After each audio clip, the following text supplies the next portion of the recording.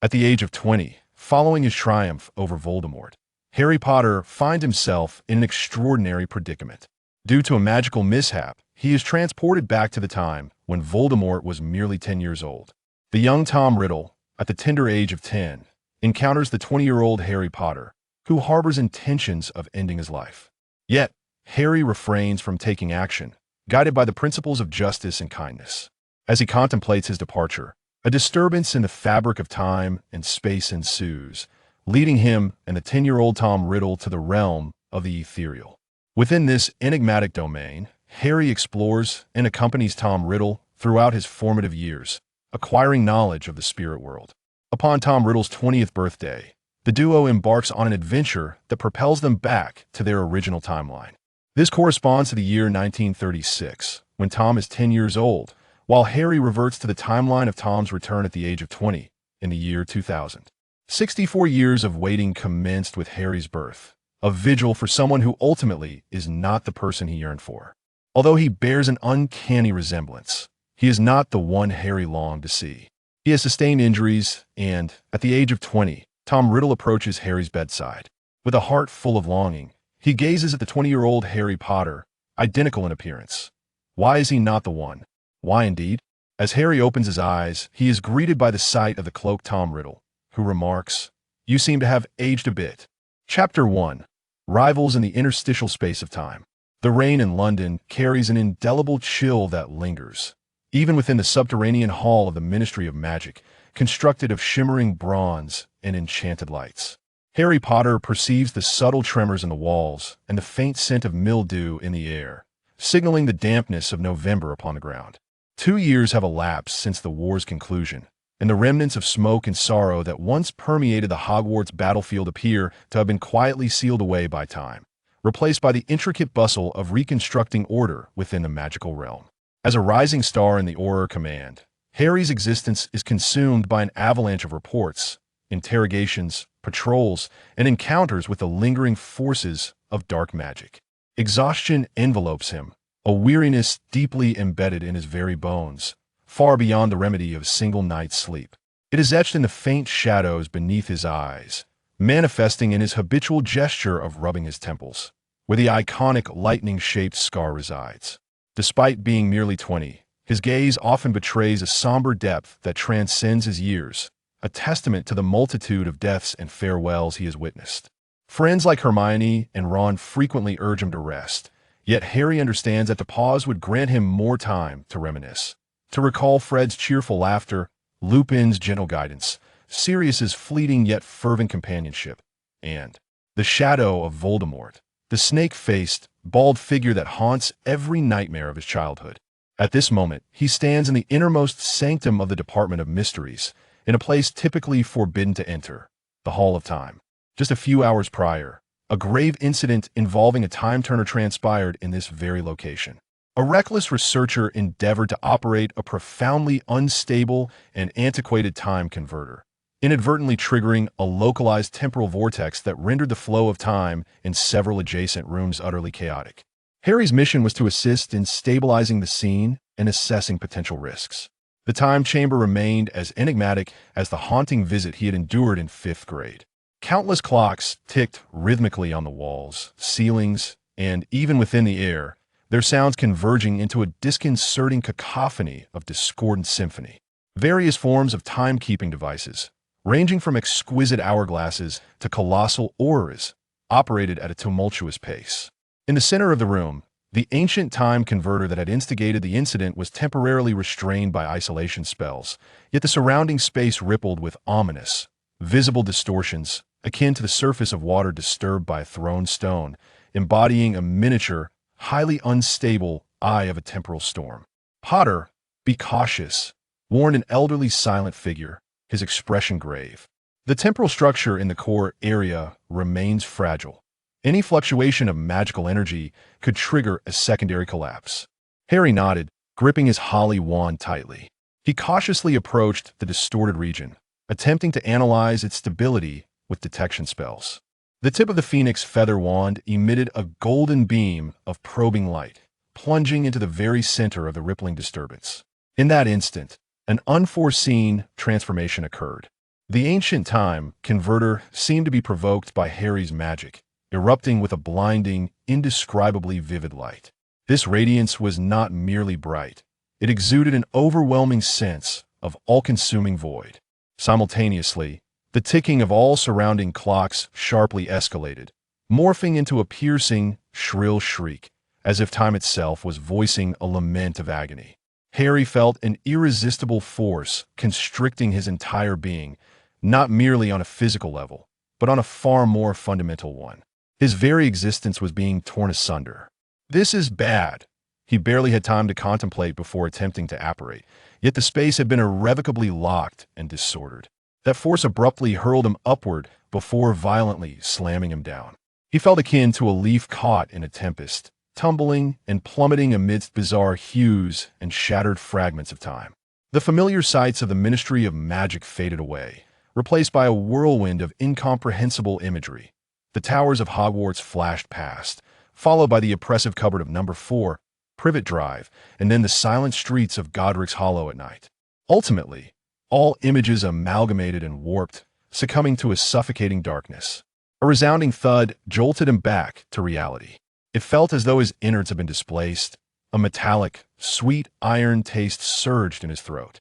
He lay sprawled on the cold, damp ground, coughing violently, his holly wand still firmly clutched in his hand. The frigid, polluted air rushed into his lungs, imbued with the distinctive stench of industrial chimneys and the squalor of East London. He lifted his head and surveyed his surroundings. It was a desolate, dilapidated backyard. Withered and untended weeds flourished amidst piles of broken bricks and rusted iron. In the distance, a drab, towering Victorian structure loomed, its windows largely dull and lifeless, resembling a multitude of indifferent eyes. The overcast sky hung low, and fine raindrops fell silently, deepening the desolation of the land. This was certainly not the Ministry of Magic. Harry struggled to rise, his body protesting with aches and pains. He scrutinized his environment warily, filled with confusion and an ominous premonition.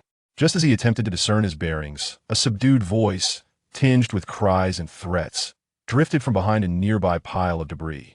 He stealthily approached, using the clutter as cover, peering toward the source of the voice. The scene before him froze his blood in an instant. 3 younger boys, tattered and gaunt, huddled together, trembling. Before them stood a boy of approximately 10 years old. He possessed a shock of thick, black hair, his pale visage strikingly handsome, with features as finely sculpted as if carved from marble. Though his attire was worn, it was relatively tidy, starkly contrasting with the surrounding environment. Yet, within those black eyes, there was a distinct absence of any childhood innocence or warmth. They resembled 2 fathomless pools of shadowy well water, cold and piercing, imbued with a precocious understanding of human frailties, as well as a raw, unmasked malevolence. At that moment, he held aloft a rough, handcrafted wooden box, a cruel smile dancing upon his lips, reminiscent of a cat toying with its prey. From within the box, faint, terrified scratching sounds could be heard. "I beseech you, Tom, return Billy to us." A diminutive boy wept as he implored, his gaze fixated on the box. "That is something we nurtured together." The boy known as Tom Riddle, curled his lips into a frigid smirk. "Yours." His voice was calm, yet imbued with an undeniable authority. "It now belongs to me. Or rather, its fate hinges upon my whims. We can offer you all the beautiful stones we've found." Another boy attempted to negotiate. Tom scoffed disdainfully. "Those trinkets?" He shook the box, causing the creature within to emit a more frantic sound. "I find this much more intriguing.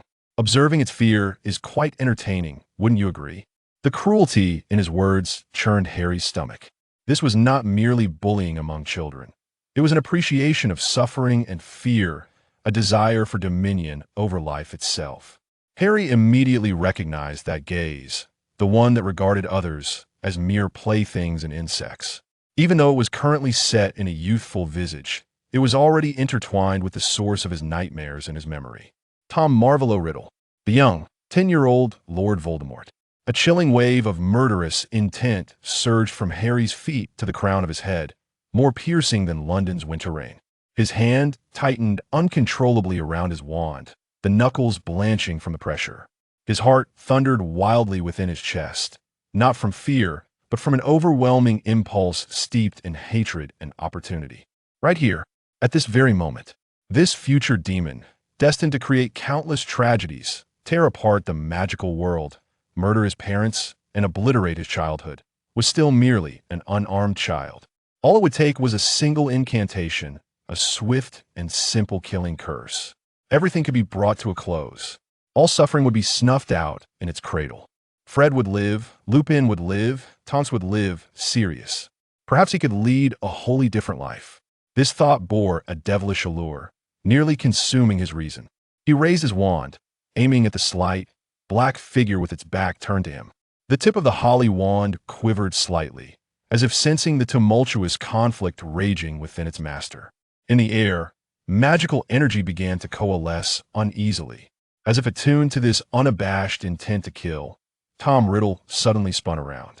Those black eyes instantly locked onto Harry, devoid of any panic characteristic of childhood, replaced instead by acute vigilance, scrutiny, and a hint of offended wrath. He noted the wand in Harry's hand, saw the threatening posture directed at him. "Who are you?" Tom's voice remained calm, yet bore a sharpness akin to a needle. Instinctively, he shielded the box containing the creature before him, as if it were a shield or a hostage.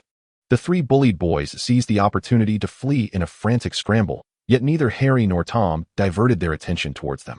Their gazes met in the air, akin to two unsheathed swords colliding, igniting invisible sparks. Harry remained silent, his lips pressed into a pale line, as the scar on his forehead throbbed with a dull, fateful ache, not the searing sensation associated with Voldemort's fury, but a heavy, oppressive pain. A myriad of images flashed through his mind, James and Lily lying amid the ruins, Cedric's hollow eyes, and Dumbledore plummeting from the astronomy tower. Countless faces, both familiar and unfamiliar, lost to the ravages of war. Kill him, now, for everyone. This voice roared within his mind. Yet, another voice, weaker yet deeply entrenched, arose simultaneously. It was the power of the protective charm that Lily Potter had sacrificed her life for, coursing through his veins, the justice and goodness inherited from Gryffindor. Deeply rooted in his soul, the beliefs instilled in him by Dumbledore over the years, regarding choice and love. To cast the killing curse upon a child? Even if he is the future Voldemort? What distinguishes you from him? Harry's breath grew labored. The muscles in his arm, holding the wand, tensed to their utmost. Yet it felt as though a weight of 1,000 burdens bore down upon him, hindering his ability to articulate the incantation. Within him raged a battle far more intense than any Quidditch match or confrontation with dark wizards. The smoke of war lingered in his senses, bringing with it an endless fatigue, a profound weariness of slaughter, hatred, and the ceaseless struggle. He gazed at Tom's face, which, despite its wariness, still bore the innocence of youth. His cold black eyes had yet to be twisted into serpent-like slits by dark magic. He was still a human child, albeit one destined for darkness. Ultimately, the innate goodness and rooted sense of justice triumphed over the impulse for vengeance and the fear of the future. Harry's wand slowly lowered by an inch. He did not relinquish it, but the murderous intent had dissipated from its tip. He could not do it. He could not cast Avada Kedavra upon a child, even a malevolent one. This was not weakness, it was his moral boundary. The fundamental reason he was Harry Potter and not another Voldemort. Tom Riddle acutely sensed the lethal threat directed at him dissipate. However, his vigilance did not wane. Instead, it intensified. He fixed his gaze on Harry, akin to a young beast observing a perilous predator. "I cannot." Harry's voice was somewhat hoarse, imbued with the exhaustion of a long journey and emotional turmoil. "But you should not treat life this way." Tom did not relax in light of the threat's abatement. Rather, he stepped forward slightly, curiosity flickering in his black eyes. "What is that?" He scrutinized Harry's wand, his tone imbued with an unsettling calmness that transcended his years. "A stick? What did you intend to do with it?" Harry chose not to respond to his inquiry. He inhaled deeply, suppressing the tumult of emotions surging within his chest, and spoke with a heavy yet resolute tone. "You will become a very, very evil person. You will bring endless suffering and death." Tom's pupils constricted slightly. Harry's words contained no angry accusation, only a chilling assertion that seemed to emanate from the future. It unsettled him more than any threat, simultaneously igniting a profound curiosity and an indescribable sense of recognition. He had always felt inherently different. Could this difference lead to such a formidable and fearsome future? "Me? Evil?" Tom repeated, his voice devoid of discernible emotion. "On what grounds do you say that? Do you know me? I know the future you." Harry's voice was low and weary, as if burdened by the weight of the world. "We are destined adversaries. Adversaries. Tom savored the term. Genuine interest, and perhaps a hint of excitement, flashing in his black eyes for the first time. Does that mean we are fated to be enemies? Just like in the storybooks? Yes. Harry replied succinctly, unwilling to elaborate further. The weariness surged within him like a tide. He longed to vacate this stifling courtyard, to untangle his thoughts, and to find a way back. He warned again, cease your current actions, Tom Riddle. Otherwise, one day, you will destroy yourself and countless others. With that, he turned to leave the suffocating backyard. He needed a place to calm down, to contemplate strategies. Yet, the moment he took his first step, a sudden upheaval transpired once more. The air around him began to tremble violently, more so than during their encounter in the time room, wild and uncontrollable. The once delicate raindrops twisted and stretched into countless shimmering silver threads. The ground emitted a low, ominous hum, and the discarded bricks and iron objects trembled violently. Damn it, the temporal disturbance is not over. Harry realized instantly. He attempted to steady himself, but that familiar, tearing force grasped him anew. This time, Tom Riddle, perilously close, was also caught in the edges of the sudden temporal storm. Genuine shock and a hint of panic crossed Tom's face for the first time. He felt an incomprehensible force tugging at him, attempting to pull him away from this familiar yet loathed place. Instinctively, he reached out, his gaze sweeping over Harry and the peculiar stick in his hand. The vortex of time swirled rapidly around them, light distorting, scenery blurring. Just before being completely engulfed, Harry glimpsed Tom's outstretched hand and the complex expression in his black eyes, a mixture of fear, reluctance, and some strange resolve. Then, darkness enveloped them once again. This time, the sensation of falling was more profound, as the concepts of time and space utterly vanished. In the final moments before consciousness faded into chaos, Harry sensed, apart from himself, another faint presence, imbued with a sense of resistance, swirling and plummeting in the tumultuous current. Time lost its meaning. It felt like mere moments, yet also like an eternity. Bang, bang. Two muffled thuds sounded almost simultaneously. Harry crashed heavily onto a hard, yet somewhat springy ground, his skeletal structure feeling as though it might splinter apart.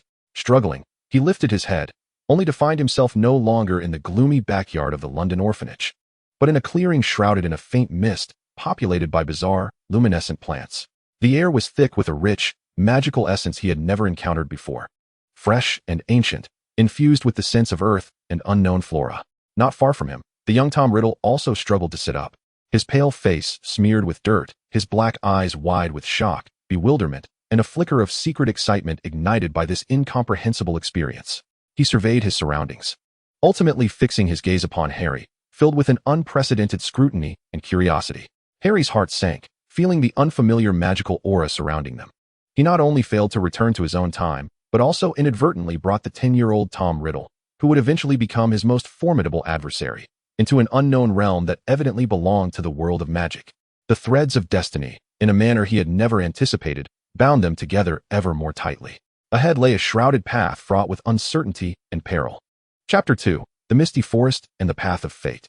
A chilling sensation, imbued with an odd elasticity, emanated from beneath him, replacing the anticipated jarring impact of a hard surface. Harry groaned, struggling to prop up his seemingly disassembled body, each muscle protesting against the brutal treatment inflicted by time travel. He shook his head, attempting to dispel the buzzing in his mind and the afterimages clouding his vision, compelling himself to swiftly assess the situation. What greeted his eyes was no longer the dismal and dilapidated backyard of the London orphanage, but rather a glade he had never encountered before, cloaked in a gentle mist. Towering ancient trees rose majestically, their canopies obscuring the sun, allowing only a few pale beams of light to struggle through, forming hazy columns amidst the drifting fog. The air was saturated with an almost tangible essence of magic, fresh, ancient, infused with the scent of damp earth and an array of unknown flora, interspersed with bioluminescent fungi and vines casting a ghostly blue and soft purple glow, illuminating the space as if it were a dreamscape. The magical energy here was extraordinarily vibrant. Harry could even feel it coursing over his skin like subtle currents of electricity, penetrating his lungs. His own magical essence seemed to stir restlessly in response, resonating faintly with the surrounding environment. This was far from the familiar realm of the British magical community, and it bore no resemblance to any magical sanctum on Earth that he knew. A muffled groan emerged from beside him. Harry abruptly turned, his heart plummeting. The very scenario he dreaded had come to pass. The young Tom Riddle was sitting a mere few feet away, likewise struggling to rise. His pale face bore smudges of dirt, his once neat black hair now tousled, yet his typically deep black eyes shimmered with astonishment, confusion, and a flicker of excitement ignited by this incomprehensible encounter. Tom quickly surveyed the area, his gaze sharp as a probe, sweeping over the luminous plants and the eerie mist, finally locking on Harry. In his eyes, the scrutiny and curiosity were more intense than during their time in the orphanage's backyard, even tinged with a sense of almost covetous intrigue. "Where's this place?" Tom's voice maintained an unsettling calm that belied his age, though a subtle tremor betrayed the turmoil within. "What have you done to me? That light, that power." Harry did not respond immediately. He took a deep breath of the unfamiliar air, feeling a slight sting in his lungs and the quickening of his magical circulation. He raised his holly wand, murmuring a few common detection spells. The incantations glowed brighter than usual, more vibrant, even sending ripples of magic through the surrounding air, as if a stone had been cast into a more viscous surface. "I did nothing to you," Harry finally spoke, his voice hoarse from fatigue and a dry throat. "It's the aftermath of the Time Turner accident. We've been swept into a temporal maelstrom. This is another place, a land steeped in magic, but not the one from which I came." "Magic?" Tom latched onto this key term, his black eyes widening with incredulity. He recalled the golden beams that had once flowed from Harry's wand and the intangible force that had nearly torn him apart. "Like in storybooks? Can you do those things?" "With that stick?" "It's called a wand," Harry corrected him, his tone laden with complexity as he regarded the boy before him, innocent of magic, yet destined to become a terrifying legend within its realm. "Yes, I can. And you will be able to as well." The last few words were uttered with great difficulty. Tom sprang to his feet, youthful though he was, exuding an undeniable intensity. "Tell me. About me. About the future. About our enmity." He stepped forward, his gaze fixed on Harry with a burning intensity. "You said you know the future me. What do I become? Why are we enemies?" Harry fell silent. He gazed at Tom's face, still largely untouched by darkness, while countless images of bloodshed, suffering, and despair flashed through his mind. To tell him? To reveal that dreadful future to this 10-year-old child? Would that not inadvertently shape the course of fate? Yet, what could concealment change? This Tom Riddle had witnessed magic and felt supernatural power. With his intelligence and ambition, exploration and pursuit were inevitable. A profound weariness washed over him once more. Having endured war, loss, and now this absurd transgression through time, Harry felt an all-consuming fatigue deep in his bones. He was weary of secrets, weary of burdens, and for a fleeting moment, he considered that perhaps revealing everything to Tom might shatter the cycle of fatalism, or at least guide him to make the right choice in this moment. "You will become." Harry's voice was low and gravelly, each word as if pressed from beneath a colossal weight. "A very, very evil person. You will pursue power, seek immortality, and pay any price for it. You will fracture your soul, creating a vile object known as a Horcrux, in which you will hide fragments of your soul in a quest for eternal life." Tom's pupils dilated sharply, but he did not interrupt. His breathing merely quickened. Fracture my soul? Immortality? These concepts were shockingly grotesque for a 10-year-old, yet they strangely resonated with some vague yearning deep within him, a recognition of his own distinctiveness. "You will assemble an army, calling yourself Voldemort," Harry continued, as his gaze seemed to penetrate through time itself, envisioning the snake-faced, bald monstrosity. "You will rule the magical world through terror, slaughtering all you deem unworthy of magic, those muggle-born wizards, as well as any witch or wizard who dares oppose you. You will champion pureblood supremacy, resulting in countless tragedies." He paused, feeling the familiar ache in his forehead, as those images surged uncontrollably. "You will murder my parents, James and Lily Potter, merely because of a prophecy that foretold their son might defeat you. You will attempt to kill me while I am still an infant. But the killing curse will backfire, leaving me with this." He gestured to the lightning-shaped scar on his forehead. "And you, stripped of your corporeal form, will become immensely weakened. Yet you shall not truly die." Tom listened, spellbound, his complexion paling, yet the light flickering in his black eyes grew increasingly complex. There was fear, there was shock. But beneath it all, there seemed to be a stirring, a fascination with the allure of such ultimate power and the possibility of immortality. Would he truly become so powerful? So fearsome? "We fought for many years." Harry's tone dripped with profound weariness. "You killed many of my friends, Fred, Lupin, Tonks, Sirius, Cedric, and countless other innocents. Ultimately, during my 17th year, we faced off in a final battle at Hogwarts. I destroyed all your Horcruxes, and your own killing curse ultimately led to your demise." Silence enveloped the two, punctuated only by the faint sounds of unknown creatures within the forest and the whisper of the mist as it flowed. "So you've won." Tom finally spoke, his voice somewhat hoarse. He did not question the authenticity of the tale, Harry's tone, his gaze, and the weariness and anguish that transcended his years exuded an undeniable authenticity. No one emerges victorious. Harry wearily closed his eyes. War leaves only victims. I have lost too much. The entire magical world has suffered too great a loss. He turned his sharp gaze back to Tom. Now you understand. This is the consequence of the path you have chosen, endless agony and death, which will ultimately include your own. Tom lowered his head, staring at his still youthful hands. Rendered speechless for a long while, Harry's words struck him like a cold chisel, etching the contours of a grim future into his heart, one that was powerful, terrifying, and inevitably leading to destruction.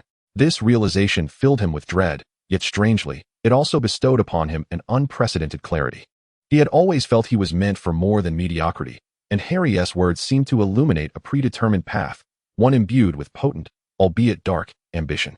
After a long pause, Tom lifted his head, his dark eyes regaining their icy calm, now tinged with a hint of understanding. You tell me this in the hope that I will change, or to prove that your decision not to kill me was the right one? I merely state the facts. Harry averted his gaze, peering into the depths of the mist. Your future is for you to choose. Though he swallowed back the addition of "as I know how difficult that is," he could not afford to offer him any semblance of weakness. Once again, he attuned himself to the vibrant magical energies surrounding them, casting a few silent spells to confirm that magic could still be wielded here, and that its potency seemed even greater than in his original world. A small solace amidst the misfortune. Listen, Harry turned to Tom, his tone becoming pragmatic and distant. I will ensure your safety until we discover a way to leave this forest and understand where we are. After that, we shall part ways.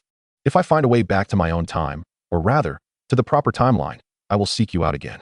Until then, it would be wise for you to remain compliant. Tom did not contest this, merely raising an eyebrow in tacit agreement. Yet, deep within his gaze, an insatiable curiosity burned brightly, an unquenchable thirst for knowledge about Harry, magic, and this uncharted realm. The two began to cautiously navigate the mist-laden forest. Harry, wand in hand, led the way, his senses heightened to their utmost capacity. His experience and instincts as an Auror proved invaluable here, allowing him to sense imminent danger before it approached and to discern the unusual scents carried by the wind. This forest was far more perilous than it appeared. They encountered a plethora of strange creatures, thorny blood-sucking vines disguised as branches, enormous luminescent mushrooms capable of spewing hallucinogenic spores, wolf-like beings lurking in the shadows with eyes gleaming with greedy red light, and flocks of sharp-toothed silver bats soaring through the air. With each encounter, Harry reacted swiftly. He refrained from employing lethal spells, instead deftly wielding incantations like Stupefy, Petrificus Totalis, Impedimenta, and Protego to fend off and subdue these magical beings. Reducto was occasionally utilized, but only to alter the terrain or shatter incoming rocks. The brilliance of the spells flickered in the dim forest, each casting stirring the active magical energies around them, amplifying the effects of the enchantments. A Stupefy could bring down a massive wolf-like creature with a resounding crash, rendering it unconscious for an extended duration. Protego could even deflect the fierce physical assaults of magical beasts. Harry was astonished by the amplification of magic in this realm, yet it also heightened his vigilance, for it implied the presence of even greater threats. Tom trailed quietly behind Harry, like an adept observer. He meticulously scrutinized Harry's every movement, listening intently to the syllables of each incantation he uttered and observing the trajectory of his wand. His mind absorbed every fragment of information about magic with the fervor of the most meticulous sponge. He witnessed how Harry utilized the environment, anticipated danger, and strived to protect himself while avoiding harm to the creatures. This principle of non-lethality puzzled Tom, even eliciting a hint of disdain. Yet he astutely concealed any manifestation of emotion. During one encounter with a swarm of silver bats, one broke through Harry's protective barrier, screeching as it lunged toward Tom's face. Tom's complexion paled, instinctively recoiling, though his eyes reflected more anger than fear. Expelliarmus. With a flick of Harry's wand, an invisible force struck the bat, causing it to emit a peculiar cry as it careened uncontrollably into a nearby tree trunk. Harry swiftly dispatched the remaining bats, and then turned to the shaken Tom, frowning slightly. Stay close. Do not stray too far from me. Tom pressed his lips together, refraining from expressing gratitude, merely nodding silently, his gaze growing even more profound. He loathed this sense of powerlessness, the need for protection. This experience mirrored the humiliation he felt in the orphanage when older children bullied him, intensifying his desire for the kind of power that would allow him to seize control. The kind of power Harry Potter embodied. They trudged through the perilous forest, relying on the sun and the flow of rivers to gauge their direction. Harry attempted apparition, but the spatial structure seemed exceedingly unstable. rendering the spell incapable of locking onto coordinates. Forcing its use would only result in a more severe sensation of spatial tearing. He also tried signaling for help with red sparks, but the signal vanished into the dense fog and treetops, yielding no response. Days passed amidst tense trekking and intermittent skirmishes, as they tracked time with a simple timing spell Harry had devised. When hunger struck, they foraged for bioluminescent fruits, verifying their edibility with magic. When thirst arose, they drank from the pure water summoned by the Agwameni spell. At night, Harry would cast simple protective and alerting charms, and they took turns resting. Although Harry dared not fall into a deep sleep, often merely closing his eyes to rest, Tom frequently kept his eyes wide open, gazing at the flickering luminescence in the mist, lost in thought. During one brief respite, Tom could no longer contain himself and pointed at the wand Harry clutched tightly. Do all wizards possess one of these? A wand? Essentially, yes, Harry replied. It is a tool for channeling and amplifying magical power. Each wand is unique and chooses its master. Chooses? Tom seized upon this intriguing term. Indeed, the core materials of the wand, such as phoenix feathers, unicorn hair, or dragon heartstrings, combined with the wood, impart their own inclinations. It selects the wizard with whom it resonates most closely. Harry instinctively stroked his holly wand, recalling Mr.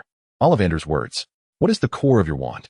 Tom's gaze was fixed intently upon the seemingly ordinary stick. Harry paused for a moment before answering. A phoenix feather. Very powerful? It helped me defeat you. Harry's tone carried a hint of complex irony. Tom fell silent, his eyes still locked on the wand, a fervent intensity growing within them. Once again, they encountered a colossal, moss-covered python obstructing their path. Just as Harry was preparing to cast a stunning spell, Tom suddenly spoke, emitting a low, hoarse hiss reminiscent of a serpent's flickering tongue. The serpent abruptly lifted its head, its cold, reptilian gaze fixating on Tom, who responded in kind with a similar hissing sound. A shiver coursed through Harry as he turned to Tom. Though he had long been aware of Tom's ability to speak parcel tongue, hearing it spoken aloud evoked a visceral discomfort and a chilling sense of fate within him. What did you say to it? Harry's voice was taut. Ever since the fragment of the Horcrux within him was destroyed, he had been unable to speak parcel tongue. Tom turned his head, a triumphant, almost smug expression gracing his features. I told it we were merely passing through, with no ill intent. It claimed this territory as its own and instructed us to go around. He paused, observing the tension etched on Harry's face, a flicker of understanding igniting in his dark eyes. You can comprehend it? You too possess this language of serpents? Harry nodded grimly. Yes, this is parcel tongue, a mark of Slytherin blood, and you bestowed this ability upon me. He gestured toward his forehead. On the night you attempted to kill me, a portion of your power, transferred through that failed curse and the fragment of your soul, became mine. However, after our next confrontation, I shall no longer be able to speak parcel tongue. In an instant, a brilliant light ignited in Tom's eyes. Slytherin blood? The fabled blood of wizards? I truly am the chosen one. And this eternal rival before me has gained such a rare ability because of me? This peculiar connection instilled in him a twisted sense of satisfaction and affinity. It seemed that a subtle curve of a smile began to grace Tom's lips. Our bond is far deeper than the mere term rival suggests. Harry remained silent, urging them to circumvent the python, his mood heavy with foreboding. Tom Riddle's capacity for learning and adaptation was astounding. He had already begun to instinctively wield his gifts. In this unfamiliar magical forest, he was akin to a parched sponge, voraciously absorbing all knowledge related to magic, including the information gleaned indirectly from Harry. At last, after enduring countless days and nights fraught with tension, the time turner indicated they had traversed approximately 7 days. The trees ahead began to thin, and the mist gradually dissipated. A sensation of openness, distinct from the oppressive atmosphere of the forest's depths, enveloped them. Harry signaled for Tom to halt, cautiously parting the last dense, serrated-edged leaf. Before them lay a breathtaking vista. No longer were they confronted by the endless, eerie trees and fog, but rather a rolling expanse of dark green meadows. In the distance, wisps of smoke curled skyward, hinting at the outline of a village, though the sky remained devoid of the familiar azure, presenting a gentle violet hue. It was at least dotted with complete, slowly drifting clouds, and a star emanating a soft white light, unlike the sun. They had emerged from the perilous, mist-laden forest. Harry let out a long, relieved breath, his taut nerves finally easing, only to be replaced by a profound weariness. He glanced back at the dense forest, its thick fog and flickering luminescence resembling a vast, living nightmare. Then his gaze fell upon Tom Riddle beside him. The boy was staring intently at the distant village, his pale face devoid of any joy at having escaped danger, only reflecting a calm assessment and contemplation. The violet light of the sky illuminated his finely crafted profile, his black eyes glinting with ambition and curiosity that belied his age. Harry's heart sank once more. He had brought forth the greatest threat to the future from the forest, ushering him into a broader world brimming with magical possibilities. The path ahead remained cloaked in thick fog, fraught with the unknown. And this seemingly calm boy beside him harbored a tempest within, perhaps far more terrifying than any beast lurking in the forest. Chapter 3. The Realm of Spirits and the Awakening of Bloodlines. Having departed from the treacherous, mist-shrouded forest and stepped into the relatively open hills, Harry did not feel the slightest sense of relief. The strange elasticity of the dark green meadow beneath him, the soft violet tones of the sky, and the star radiating a gentle white light, which was certainly not the sun, all served as reminders that this was a world entirely different from his own. A foreign land. The air still brimmed with the essence of magic, yet unlike the primal, wild, and aggressive energy of the forest's depths. The flow of magic here seemed more tranquil, akin to a slowly meandering river, deep and ancient. With every breath, it felt as though countless tiny, vibrant magical particles surged into his lungs, seeping into his blood, resonating in a continuous and subtle harmony with his own magical essence. This resonance, after several days of arduous travel and brief respite, began to provoke deeper transformations within him. An unusual restlessness arose, not stemming from external threats, but quietly awakening from deep within his very being, from the depths of his bloodline. Initially, it was a mere tremor, almost imperceptible, as if ancient genes, long dormant, were being stirred by the rich energy of the surroundings, beginning to stretch their long-sleeping forms. Harry felt his magical circulation accelerating, more vibrant and tumultuous than during his time at Hogwarts or the Ministry of Magic. Yet this was not merely a quantitative increase. It felt more like the prelude to a qualitative transformation. Occasionally, he could sense in the wind not just the physical flow but also a vague emotional undercurrent. Whispers of freedom and unrestrained lightness. When he ignited a small fire to warm himself, he could feel that the flames held not just warmth, but a restless desire to burn and destroy. This sensation was enigmatic, defying explanation by any known spell principles or magical theories. It was more akin to an intuition, an unprecedented faint connection established with the elemental foundations of the surrounding world. The blood of the Potter family within him, or perhaps a deeper, unknown lineage of ancient wizards, was slowly awakening under the nourishment and stimulation of this unique realm of spirits. You feel it too, don't you? Harry paused and looked at Tom Riddle, who had been silent beside him. They were following a path worn by either humans or animals, moving toward the distant wisp of smoke symbolizing civilized society. Tom raised his gaze, his black eyes devoid of the initial shock and confusion from their journey. Instead, they reflected a focused introspection and a hint of undeniable excitement. He nodded, his voice slightly lower than usual. Yes, the energy here is quite remarkable. I can feel it flowing within me. He hesitated, seemingly searching for more precise words. Sometimes, when I concentrate, or when my emotions fluctuate, it seems to respond to me. A chill ran through Harry. Tom's description was more direct and fundamental. He was not vaguely sensing elemental emotions. He was directly experiencing the interplay between magic itself and emotion. This sounded reminiscent of young wizards awakening their magic, occasionally triggering magical surges due to uncontrolled emotions before receiving systematic education. Yet in this realm, such connections seemed to be magnified, evolving into a clearer and more controllable harbinger. The notion of harnessing emotions to conjure a surge of magic? Harry confirmed, his brow furrowed. This boded ill. Tom Riddle was inherently devoid of healthy emotional guidance. His anger, ambition, and thirst for power. If this were to become the key to his initial contact with and mastery over magic, it would undoubtedly propel him more swiftly into the abyss of darkness. Tom keenly detected the fleeting concern in Harry's eyes, and a subtle, almost imperceptible smirk graced his lips, tinged with a hint of experimental triumph. Fascinating, isn't it? When angered, it feels as though power becomes more concentrated. When yearning for something, it appears to grow more vibrant. He refrained from elaborating on his desires, yet Harry could surmise that it was far from merely wanting a piece of candy.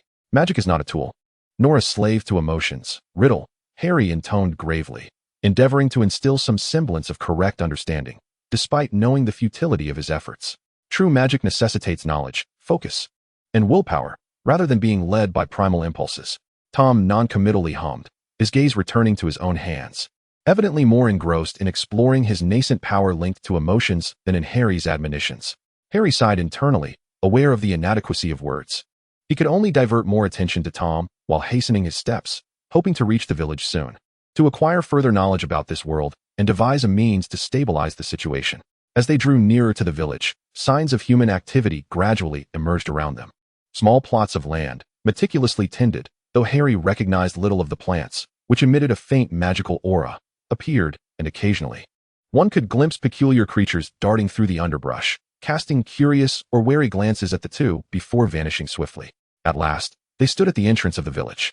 It was a modest settlement, predominantly constructed from dark timber and a type of stone with a bluish-gray hue, its roofs adorned with thick, moss-like vegetation, presenting a natural undulating silhouette that blended seamlessly with the surrounding hills. There were no walls encircling the village. Yet Harry could faintly sense an exceedingly subtle energy field enveloping the entire area, akin to a form of alert or protective barrier. By now, evening had descended, the lavender sky deepening, the light of the white star softening, as lights began to flicker to life within the village, not the glow of candles or oil lamps, but a stable, gentle luminescence reminiscent of clustered fireflies, hovering beneath eaves or along window sills. Some villagers came into view. Their attire consisted mainly of comfortable, practical cotton, linen, and leather, in muted tones, yet the styles were simple and conducive to movement. Notably, nearly every adult adorned themselves with various accessories, a necklace of polished bone, a ring set with an unknown gemstone, or vines that glimmered faintly coiling around their wrists. These items pulsed with a hint of magic, clearly serving as magical artifacts or conduits. When the villagers beheld Harry and Tom, travel-worn and distinctly clad, they cast astonished and scrutinizing glances in their direction. The conversations that reached Harry's ears were composed of syllables that were melodious, yet entirely foreign. Taking a deep breath, he recognized that communication posed the first significant challenge. He gestured for Tom to remain still for a moment while he stepped forward, raising his hands, palms outward, to signal that he bore no ill intent. An elder, white-bearded and draped in a cloak adorned with intricate silver patterns, approached amidst a throng of villagers. He scrutinized Harry with sharp eyes and uttered a phrase in that unfamiliar tongue. Harry shook his head, pointing to his ears and mouth to indicate his inability to understand. The elder furrowed his brow and attempted several more phrases, but upon seeing Harry's continued confusion, he fell into contemplation. He glanced at the wand in Harry's hand, then assessed his and Tom's somewhat disheveled yet striking appearance, especially Harry, whose eyes bore the weight of war and traversing worlds, a melancholic resolve that was unmistakable.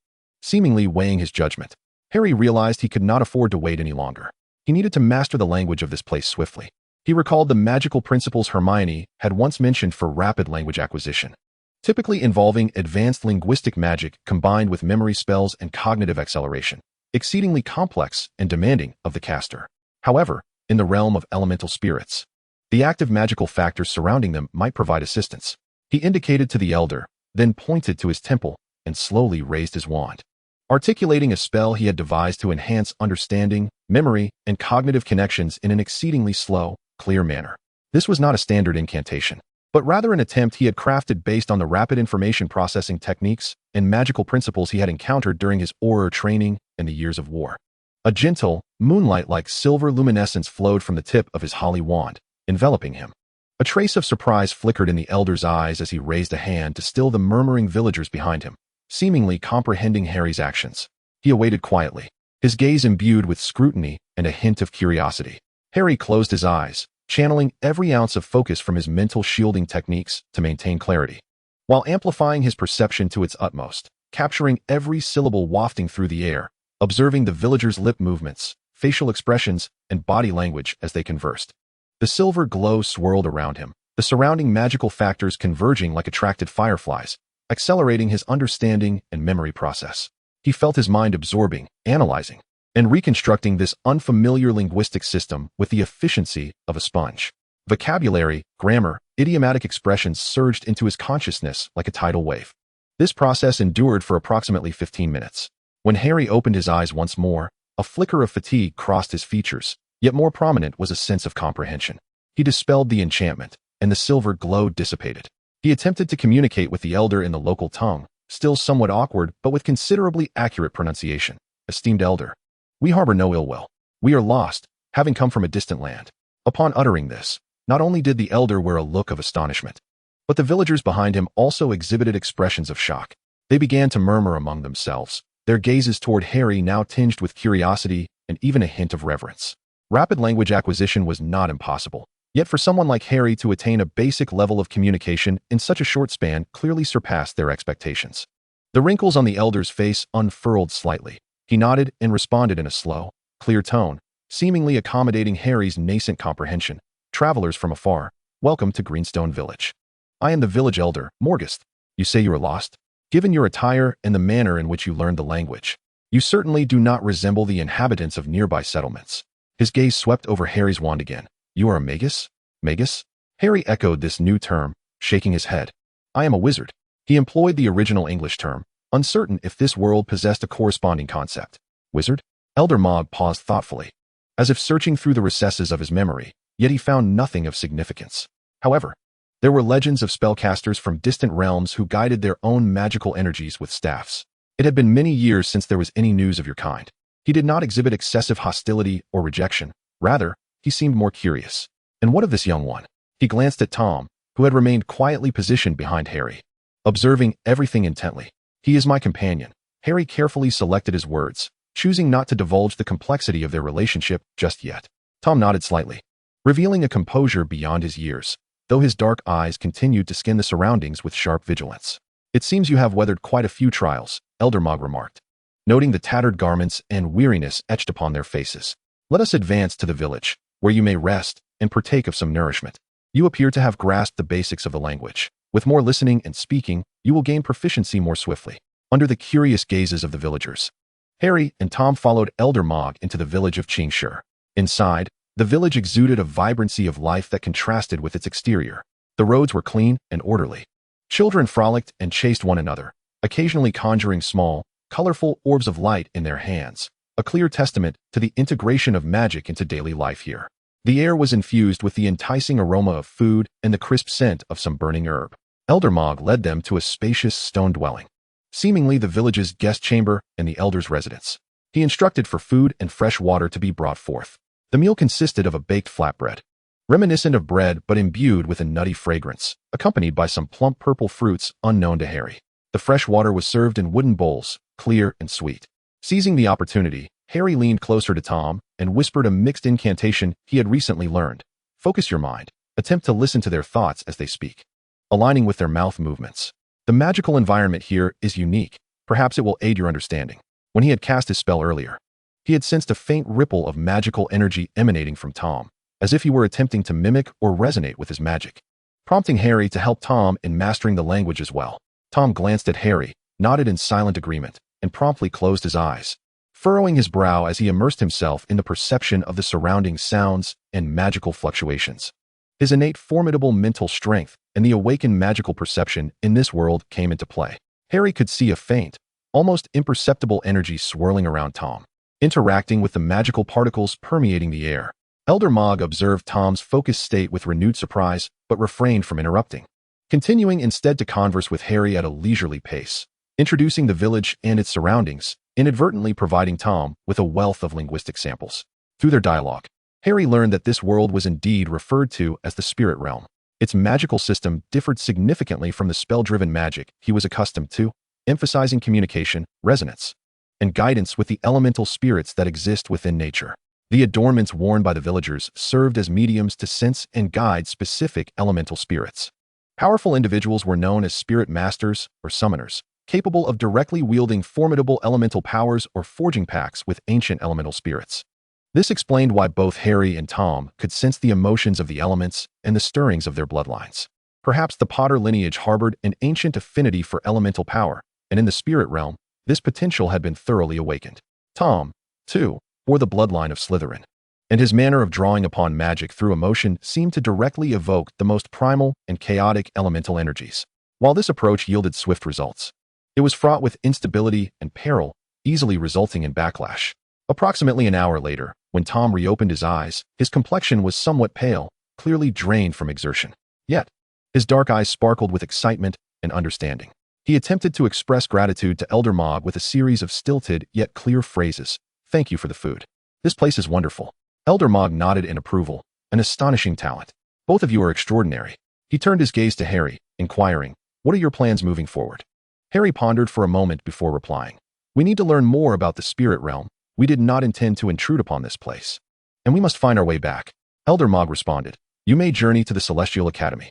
It houses the largest library on the Eastern continent, along with many spirit masters who study the essence of the world. Coincidentally, The Celestial Academy in the city of Alalos is currently recruiting. Soon, the Academy's recruitment patrol will return to Qingshi Village. Before that, Elder Mog continued, you may stay temporarily in Qingshi Village. We can provide you with lodgings and sustenance. In return, perhaps you, Mr. Potter, could offer some assistance with your remarkable ability to learn quickly and your unique magic. For instance, teaching some talented children the basics of control techniques or assisting in managing the occasional rampaging elemental beasts nearby. This is a mutual exchange and an opportunity to integrate into this world while acquiring more information. Harry exchanged a glance with Tom, who nodded slightly in agreement. They needed time to adapt, learn, and strategize their next steps. Thank you very much for your hospitality, Elder Mog, Harry said earnestly. We are willing to offer our help to the best of our abilities. Thus, Harry Potter and Tom Riddle, adversaries from divergent timelines, temporarily settled in the quaint village of Qingshi within the peculiar spirit realm. In the days that followed, Harry began to assist the village as promised. He did not directly teach the Hogwarts magical system, requiring wands and specific incantations, which differed too greatly from the spirit realm's framework, but utilized his formidable magical control techniques and profound understanding of protective and binding spells to guide some of the village's youth in how to precisely control the output of elemental energy and construct more stable energy structures. His insights were often incisive, quickly earning him the villagers' respect. Tom, for the most part, shadowed Harry, silently observing and learning. His astonishing ability to absorb knowledge reemerged, as he not only swiftly mastered the language of the spirit realm, but also began to secretly mimic Harry's energy control techniques mentioned during his teachings to others, combining them with his own perilous method of drawing upon elemental power through emotion in clandestine practice. Harry repeatedly warned him of the dangers of this approach, but Tom outwardly complied while privately continuing his own path. His thirst for power intensified upon encountering the more direct and primal magical system of the spirit realm. Simultaneously, Harry began to systematically study the knowledge of the spirit realm. Through reading the rudimentary books and scrolls inscribed on some magically treated animal hide provided by Elder Mog, along with engaging in conversations with the villagers, his understanding of this world gradually deepened. The spirit realm was vast and boundless, home to countless races and factions. Human settlements were merely a fraction of its inhabitants, alongside the hill dwarfs skilled in forging and runic arts, wood elves coexisting with forest spirits, the mysterious and powerful dragonkin, and various elemental beasts and spirits, each with their own unique forms and strengths. Magic, referred to as Viva or A, serves as the cornerstone of existence. Yet, such formidable power invariably incites conflict, leading to frequent skirmishes among settlements and races over resources, territory, or dominion over potent elemental spirits. During this relatively tranquil period, the latent bloodline powers within Harry and Tom gradually awaken and flourish. Harry discovers that his sensitivity to the elements of wind, fire, and starlight is particularly acute. In the stillness of the night, he can feel the energy of starlight coursing through him, weaving through his own magical essence. At times, he perceives vague fragments of information carried by the wind from distant lands. When he concentrates, he can conjure a small, remarkably stable cluster of flames at his fingertips. Their heat intense, seemingly responsive to his will, shifting in shape. He even attempts to incorporate this newfound perception into his flying magic, enhancing his mastery over currents of air. Tom's transformation, though more subtle, instills a deeper sense of unease within Harry. He rarely divulges his specific insights. However, Harry notes that during emotional upheavals, particularly when witnessing Harry's display of power or overhearing villagers speak of formidable sorcerers beyond their realm, a flicker of barely perceptible luminescence glimmers in Tom's eyes. Shadows around him seem to thicken momentarily, and small objects may tremble inexplicably. It appears he is attempting to harness a force inclined towards shadows, spirits, or chaotic attributes, aligning with his intrinsic tendencies towards control, fear, and secrecy. One day, a group of mischievous children in the village attempts to mock the pale, brooding newcomer by hurling mud at him. Tom remains unresponsive, merely casting a cold glance in their direction. However, that night, all of those children experience terrifying nightmares. Awakening in screams, their spirits dampened for several consecutive days. Noticing the faint residue of negative emotional energy emanating from Tom, Harry confronts him sternly. Tom vehemently denies any wrongdoing, suggesting that perhaps the children are merely harboring guilty consciences. His dark eyes meet Harry's with an unsettling calmness, devoid of remorse, only reflecting a chilling, almost mocking demeanor. Harry realizes that this is no mere coincidence. Tom is subtly wielding his awakened powers to exert influence and exact retribution. This revelation solidifies Harry's resolve to expedite their departure and return Tom to the original timeline. remaining in the spirit realm with Tom Riddle. Gifted with such perilous talents and inclinations, is akin to igniting a spark in a pile of kindling.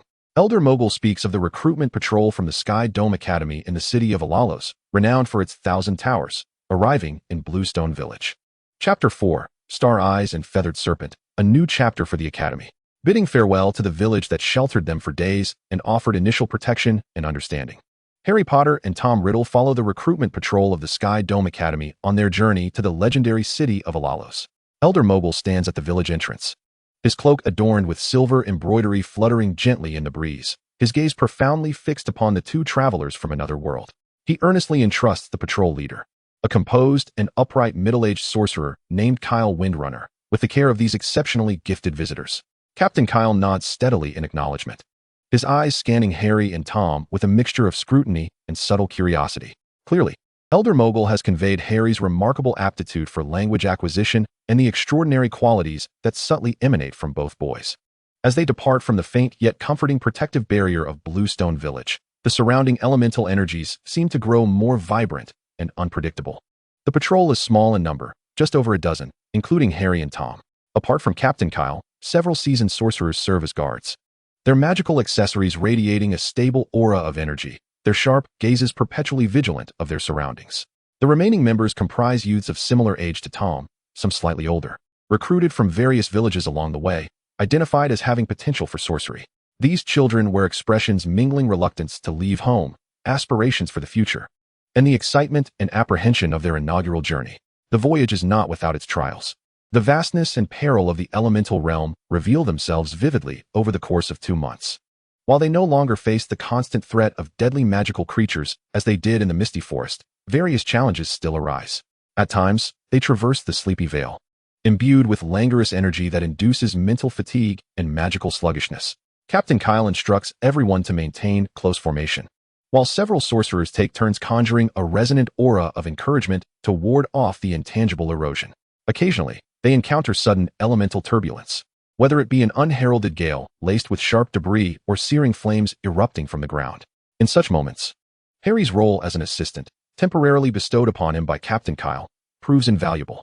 His keen combat instincts and precise magical control allow him to detect energy anomalies swiftly, enabling him to cast protective armor or barriers, granting the team precious time to react. His method of casting spells, relying on a wand and clear incantations, differs markedly from the sorcerers who guide spirits using their mediators.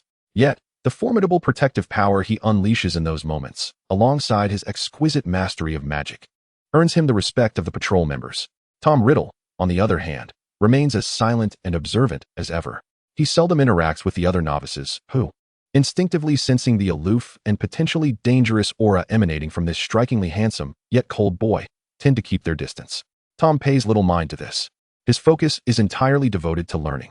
He eagerly absorbs all knowledge regarding the elemental realm encountered along the way, from Captain Kyle's occasional explanations of different regions' elemental characteristics to the techniques employed by the guard sorcerers in response to unforeseen circumstances, and the clumsy yet earnest attempts of the novices to guide spirits.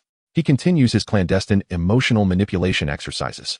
Harry repeatedly warns him of the inherent dangers of such practices, and once, upon sensing Tom attempting to invoke a dark, negatively charged elemental energy, he intervenes with a gentle yet firm beam of light magic, interrupting Tom's endeavor. This sparks a silent yet intense standoff between them. Tom's eyes blaze with indignation and humiliation at the interference, yet ultimately, he restrains himself under Harry's unwavering gaze. Nonetheless, Harry understands that this is far from the conclusion. Tom's thirst for power, like a dormant viper, will only grow more insidious and perilous under suppression. This journey signifies for both Harry and Tom not merely a physical relocation, but a continuous tempering of body and spirit within the distinctive environment of the elemental realm. As they delve deeper into this world, the omnipresent, vibrant magical elements surrounding them act as an inexhaustible source, relentlessly washing over and nourishing the ancient bloodlines that flow within them, remnants of another world. The subtle sensation that had lingered since departing the misty forest grew increasingly vivid and intense. For Harry, this feeling initially resembled the gentle plucking of a dormant string within him. One night, as the group camped amidst a glowing moss-covered hill, he gazed up at the unfamiliar violet sky, adorned with 3 moons of varying sizes, and a profound sense of resonance welled within him.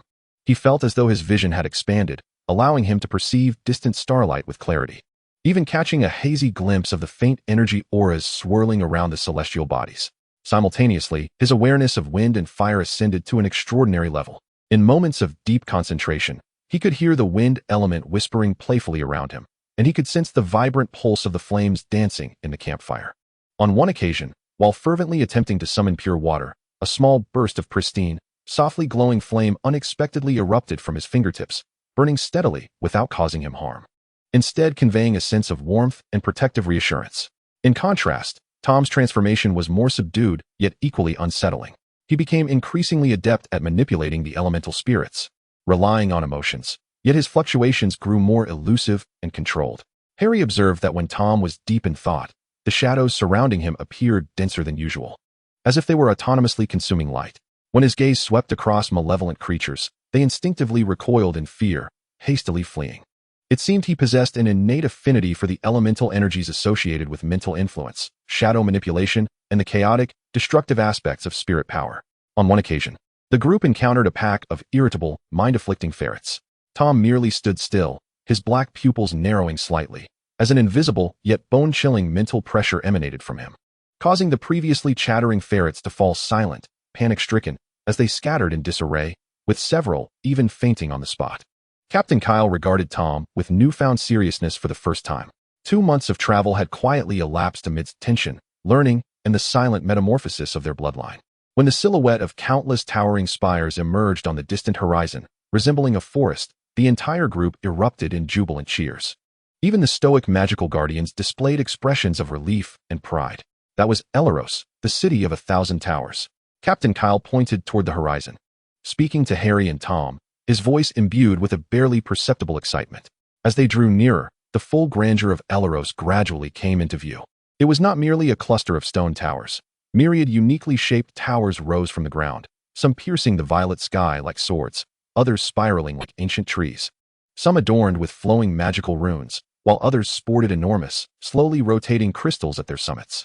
The entire city was enveloped in a vast, translucent energy shield, refracting a kaleidoscope of colors in the sunlight, resembling a colossal glass bowl inverted upon the earth.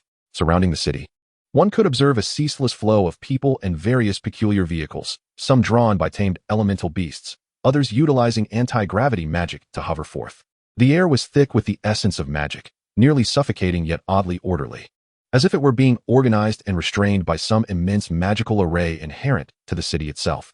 Passing through a monumental gate guarded by heavily armed sentinels, requiring identity verification and energy assessment, they officially entered the city of Elaros. The sights within were enough to leave even Harry, accustomed to the wonders of the magical world. In all, the streets were broad, paved with smooth stones that emitted a soft glow. The buildings on either side bore diverse architectural styles, merging the elegance of elves, the sturdiness of dwarves, and the imaginative flair of humanity. Shop windows displayed an array of magical items, potions, artifacts, and tomes. The streets bustled with pedestrians, including stout dwarven merchants with braided beards, ethereal wood elves with elongated ears and cool demeanor, and even the occasional dragonborn cloaked in hooded robes, their faces obscured. This place seemed a microcosm and convergence of civilization and power from the elemental realm. Without delay, Captain Kyle led the group through the vibrant district toward the city center. Where the most magnificent and densely clustered towers stood, there lay the Celestial Academy. The academy itself resembled a city within a city, boasting its own walls and guards. At the entrance stood a colossal archway, inscribed with ancient, flowing runes that radiated a vast and majestic magical aura. Captain Kyle approached the guards, presenting credentials and emphasizing the significance of Harry and Tom. Upon entering the academy, a more solemn and focused academic atmosphere enveloped them. Young scholars clad in uniform robes adorned with elemental insignias hurried past, while seasoned mentors engaged in serious discourse. The air was thick with the mingled scents of aged parchment, magical ink, and various experimental potions. Connecting the towering spires were transparent energy bridges, where one could occasionally glimpse mentors or advanced students soaring through the air, casting flight spells or riding small, elemental steeds. They were led directly to a grand hall of white marble designated for the registration and assessment of new students, known as the Hall of Dawn. Within, numerous new students and their parents awaited assessment, the chatter slightly cacophonous. At the center of the hall, several intricately crafted magical arrays were set up, presided over by a few deeply knowledgeable academy mentors clad in deep blue robes. The assessment process was both public and rigorous. New students took turns stepping into different magical arrays, which would illuminate with varying colors and intensities, representing their affinity for various elemental energies, innate magical potential, and any latent bloodline abilities. Most of the new students from the villages along the way triggered strong light, representing the basic elements: fire, water, earth, air, with the occasional few showcasing decent talent in higher elements: light, darkness, lightning, eliciting nods of approval from the surrounding mentors. When it was Tom Riddle's turn, he calmly stepped into the most intricate multidimensional assessment array at the center. As he stood still, the array did not immediately emit the familiar elemental light. Instead, it fell into an eerie silence, as if the very light of the hall dimmed slightly. The faces of the presiding mentors registered surprise. Then, a cold, authoritative presence, imbued with an ancient and primal aura, began to emanate from the array. Above the array, shadows twisted, faintly outlining the imposing, elegant, yet perilous silhouette of a colossal serpent. Behind it appeared a pair of vague wings composed of shadow and energy. The serpent's eyes were a pure gold, containing boundless wisdom, indifference, and a dispassionate view of the cycle of life and death. The runes embedded at the edges of the array flickered wildly before stabilizing, emanating a dim light representing the attributes of spirit, darkness, and an exceedingly rare life rebirth essence, the brilliance so intense that it nearly overshadowed all previous newcomers. One of the presiding mentors gasped in disbelief, hastening forward to scrutinize the data reflected by the array and the fading apparition, his voice trembling with incredulity. The bloodline of the feathered serpent, an exceedingly ancient source, tainted by a curse. The entire hall fell into a hushed silence. All eyes were fixated upon the boy at the center of the array, whose raven hair framed a pale visage marked by an extraordinary tranquility. The bloodline of the feathered serpent, revered even in the realm of Yuanling, stood as one of the highest bloodlines enshrined in legend and lore. It symbolized wisdom, strength, and the cycle of rebirth, while being inextricably linked to an ancient curse.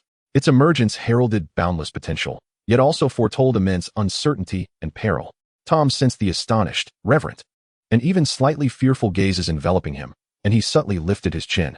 In his onyx eyes, there was no trace of panic, only a calm that seemed entirely appropriate, coupled with a buried arrogance that reveled in the reaction he incited.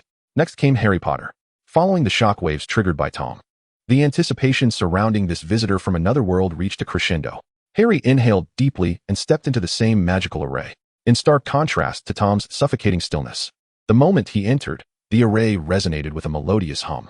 A gentle and pure silver radiance rose from beneath his feet, swiftly enveloping the entire array. The light, though not blinding, radiated a warmth and protective aura that penetrated the heart. Above him, the silver glow coalesced, unfurling a miniature starry sky, with twinkling stars that flickered in and out of view. In the hazy expanse, a graceful, ethereal avian form, seemingly woven from starlight, soared through the cosmic tapestry, scattering radiant glimmers. Its silhouette bore a striking resemblance to Harry's familiar phoenix, fox, yet it exuded an even more ancient essence, resonating with the cosmos.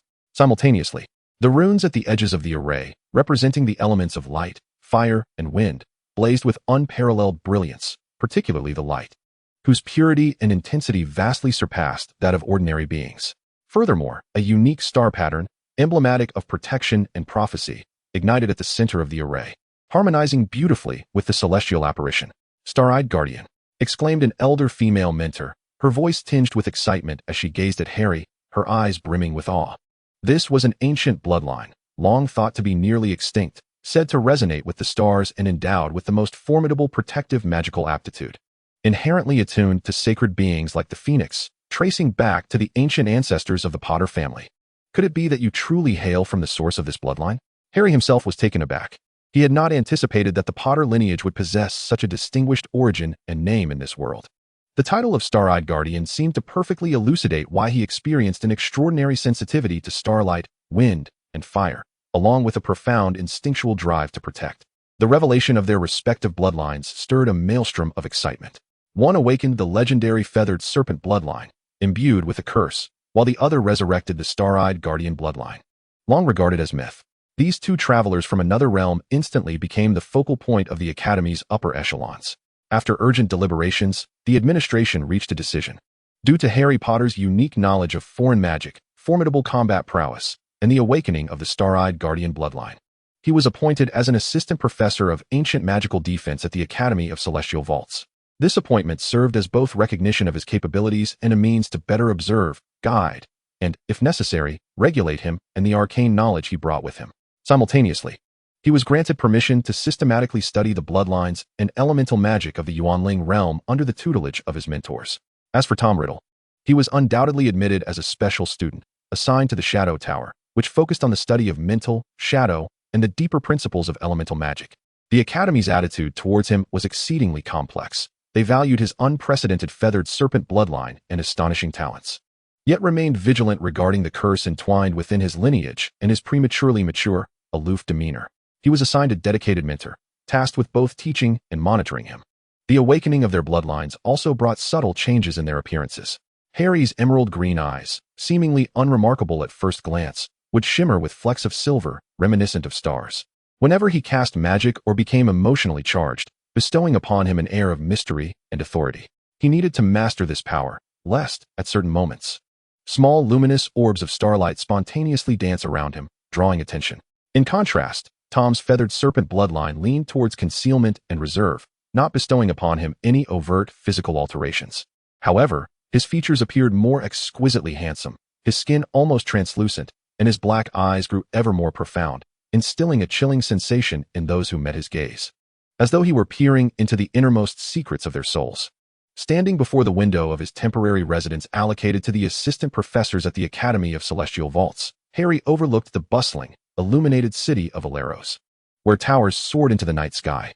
He touched the lightning-shaped scar on his forehead, a reminder of pain long forgotten, his emotions a tumultuous blend. He had arrived in an entirely unfamiliar magical realm, endowed with a new identity and powers, yet the entanglement of fate continued in a different guise.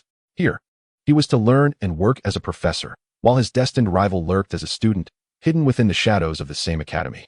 Much like a fledgling feathered serpent, silently gathering strength in this world brimming with infinite possibilities, waiting for the moment to metamorphose into a true harbinger of darkness. The path ahead remained shrouded in mystery. The secrets of the Yuanling realm, the truths of their bloodlines, and how to regard the burgeoning Tom Riddle, all awaited his exploration and resolution. The chapter of destiny had turned a new leaf here, filled with unknown challenges and opportunities. Chapter 5, Chains. Life at the Academy of Celestial Vaults unfolded with a rhythm that was both familiar and foreign. The familiarity lay in the palpable atmosphere of focus and dedication to knowledge and magic that pervaded the air, reminiscent of Hogwarts. Yet the unfamiliarity stemmed from the fact that everything here was built upon the foundations of Yuanling and bloodlines, where spells and wands had become the exceptions needing explanation. Harry's new role was that of assistant professor of ancient magical defense. This title bore a hint of compromise and cautious exploration.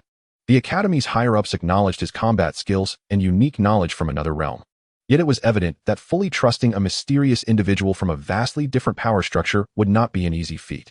The term assistant not only imposed limitations, but also designated an observational period. His teaching duties were not overly burdensome, primarily consisting of assisting the principal professor, a stern elder practitioner adorned with a thunder crystal armlet, in guiding practical courses and occasionally sharing insights on countering unconventional magical threats. Much of his time was spent as a student, delving into the theoretical foundations of elemental magic and bloodline mastery in the Yuanling realm. Under the structured guidance of the Academy, the traits of his star-eyed guardian bloodline began to crystallize more distinctly. Within a specialized meditation chamber, he learned to engage in deeper communication with the elemental spirits of wind and fire that drifted through the air, transforming his fervent protective intent into a more stable and tangible form of stellar magic. When he focused intently, the flames at his fingertips no longer resembled ordinary fire, but instead shimmered with silver stardust, their temperature controllable and infused with a soothing essence. He could even commence guiding gentle breezes, forming a small protective shield of air with a faint warning effect. The growth of this power brought a measure of solace. Yet it was overshadowed by a sense of urgency, because he understood that beneath the same sky, within the shadowy confines of one of the soaring towers, another's power was inevitably burgeoning at a pace he could not entirely control. Tom Riddle, awakened as a scion of the feathered serpent, had become a special student at the Celestial Academy. The Shadow Tower to which he was assigned focused on the study of the mind, shadows, and the principles of deep elemental magic, a veritable haven tailored for him. Occasionally, Harry would catch sight of him in the Academy's expansive corridors or the central square. Tom always walked alone, clad in a fitted academy robe, his raven black hair meticulously arranged, his pallid face devoid of expression, and his deep black eyes resembling two fathomless wells, absorbing all surrounding light and scrutiny. He appeared to adapt remarkably well, even more swiftly than Harry himself to this new environment. Yet, Harry sensed the tumultuous undercurrents beneath that calm exterior. Tom was observing, learning, and exploiting all available resources, greedily siphoning knowledge of power. Their glances would occasionally intersect. Tom's gaze held no gratitude or warmth, only a cold appraisal and a hint of arrogance, as if to say, "Behold, even here, I remain distinctively superior." As Harry gradually acclimated to his dual identity as both professor and student, while maintaining a vigilant awareness of Tom, an unexpected yet entirely logical encounter shattered the veneer of tranquility he sought to uphold. He was summoned to the heart of the Celestial Academy, the Astral Observatory. This was not a place for his usual classes or studies, but a circular hall perched atop the highest tower of the academy, its transparent dome revealing a strange night sky of purple, adorned with 3 radiant moons. The stars here appeared exceptionally vivid, as if within reach. Awaiting him was Aurora Silvershine, the headmistress of the academy. She was a woman whose age seemed impossible to ascertain, her silver hair cascading like a waterfall woven from moonlight, with rare lavender eyes mirroring the sky, seemingly imbued with boundless wisdom and the weight of ages. She wore no ostentatious adornments. Yet Harry could sense that she herself was a vast reservoir of magical energy, resonating with the entire academy and the very cosmos. Professor Potter. Her voice was gentle yet magnetic, akin to the night breeze caressing wind chimes. "Please, take a seat. Does the night sky here differ from that of your homeland?" Harry settled cautiously onto a cushion opposite her and replied, "Yes, Madam Headmistress. It is deeper, and the magic feels more vibrant." Aurora smiled slightly, her gaze seemingly piercing through to his soul. "Not merely the night sky, but you yourself, as well as your young companion. Both stand apart from this world, yet resonate with it in an extraordinary manner." Without preamble, she delved into the matter at hand. "I have gleaned the general circumstances of your arrival from the reports of Elder Mugg and Captain Kyle. However, there are certain details I wish to verify directly with you. You are not of this world, are you?" Harry paused for a moment, realizing that concealing the truth from this unfathomable headmistress seemed futile and potentially counterproductive. He nodded, inhaled deeply, and began recounting his tale, from the incident in the Ministry's time chamber, to being cast back to the orphanage in London, to his fateful encounter with the young Tom, and the temporal storm that had ensnared them both in this place. He omitted overly personal details, but chose to be forthright about their adversarial relationship, as well as the grim reality that Tom would one day become Voldemort, causing untold tragedies. "So, we hail from another magical realm, having been cast here by an accident. In my timeline, Tom Riddle and I are sworn enemies." His voice echoed on the vast observatory, tinged with an inescapable weariness. Aurora listened intently, her expression betraying no surprise, as if merely confirming a hypothesis she had long held. When he finished, she sighed softly. "The mysteries of time and space elude even the most learned of sorcerers.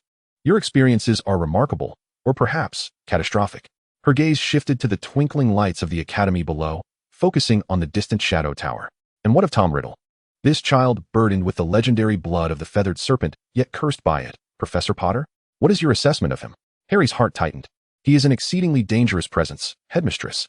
His talent is undeniable, yet he lacks empathy, craving control and power, indifferent to the sanctity of life.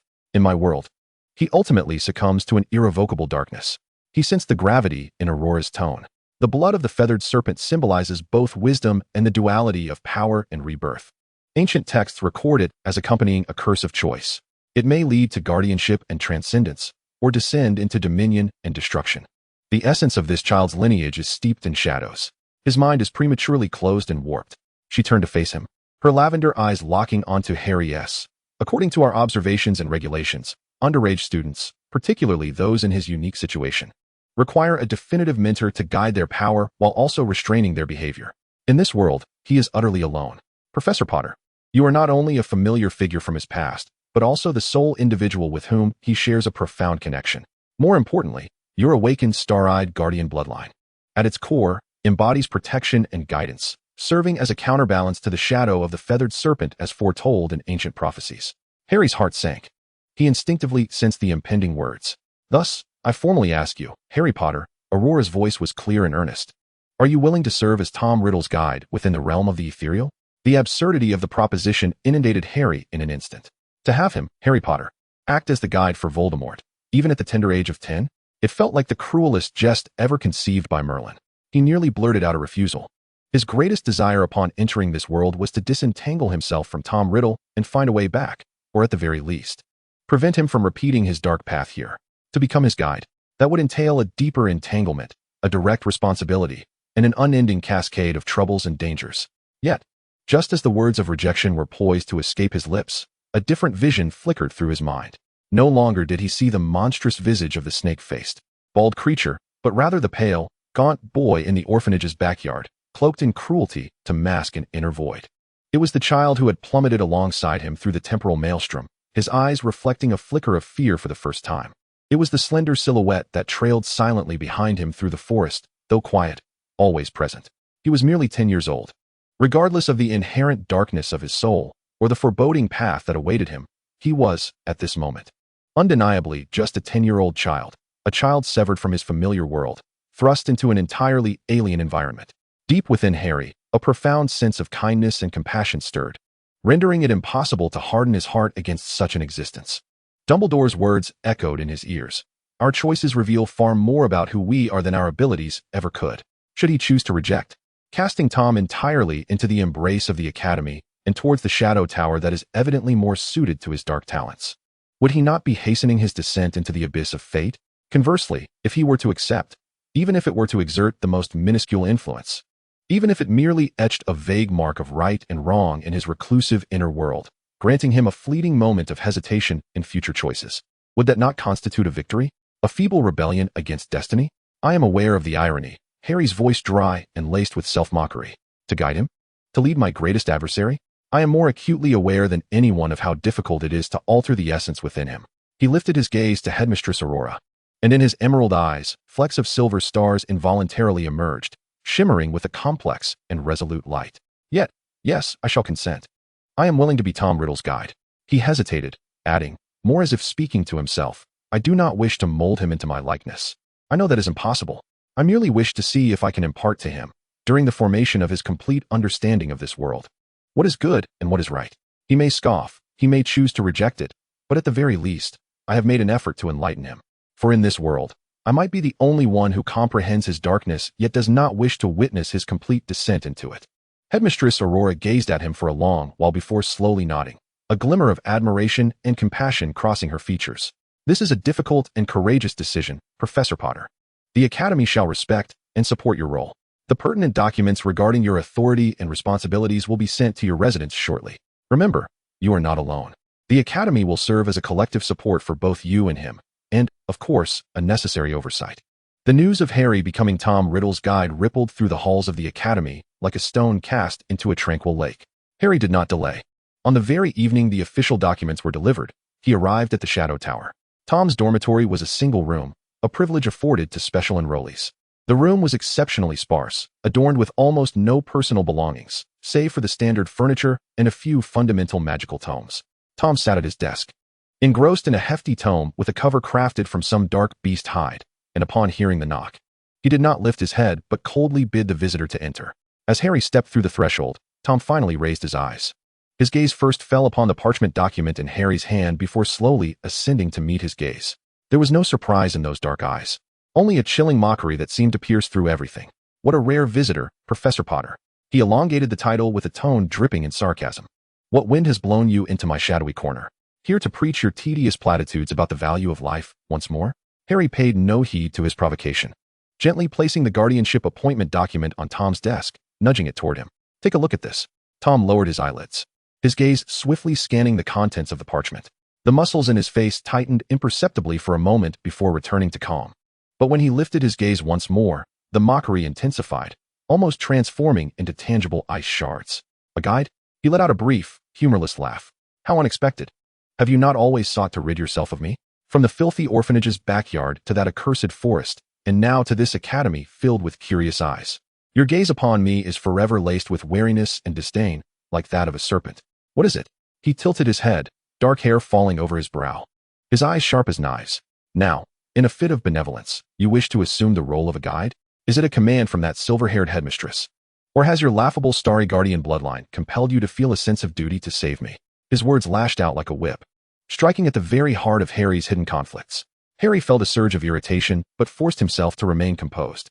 He pulled up a chair and sat across from Tom, meeting the hostility in his dark eyes with calm resolve. This has nothing to do with orders or bloodlines, Tom. Harry spoke with as steady a tone as possible. This is my choice. Choice. Tom scoffed. A choice to monitor me? To control me? Or to attempt to mold me into your likeness? A paragon of love and justice, a standard Gryffindor? He almost spat the last few words, clearly having gleaned the characteristics of Harry's house from their sporadic conversations and readings. No, Harry categorically denied it, his voice imbued with unwavering conviction. I have never wished to. Nor could I ever turn you into my reflection. You are you, Tom Riddle. Your thoughts, your will, belong to you alone. I understand more than anyone that I cannot alter your essence. Tom seemed momentarily taken aback by this direct response, the mockery in his eyes receding, replaced by deeper scrutiny and confusion. Then why? He pressed, a hint of tension creeping into his voice. Why impose this shackling bond upon us? What benefit does it serve you? Harry paused for a moment, gathering his thoughts. He was aware that any insincere platitudes would be immediately unmasked by this astutely perceptive child before him. Because you are still only 10 years old, Harry finally replied, his gaze settling on Tom's still youthful face, which bore the nascent contours of a future yet to come. Because of me, you have been uprooted from your familiar world and thrust into a wholly alien environment. No matter how clever or precocious you may be, this world is rife with unknowns and uncertainties for you. He noticed a slight tremor in Tom's eyelashes. As your guide, Harry continued, softening his tone with an attempt at patience. I do not intend to shape you, but I bear the responsibility to convey to you, as you develop your understanding of this world, what I believe to be right and good.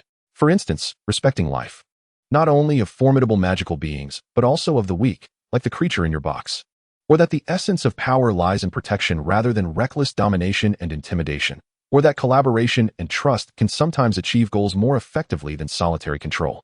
He paused, observing Tom's lips twitch, as if to retort, but Harry did not afford him the opportunity. You may choose to reject it, Tom. You may deem these notions as weak and useless drivel. You are free to interpret power and act according to your own understanding. That is your liberty. But I too possess my freedom, which is to express my thoughts to you. You may cast them aside, yet at the very least, you have heard another perspective. Harry's gaze was gentle yet resolute, a flicker of hope for humanity's potential, one that had endured through war and loss, yet had not been entirely extinguished. We are adversaries, Tom. Perhaps fate has ordained that we stand on opposing sides.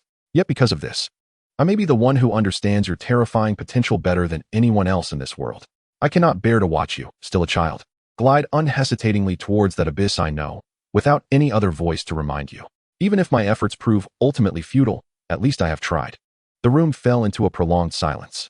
Only the occasional calls of unknown flying ethereal beasts filtered in from outside the window, accompanied by the faint hum of magical experiments echoing from afar within the tower. Tom lowered his head, his thick black hair shrouding his expression, concealing the tumult within. Harry's words fell upon him like pebbles cast into the deep lake of his heart. He detested this sense of being directed, resented the condescending tone in Harry's voice as if he stood upon a higher pedestal. He was inherently meant to master everything, not to be guided by anyone. Yet, the mention of an unfamiliar world in Harry's discourse, laden with uncertainty, pierced through to a secret unease deep within him, one he was reluctant to acknowledge even to himself. The orphanage, though wretched, was a battlefield he knew well. The ethereal realm and the celestial academy were bizarre and intricate, their power dynamics confounding. With peers and mentors casting varied glances at him, some curious, others awestruck, and many filled with deep-seated trepidation, while he appeared to navigate it all with ease. Solitude sometimes enveloped him like a frigid serpent, tightening around his heart. Harry Potter, his destined adversary, paradoxically became the sole connection he had to his past world, and even to the loneliness of the present moment. This realization brought him humiliation, yet he could not entirely dismiss it. After a prolonged silence, Tom finally lifted his gaze. Every emotion that had once played across his face had been meticulously concealed, leaving only his customary, frigid calm. Are you finished? He asked with a nonchalance that suggested the lengthy dialogue had been nothing more than inconsequential noise. Harry looked at him and nodded. Then, as you wish. Tom retrieved the guardianship document and tossed it into the drawer of his desk carelessly, as if it were merely a scrap of waste paper. You may fulfill your responsibility as a guide, to preach and inform me of what you deem right. However, a glint of sharpness flashed in his dark eyes. Do not expect me to heed your words, nor presume to interfere with my choices and my research. His tone bore a clear demarcation. To accept this fact did not equate to agreement, much less submission. I understand, Harry replied, rising to his feet, recognizing that their conversation had reached its limit for the day. Achieving Tom's reluctant acceptance of this arrangement without vehement opposition was a preliminary success. I will respect your space and your research. However, in necessary circumstances, such as the guide meetings mandated by the Academy or matters I deem critical to your safety, I will be present. He paused at the door, hesitating briefly without turning back, softly adding, remember, Tom, in this unfamiliar world, we may be each other's only familiar coordinates. But that will not alter our respective paths. Take care. With that, he opened the door and stepped out, gently closing it behind him. Silence reclaimed the room. Tom Riddle remained seated at his desk, motionless for a long time. Outside, the lights of Alalo's city intertwined with the violet night sky, creating a mesmerizing sea of illumination. He extended his hand, his fingertips unconsciously gliding across the smooth surface of the desk. A guide, indeed. The corners of his lips slowly curled into a complex, inscrutable arc. There was resistance, mockery, and a simmering anger at being bound. Yet somewhere deep within those profound eyes, perhaps even unbeknownst to him, flickered a faint sensation of relief, akin to a fleeting spark. At least, beneath this vast and alien firmament, he was no longer a completely solitary drifter, albeit the company he kept was his fated nemesis. Chapter 6. The Scholar's Dependency and the Shattering of the Rivalry Filter. The relationship between Guardian and Ward unfolded in an exceedingly awkward, yet subtly balanced manner amidst the towering spires of Alalo City. Officially, Harry Potter was recognized as Tom Riddle's legal guardian, possessing the authority to be informed of his academic progress, participate in significant decisions, in theory, and bear joint responsibility for his actions. Yet, in practical terms, this bond, delicately woven by Principal Aurora, resembled a slender yet resilient thread, tenuously connecting two souls that were meant to diverge under the unfamiliar stars. Harry soon discovered that the responsibilities of guardianship were far less mentally taxing than he had anticipated. Instead, it was the study of elemental magic at the Celestial Academy that truly drained his spirit.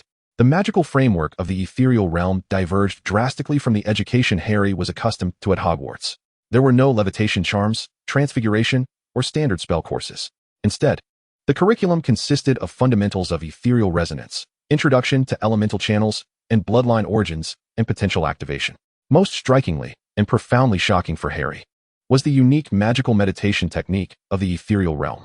This was not a mere practice of sitting in stillness. The Academy's meditation was a complex and intricate system, teaching students how to use their own consciousness as a guide to actively capture, organize, and absorb the ubiquitous active magical particles in the environment, i.e., ethereal energy, transforming them into pure, more manageable personal magic.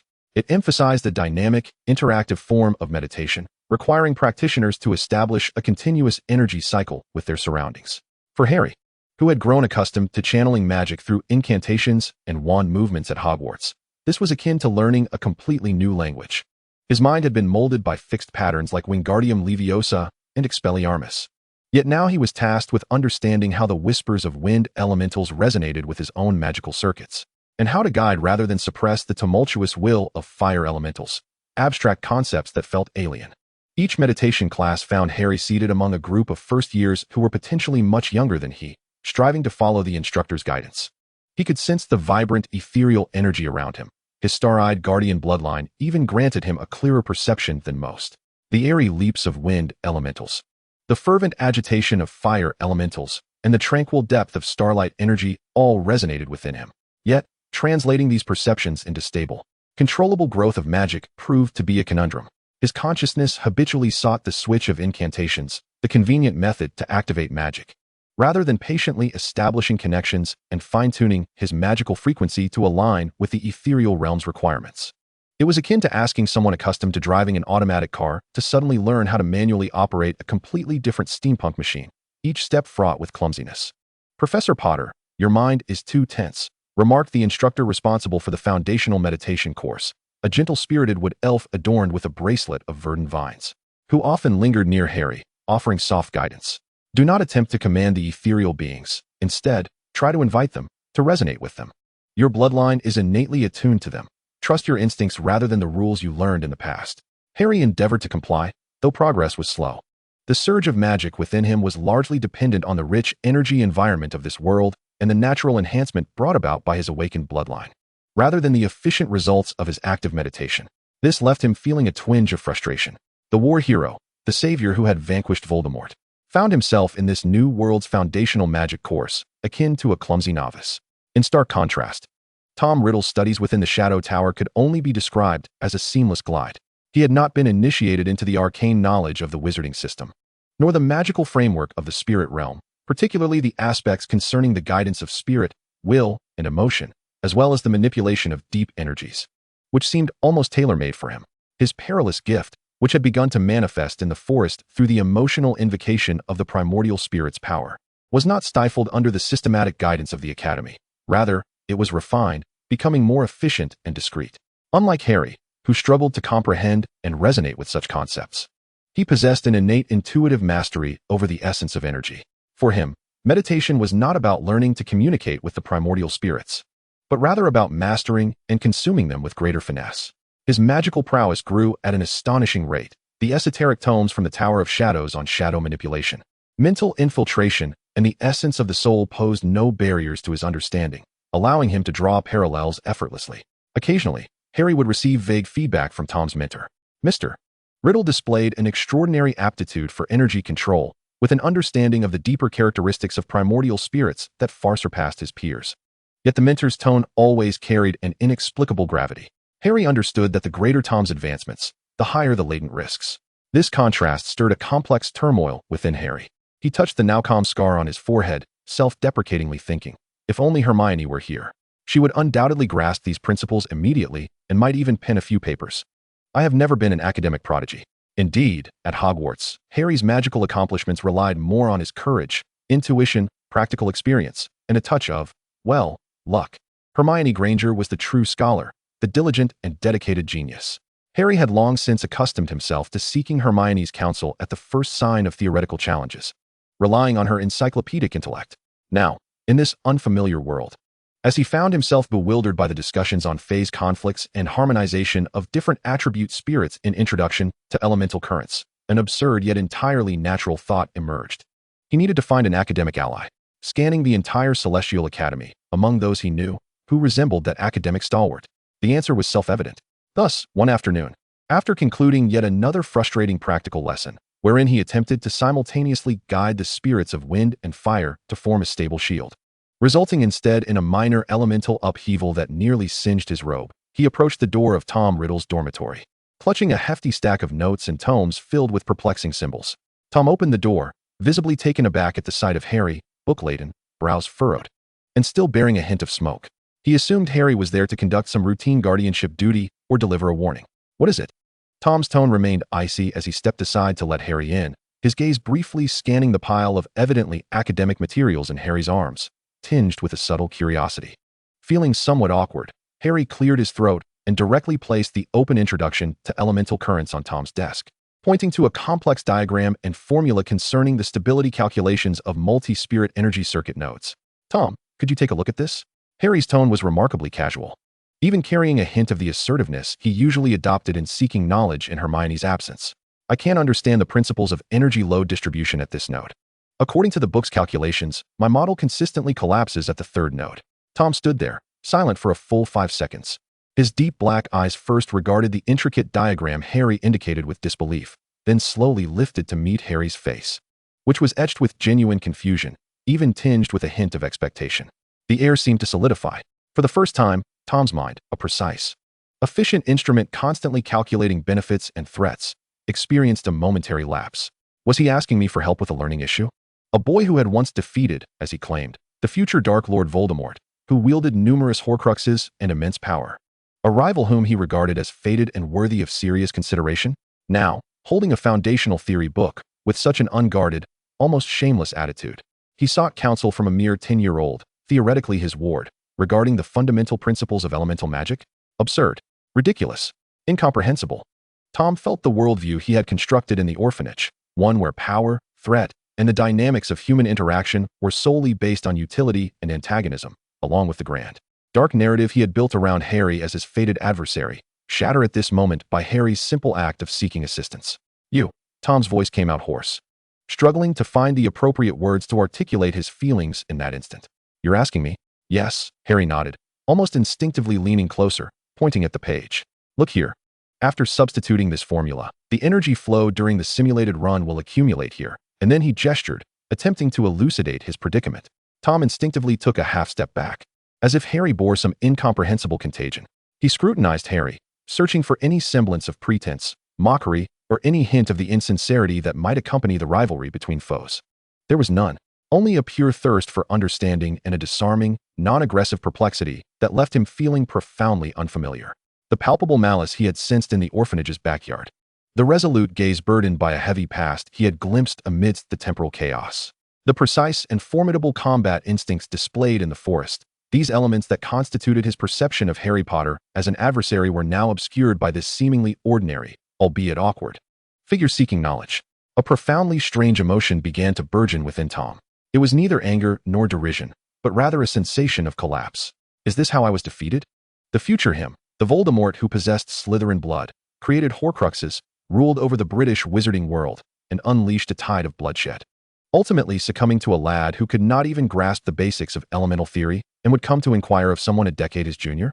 The realization of this was far more jarring and subversive than when Harry had revealed that dark future in the orphanage's backyard.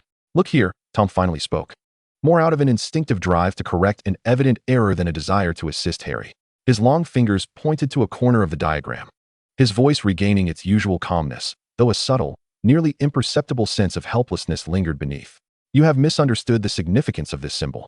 It does not represent energy input. Rather, it denotes the impedance of the circuit itself. Your calculations were erroneous from the outset. Is that so? Harry exclaimed, suddenly enlightened, hastily retrieving his quill and parchment. Wait, could you explain again? What does impedance mean? How do I incorporate it? Tom, he inhaled deeply, exercising a rare patience, and succinctly rephrased the fundamental concept. Harry listened intently, nodding occasionally and posing a couple of adorably naive questions that, had Tom understood the term, he might have deemed endearing. The entire exchange lasted nearly half an hour. When Harry finally grasped the core issue, a look of relief and even gratitude illuminated his face. Thank you so much, Tom, he exclaimed, cheerfully organizing his belongings. I knew asking you was the right choice. I'll come to you again next time I'm puzzled. With that, he clutched his stack of books and departed from Tom's dormitory, content as a student who had just solved a formidable problem, even thoughtfully closing the door behind him. As the door clicked shut, Tom Riddle remained frozen in place, a solitary figure in the room, with the eternal purple-tinged glow of Alalo's city outside. Yet, at that moment, he felt even more lost than when confronting the tumult of time and space. His nemesis? He recalled Harry's transparent, earnest thirst for knowledge. In stark contrast to the image of a relentless savior he had conjured in his mind based on Harry's descriptions, an overwhelming sense of absurdity seized him. If what Harry Potter claimed was indeed true, how had his future self managed to self-destruct to such a degree? His studies in the realm of spiritual essence, particularly the forbidden knowledge of soul magic encountered in the Tower of Shadows, though merely scratching the surface, it was sufficient to draw parallels, had deepened his understanding of the soul. He came to realize that the integrity of the soul is intimately linked to magical power. Splitting the soul to create so-called Horcruxes appeared to be a shortcut to immortality, yet, on an energetic level, it was tantamount to self-sabotage. Each division meant a permanent damage and pollution of the magical essence, leading to a decline in the ability to perceive and control higher forms of energy. Perhaps in the initial stages, through some nefarious rituals and sacrifices, one could rapidly acquire formidable dark magical power, but in the long run, this path did not lead to an immortal throne, but to a stagnation of power, a fixation of thought, and ultimately, self-destruction. A version of himself, whose soul had been fractured multiple times. Tom approached the window, gazing down at the city lights that flowed like a river of stars. He envisioned the future Voldemort, endowed with a powerful Slytherin lineage and magical talent, yet opting for the most foolish means to pursue power, with a shattered soul, despite immense magical prowess. He had lost the initial purity and potential.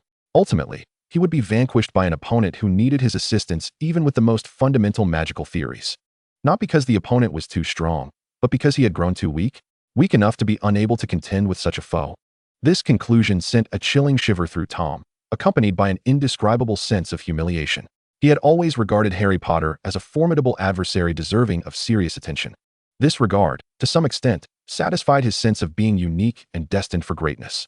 How could a mediocre opponent be worthy of the animosity of Tom Riddle? Yet now, Harry had shattered that adversarial illusion.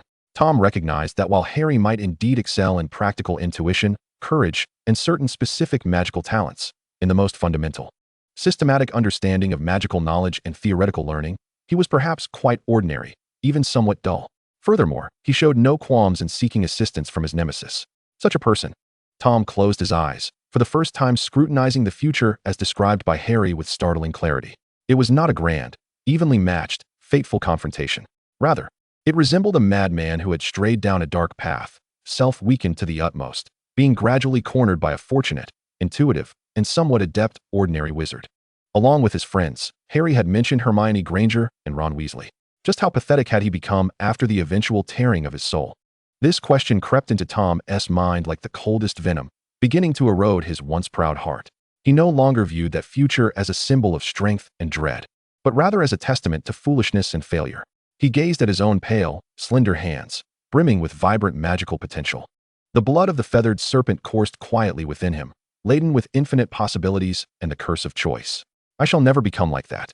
A new resolve, mingled with disdain and contempt for that failed future, began to take root within him. He would not tread the path of self-destruction. He would master his power in a more perfect, potent manner and ascend to the pinnacle. He wanted that so-called nemesis to realize the absurdity and naivety of today's appeal when they truly faced him in the future. However, despite his firm resolution, when days later, Harry once again knocked on his door, clutching a book on the fundamental laws of the spirit contract with the same earnest confusion. Tom found himself explaining once more. He watched as Harry's expression shifted to one of dawning comprehension, even tinged with a hint of admiration, and his heart swelled with a whirlwind of complex emotions. On one hand, he scorned Harry for his lack of knowledge and self-respect. On the other, during the explanation, his own understanding of the subject deepened and became clearer. Moreover, a certain hidden, even unacknowledged, sense of being needed provided a peculiar satisfaction within this bizarre tutoring relationship.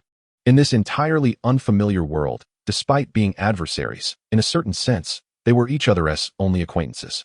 Harry relied on his wisdom, and he too was relying on this twisted connection to combat the unceasing, profound loneliness of being an outsider. The adversarial illusion had shattered, yet the threads of fate entwined between them had, due to this absurd academic tutoring, become even more tangled and inseparable. The path ahead seemed clearer, yet more complex in Tom's eyes. Chapter 7. Resonance of Wand Cores and Twisted Bonds. Time passed quietly in this peculiar dynamic of one party earnestly seeking counsel while the other responded with a complicated heart. Beneath the purple sky of Alalo's city, the signs of seasonal change were subtle, yet the timing spells clearly indicated that several months had elapsed since their arrival at the Celestial Academy. The relationship between Harry and Tom had transformed. No longer was it merely a cold standoff filled with vigilance, but rather shrouded in a layer of awkwardness that was difficult to define, yet slightly familiar. They remained indomitable enemies, a fact both acknowledged. However, beneath the hardened shell forged by past and future animosity, it seemed that tiny, soft tendrils were sprouting, attempting to find a foothold in the cracks. These tendrils were called habits, familiar coordinates, and even a form of twisted companionship. Harry no longer regarded Tom merely as a perilous object requiring vigilant oversight. He began to genuinely recognize that, despite the ominous future that loomed ahead, this boy possessed astonishing intellect and an exceptional capacity for learning. At times, he would even forget Tom's true identity, unconsciously adopting the tone and demeanor he typically used when discussing complex principles with Hermione and Ron. Meanwhile, Tom, though his heart still brimmed with disdain for that dismal future and an insatiable thirst for power, could not entirely dismiss the fact that Harry's unguarded, or perhaps his humble submission in the face of knowledge, appeal for assistance somehow fulfilled a hidden desire within him, a yearning for recognition and dependency. Witnessing his once formidable adversary, who had once spoken of the future with a weighty gravitas, now resemble an ordinary student, experiencing enlightenment from his own explanation, a complex array of emotions, tinged with superiority, absurdity, and a faint sense of satisfaction, would quietly surface. This subtle transformation reached a pivotal moment one tranquil evening. Harry had just concluded a small lecture on the practical demonstration of interdimensional magic. Addressing a select group of upperclassmen and a few mentors intrigued by Harry's unique method of spellcasting, he demonstrated several simple spells, such as Lumos, Levioso, and Protego, emphasizing the role of the wand as a conduit and amplifier of magical energy, contrasting it with the resonance of one's bloodline in the spirit realm or the guidance of intermediaries. Tom, as a relevant party in ward, was also required to attend. He sat silently in the corner, his usual demeanor intact. Yet his dark eyes remained fixed on the holly wand in Harry's hand and the visible flow of magic during the spellcasting. After the lecture, Harry returned to his temporary quarters in the professor's tower, weary as he rubbed his brow. The continuous theoretical learning and practical instruction had taken a considerable toll on his magical reserves. He had scarcely settled when a knock echoed through the room. Standing at the door was Tom. He still wore the dark robes of the Tower of Shadows, his complexion appearing somewhat pale under the corridor's dim light. Yet his gaze shone with an intense, almost fervent curiosity. "Is something the matter?" Harry inquired, somewhat surprised by Tom's initiative to seek him out at this hour. As it seemed unlikely to revolve around anything but academic matters, yet Tom did not appear to have a question to pose. Tom hesitated to enter, standing at the threshold, his gaze drifting past Harry to the holly wand carelessly laid on the table. "Those spells you demonstrated today." His voice held less of its usual chill, infused with a hint of eager inquiry. "Is that the power you wielded in the forest?" With that wand, Harry paused momentarily, then quickly regained his composure. He stepped aside to allow Tom entry. "Yes, that is the primary means by which wizards in our world perform magic." "How does it function?" Tom entered the room, his eyes still glued to the wand. "You mentioned it guides and amplifies magical energy. How precisely does it achieve that? Why does waving it and uttering specific incantations yield such precise effects?" This question struck deeper than the previous theoretical inquiries about elemental currents and spirit circuits. It touched upon the very foundation of another world's magical system. Harry observed the unabashed curiosity and yearning in Tom's eyes, which seemed on the verge of consuming him. Stirring something within Harry, he recalled Mr. Ollivander's words and the sensation he experienced upon first grasping a wand, a profound sense of belonging, akin to returning home. Although this boy was Voldemort, he was also a child newly introduced to the magical realm, brimming with an insatiable thirst for knowledge. Was it right to deny him the opportunity to understand another powerful magical system? Moreover, given Tom's intelligence and the talents he had exhibited in the spirit realm, he would inevitably uncover some truths on his own. Rather than allowing him to hazardously navigate this path alone, why not? A bold, perhaps even reckless notion took shape in Harry's mind. He inhaled deeply, approached the table, and grasped the holly wand that had accompanied him through countless battles. Fording the Dark Lord, he rubbed the smooth shaft, feeling the faint resonance that pulsed from it, akin to a heartbeat. "Do you wish to learn?" Harry turned to face Tom, his voice calm, though his emerald eyes shimmered with a complex glimmer, the scattered silver sparks flickering beneath the weight of unstable emotions. Tom appeared momentarily taken aback. He had envisioned numerous potential responses, perhaps a refusal from Harry, or vague explanations, but never such a direct invitation. For the first time, a clear and unmasked astonishment flickered in his deep black eyes. He scrutinized Harry, attempting to discern any traces of mockery or deception on his face. "You want to teach me?" Tom's voice emerged dry, laden with disbelief.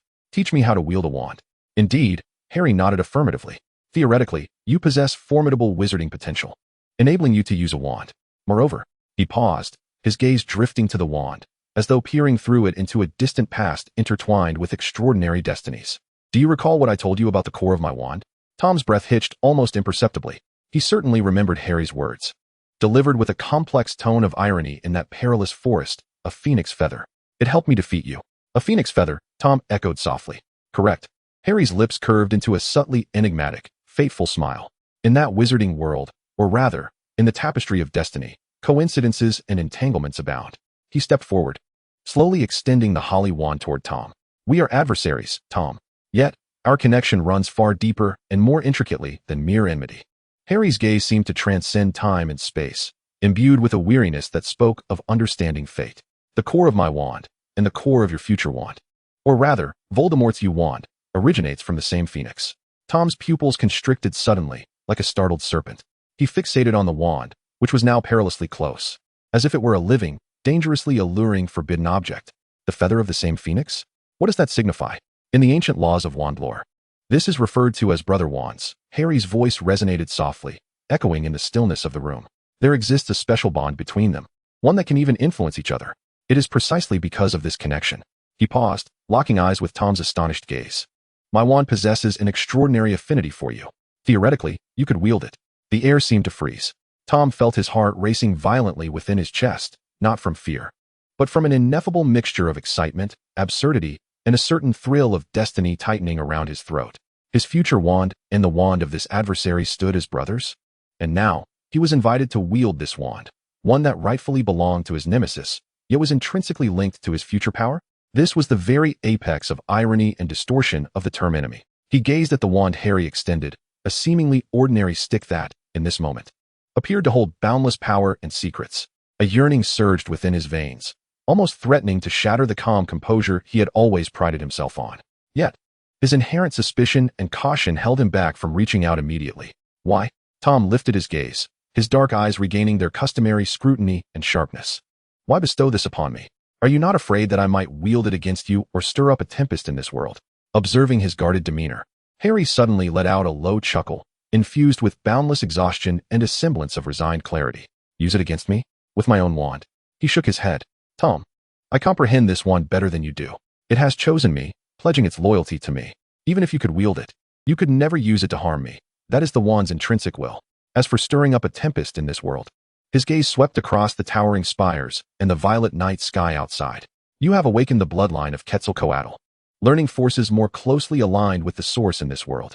The addition or subtraction of a wand may not significantly impact your potential. Perhaps not as much as you envision. Teaching you might merely be my attempt to unveil another vista of existence. Perhaps, he paused, his voice softening, merely wishing to convey that magic holds possibilities beyond mere dominion and destruction. This statement was a blend of truth and artifice. Harry was indeed unconcerned that Tom could use his wand to inflict harm upon him. He was acutely aware of the rules governing brother wands. He also firmly believed that wand magic was not invincible in the realm of the primordial spirit. Yet, the deeper reason remained obscured even to him. A confluence of a guardian's responsibility, a passion for magic itself, and a rather absurd hope of sowing a seed of divergence in a fate seemingly destined for darkness. Tom fell silent, his gaze fixed intently on Harry's face, attempting to glean further insight from those weary yet resolute green eyes. Ultimately, his thirst for power and curiosity about the unknown magical paradigm overwhelmed his doubts. Slowly, almost ceremoniously, he extended his hand towards the holly wand. The moment his fingertips brushed against the wand's surface, a transformation occurred. There was no repulsion, no obstruction. Instead, a warm and potent surge of magical energy coursed through him, akin to a slumbering dragon awakened, rushing from his fingertips into his arm and spreading throughout his entire being. A soft, clear hum emanated from the wand itself, while the tip erupted in a fleeting blaze of golden-red sparks, as if in welcome, or perhaps in affirmation. Tom shuddered, feeling an electric current surge along his spine. He tightened his grip on the wand, an extraordinary sense of harmony blossoming within him. The wand felt utterly seamless in his hand, as though it were destined to be a part of him. It responded to his magic. While not as instinctive and intuitive as it was in Harry's grasp, the smooth guidance and amplifying effect were unprecedentedly precise and effortless compared to his previous attempts at wielding the primordial spirit. Unconsciously, he mimicked Harry's earlier demonstration, flicking his wrist lightly while envisioning the light in his mind, whispering, "Lumos." A stable and gentle white orb of light sprang forth from the wand's tip, suspended in midair, illuminating his pale, astonished face with astonishing clarity. He had succeeded. In his inaugural attempt, he had not even consciously summoned primordial energy, relying solely on the wand's guidance and his own wizarding lineage. Tom gazed at the luminous orb, his dark eyes gleaming with an unprecedented, unadulterated brilliance. It was not the cold, calculating glint of his usual demeanor, nor the arrogance that accompanied the acquisition of power. Rather, it was a childlike wonder akin to discovering a novel toy, imbued with naive delight and excitement. Harry stood nearby, quietly observing this scene. He watched as the light orb illuminated Tom's face, stripping away all pretenses, revealing the glimmer in those typically profound black eyes, stirring a whirlwind of emotions within him. This boy would one day transform into the dark wizard whose name was too perilous to utter. Yet, at this moment, he was merely a 10-year-old boy who had just successfully performed his first spell. "How does it feel?" Harry gently inquired, breaking the silence. Tom jolted back to reality, the brilliance in his eyes swiftly dimming as he restored his usual composure. However, the fingers gripping the wand unconsciously tightened. "It's quite remarkable." He eventually offered a relatively objective assessment, yet the subtle tremor in his voice betrayed his inner turmoil. "It is very responsive, because it acknowledges you." Harry approached him, gazing at the glowing orb.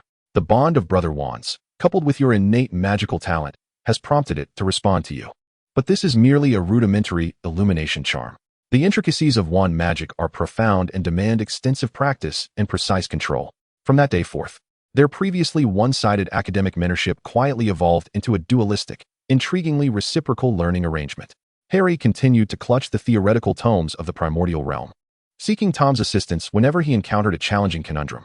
Meanwhile, after his initial shock and adjustment, Tom began to proactively seek Harry's guidance in wand magic. They spent countless hours in the small practice room adjacent to Harry's residence, a facility designated for assistant professors. Harry was a patient and seasoned instructor, having previously taught Dumbledore's army. He began with the fundamentals of wand grip and wrist movement techniques, progressing to the precise articulation of spells and the concentration of intent. He guided Tom through the renewal charm, observing as Tom furrowed his brow, struggling to comprehend why a mere flick of the wand and incantation could banish dust. Rather than directing some cleansing primordial energy, he taught Tom the levitation charm, while Tom endeavored to analyze how the spell's energy interacted with objects, altering their gravitational properties and comparing it to the principles of anti-gravity magic in the primordial realm. He even introduced the shield charm, which piqued Tom's immense interest due to its relation to the instantaneous malleability of energy and structural stability, resonating with his studies of protective energy structures. Tom's learning pace was astonishing. He absorbed knowledge of wand magic like an insatiable sponge, fervently soaking up every detail. His spellcasting was precise and stable, infused with an innate elegance and control.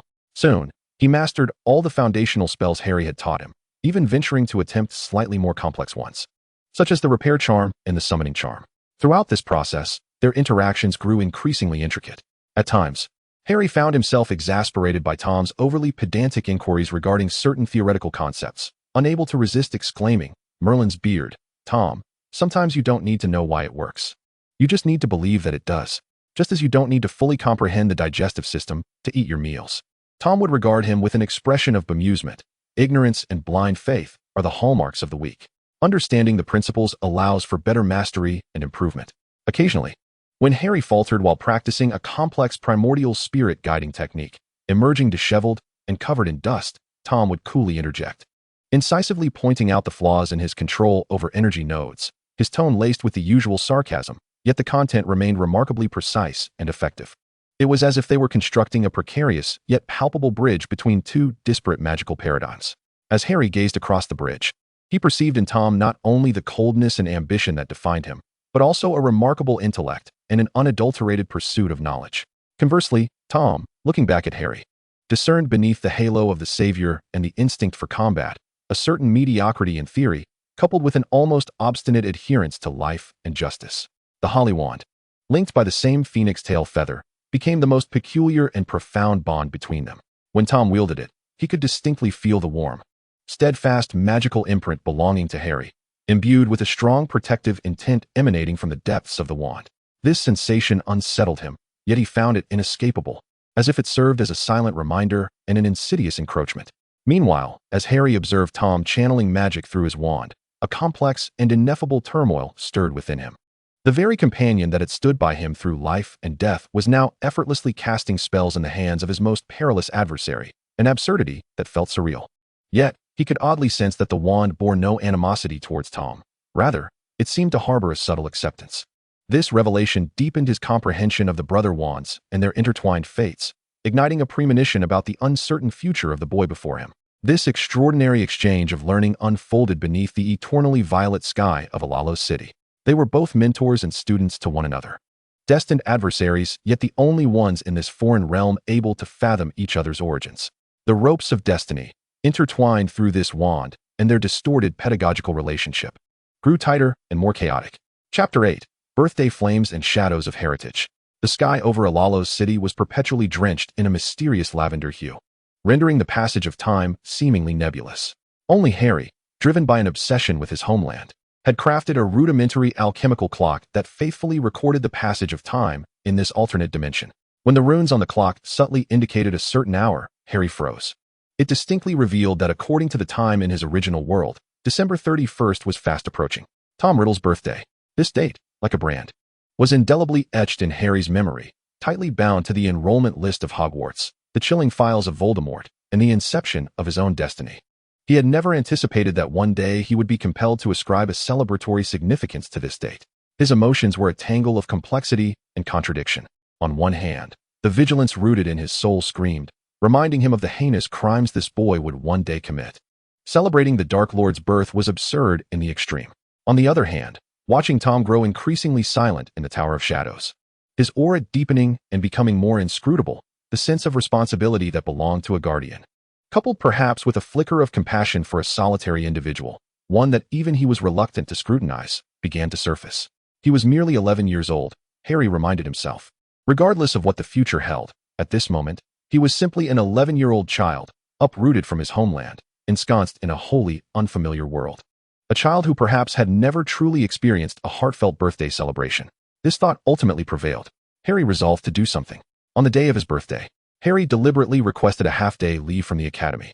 He did not disclose the specific reasons, merely indicating vaguely that he had personal matters to attend to. Returning to his lodgings, he clumsily employed the materials at hand, some ethereal fruits unique to the spirit realm, radiating a gentle glow. A few sweet delicacies resembling honey cakes exchanged from the academy kitchen, and he even attempted to cautiously ignite several fragrant stems of calming herbs as substitutes for candles, using his still awkward fire manipulation magic. In the evening, he stood before Tom's dormitory door in the Tower of Shadows. Pausing for a moment, he inhaled deeply, striving to quell the peculiar tension coursing through him. The door opened, revealing Tom, who appeared to have just emerged from a profound meditation. A faint chill of shadow essence lingering around him. Upon seeing Harry, a fleeting look of surprise flickered in his eyes, quickly replaced by his customary calm and scrutiny. "Professor Potter?" he inquired, his tone inquisitive, as if speculating the purpose of Harry's visit. Was it a routine inquiry from a guardian? Or had he encountered yet another vexing theoretical conundrum? Harry gestured with the clean cloth-wrapped bundle in his hands. "May I come in?" Tom silently stepped aside.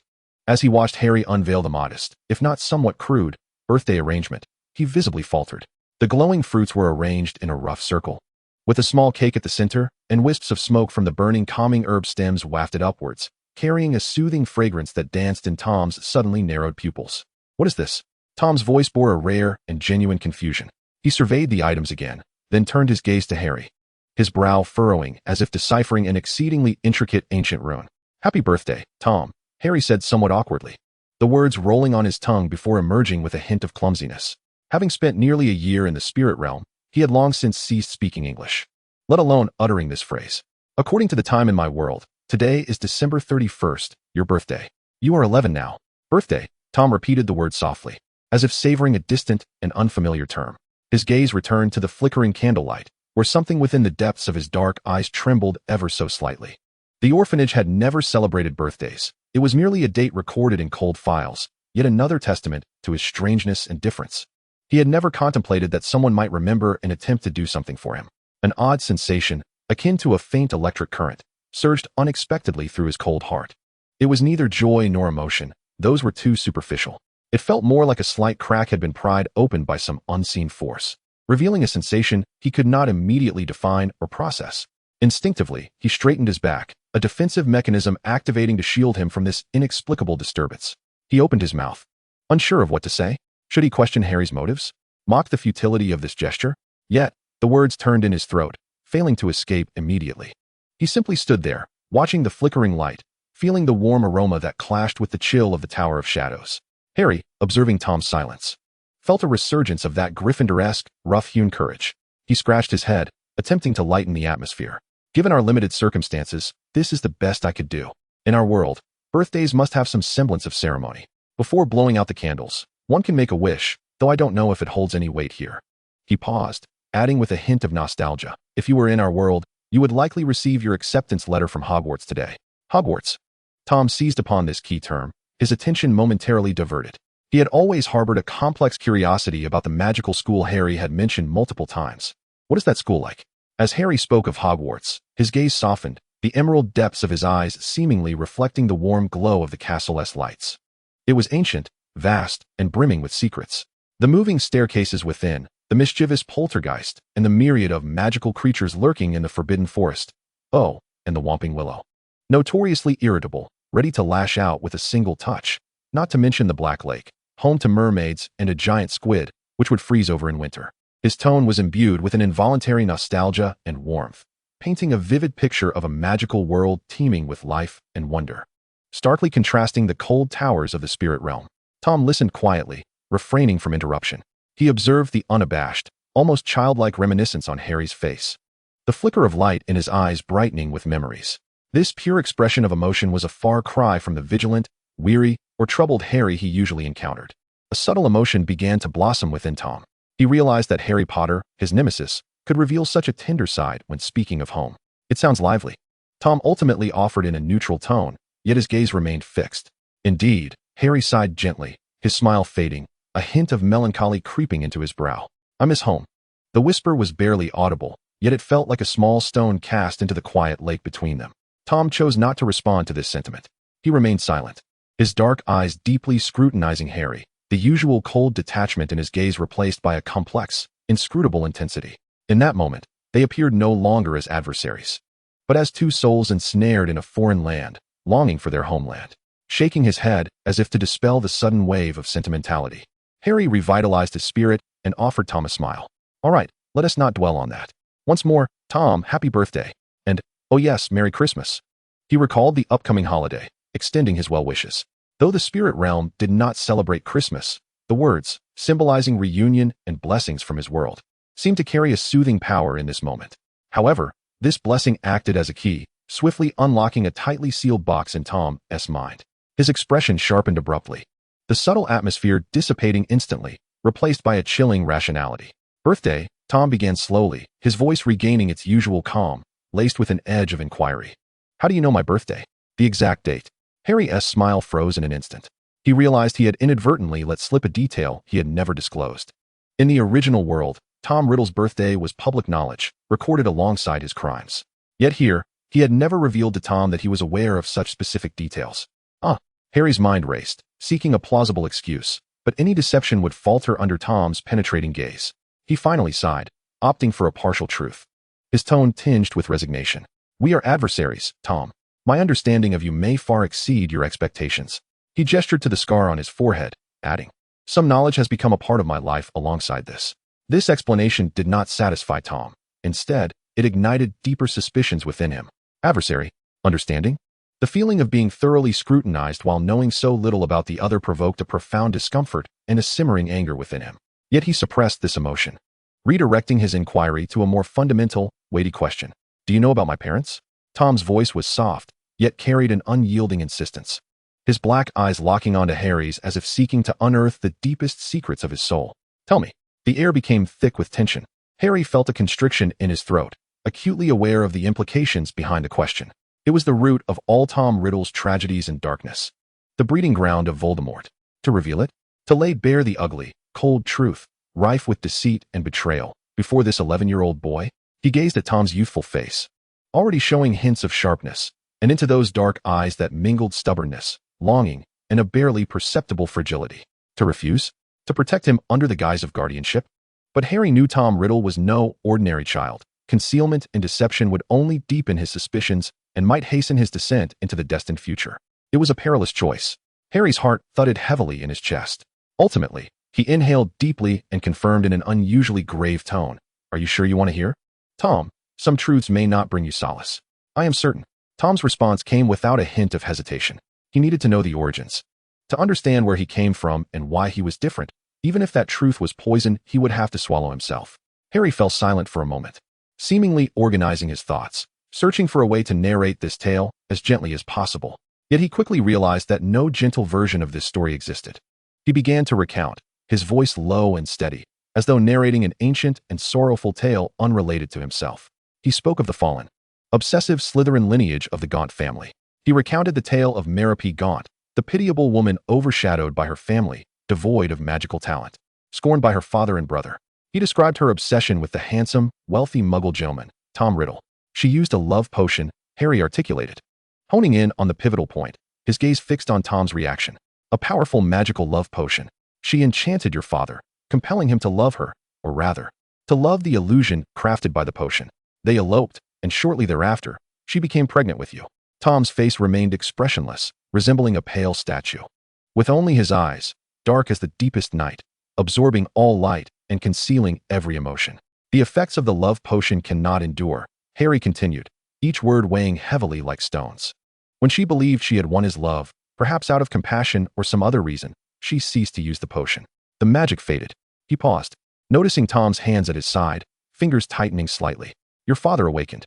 He realized he had been deceived, manipulated by magic, and felt only disgust and fear towards this stranger and the child she bore.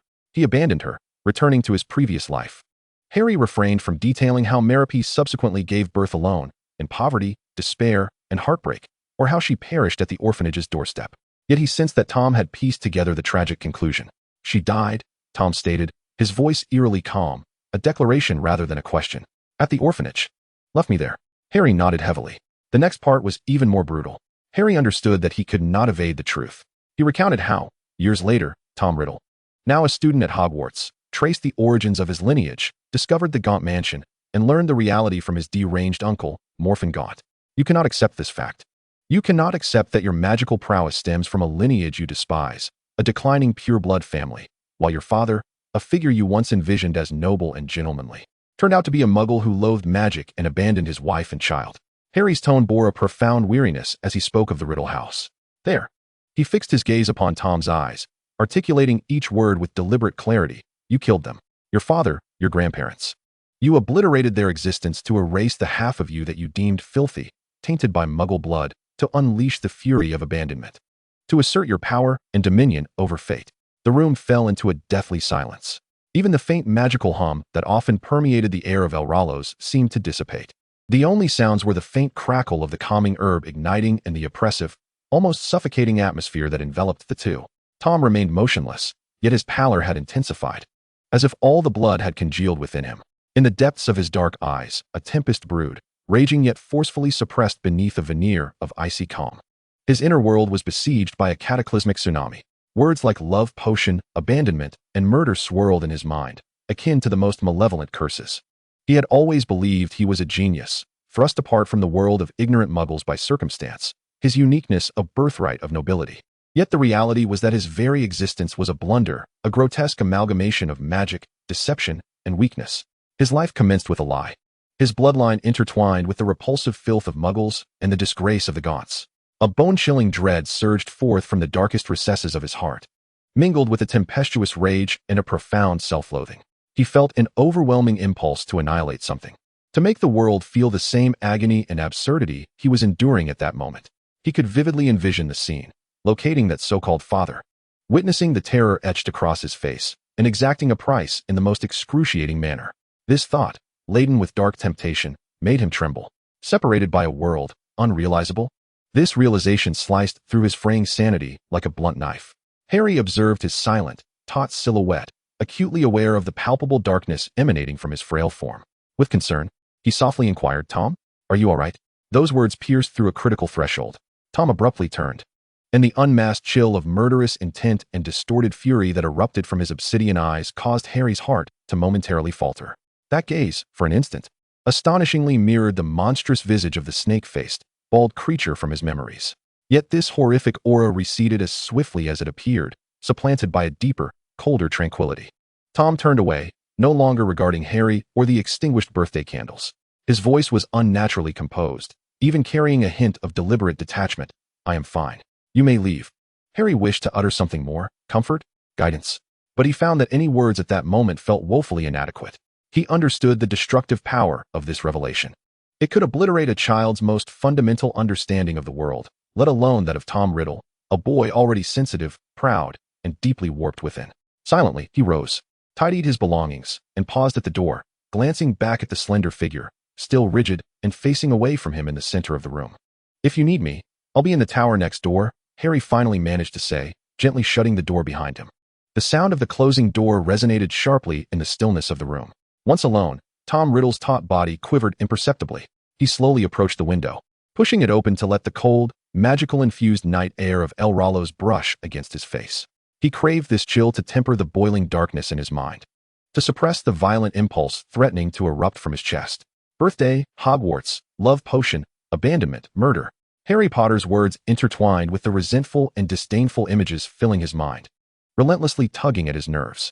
He loathed that weak, inept mother who could only obtain love through potions.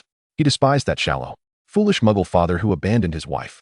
He abhorred the deceitful and malevolent fate that brought him into this world only to leave him isolated. Yet within this tumultuous tide of darkness, a faint, incongruous warmth flickered, like a candle's flame struggling against the wind. It was the image of Harry Potter awkwardly holding a cake at his doorstep. It was the nostalgic glimmer in his eyes when he mentioned Hogwarts. It was his quiet admission of I miss home. It was his simple wish, happy birthday, Tom. This flicker of warmth starkly contrasted with the overwhelming, frigid hatred, intensifying his agitation and confusion. Why? Why would this rival, who understood the depths of his impending malevolence, do such things for him? Was it pity? The duty of a guardian? Or some incomprehensible, Gryffindor-like foolish kindness? This complex, conflicting emotional turmoil waged a fierce battle within him, leading him to experience a disconcerting chaos for the first time. He detested this feeling of being out of control. That night, Tom Riddle did not find sleep. He stood by the window, a frozen shadow gazing down at the unyielding lights of the city of towers, until the soft lavender dawn replaced the profound night. The blood of the feathered serpent within him seemed to silently scream in the cold night, yearning for ultimate power while deriding that failed future. He would not tread the same path. He would not, like his foolish future self, be ensnared by his lineage, swayed by emotions, ultimately spiraling into a path of self-destruction through a fractured soul. He would seize control of everything, including this loathsome heritage. He would make power itself his new, singular bloodline. Yet, in the deepest recesses of his soul, a flicker of that faint candle ignited by Harry Potter, though unable to dispel the heavy darkness, nonetheless left behind a trace of indelible, paradoxical warmth. The resonance of the birthday and the shadow of his origins entwined like twin vines of light and dark, twisting ever more tightly around Tom Riddle's soul that night, further complicating the fateful bond between him and Harry Potter. Chapter 9. Mediums, Obsessions, and Underflows. After Tom Riddle's 11th birthday, Harry could distinctly perceive that the invisible shadow enveloping the boy had grown denser and more substantial. It was no longer merely the melancholy fostered by the orphanage or a simple yearning for power. Rather, it had become intertwined with a cold, piercing essence, akin to shards of ice that had been repeatedly tempered and polished, deeply embedded within his soul. This sensation was reminiscent of what Harry had once felt from the Dark Lord in another timeline: paranoia, resentment, and a resolute determination that brooked no dissent. Now, this seed was grotesquely flourishing in the heart of an 11-year-old boy, nourished by the blood-soaked truth at an unprecedented pace. Their mutual learning schedule continued. Yet the atmosphere had subtly shifted. When Harry once again found himself grappling with the intricate theories of energy circuits in the spirit realm. Clutching his books as he sought Tom's guidance, Tom would still provide answers, even more precise and coherent than before. However, beneath the subtle superiority of the mentor's tone, there lingered a barely perceptible scrutiny and a sense of exploitation. It was as if he were dissecting Harry's knowledge system through these answers, searching for further clues about that bleak future, or perhaps merely validating some of his own conjectures. On one occasion, while practicing a spirit guidance technique involving mental protection, Harry struggled repeatedly to construct a stable barrier. Tom observed coolly from the sidelines until Harry, feeling a twinge of frustration, paused. "Your will is not sufficiently focused," Tom remarked, his voice calm and unruffled. "Or perhaps, on a subconscious level, you resist the very concept of defense. You always leave yourself an avenue of retreat, Potter, even when it comes to safeguarding yourself." Harry was taken aback, looking at Tom. The boy's dark eyes seemed fathomless, as if they could pierce through the most subtle creases of his heart. "Guarding does not equate to weakness," Harry countered, though his tone lacked conviction. "Sometimes, leaving a way out is for granting potential enemies an opportunity." Tom interjected, a faint, icy smile curling at the corners of his lips. "Just as you have done with me? Reveal the truth, give me your wand, and now you play the role of guardian. You constantly tread the line, Harry Potter. It is rather foolish." A chill coursed through Harry. Tom's words were like a precise scalpel, slicing through the contradictions that had long resided within him. His feelings toward Tom were far too complex. Hatred, responsibility, pity, and a flicker of faint hope. These emotions tugged at him, preventing him from treating Tom as a true enemy or engaging with him as he would with an ordinary child. "We are not enemies, Tom," Harry attempted to emphasize, yet the words felt feeble in that moment. "At least not now. Is that so?" Tom replied softly, no longer looking at him, but instead gazing at his pale, slender fingers, where subtle, almost imperceptible shadows of energy coiled and danced like living entities. The definition of a nemesis may be more fluid than we imagine. On another occasion, while teaching a particularly tricky transfiguration application of a dark magic defensive spell, Harry mentioned various adaptations of the spell in practical combat, including how to counter the killing curse. Tom, while mimicking the movements with Harry's holly wand, hesitated slightly. He lifted his gaze, his black eyes locking onto Harry's. "You mentioned that I, in the future, become obsessed with creating Horcruxes, pursuing immortality." His tone was reminiscent of an academic discussion, yet there was an undercurrent of turmoil beneath his surface. "And I renamed myself Voldemort to escape death? I do not wish to bear the name Tom Riddle, correct?" Harry's heart sank, and he nodded.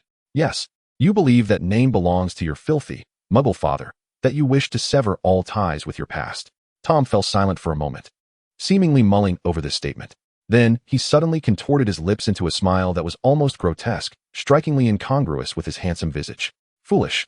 Harry was taken aback. To abandon one's past for a name. To deny part of one's lineage? Tom's voice dripped with unabashed contempt.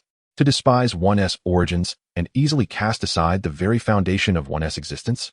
To even go so far as to fracture one's soul and diminish one's essence of power? He fixed his sharp gaze on Harry. Does that future self of mine, in the pursuit of power, abandon even the most basic logic and efficiency, ensnared by the symbolic meaning of self-satisfaction, yet neglecting the power itself? Harry was rendered speechless by the inquiry.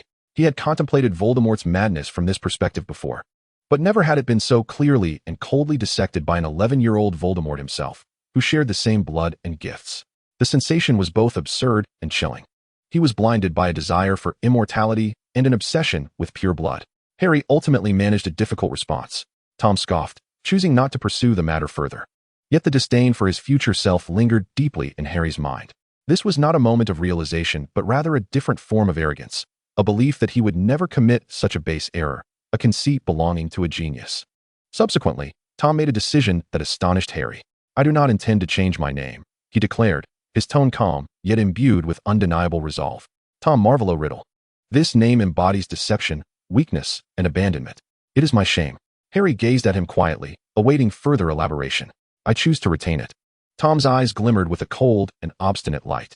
To remind me of how unworthy the starting point of my life was. To remind me of the fragility and unreliability of emotions. To remind me never to tread the path of that fool who was driven to self-destruction due to his lineage. He intended to use this name, laden with pain and shame, as a whetstone to hone his will, as a cautionary tale on the pursuit of absolute power. This was not acceptance, but rather a different form of resistance, one that was more extreme and internalized. Harry felt a wave of helplessness. He sought to guide Tom toward the light, yet it seemed he had inadvertently propelled him toward a more resolute and perilous direction. Tom did not deny the darkness. Instead, he chose to embrace it and wield it as his own. The first academic year drew to a close amidst this oppressive, subtle, and tumultuous atmosphere. The examinations at the Celestial Academy were not merely simple written tests, but a comprehensive evaluation of the student's grasp of spirit theory, depth of meditation, foundational energy manipulation abilities, and preliminary understanding of their own bloodlines. Harry, despite being a professor, was still a first-year student in the art of spirit realm magic, and alongside Tom, they both received outstanding evaluations, thanks to their remarkable talents. As the academic year concluded, they gained a clearer understanding of the spirit realm, particularly the dynamics of the Eastern Continent. The Celestial Academy, as the de facto ruler and knowledge center of the Eastern Continent, wielded extensive influence, dedicated to the study of elements, bloodlines, and the origins of the world, maintaining a relatively neutral and academic demeanor.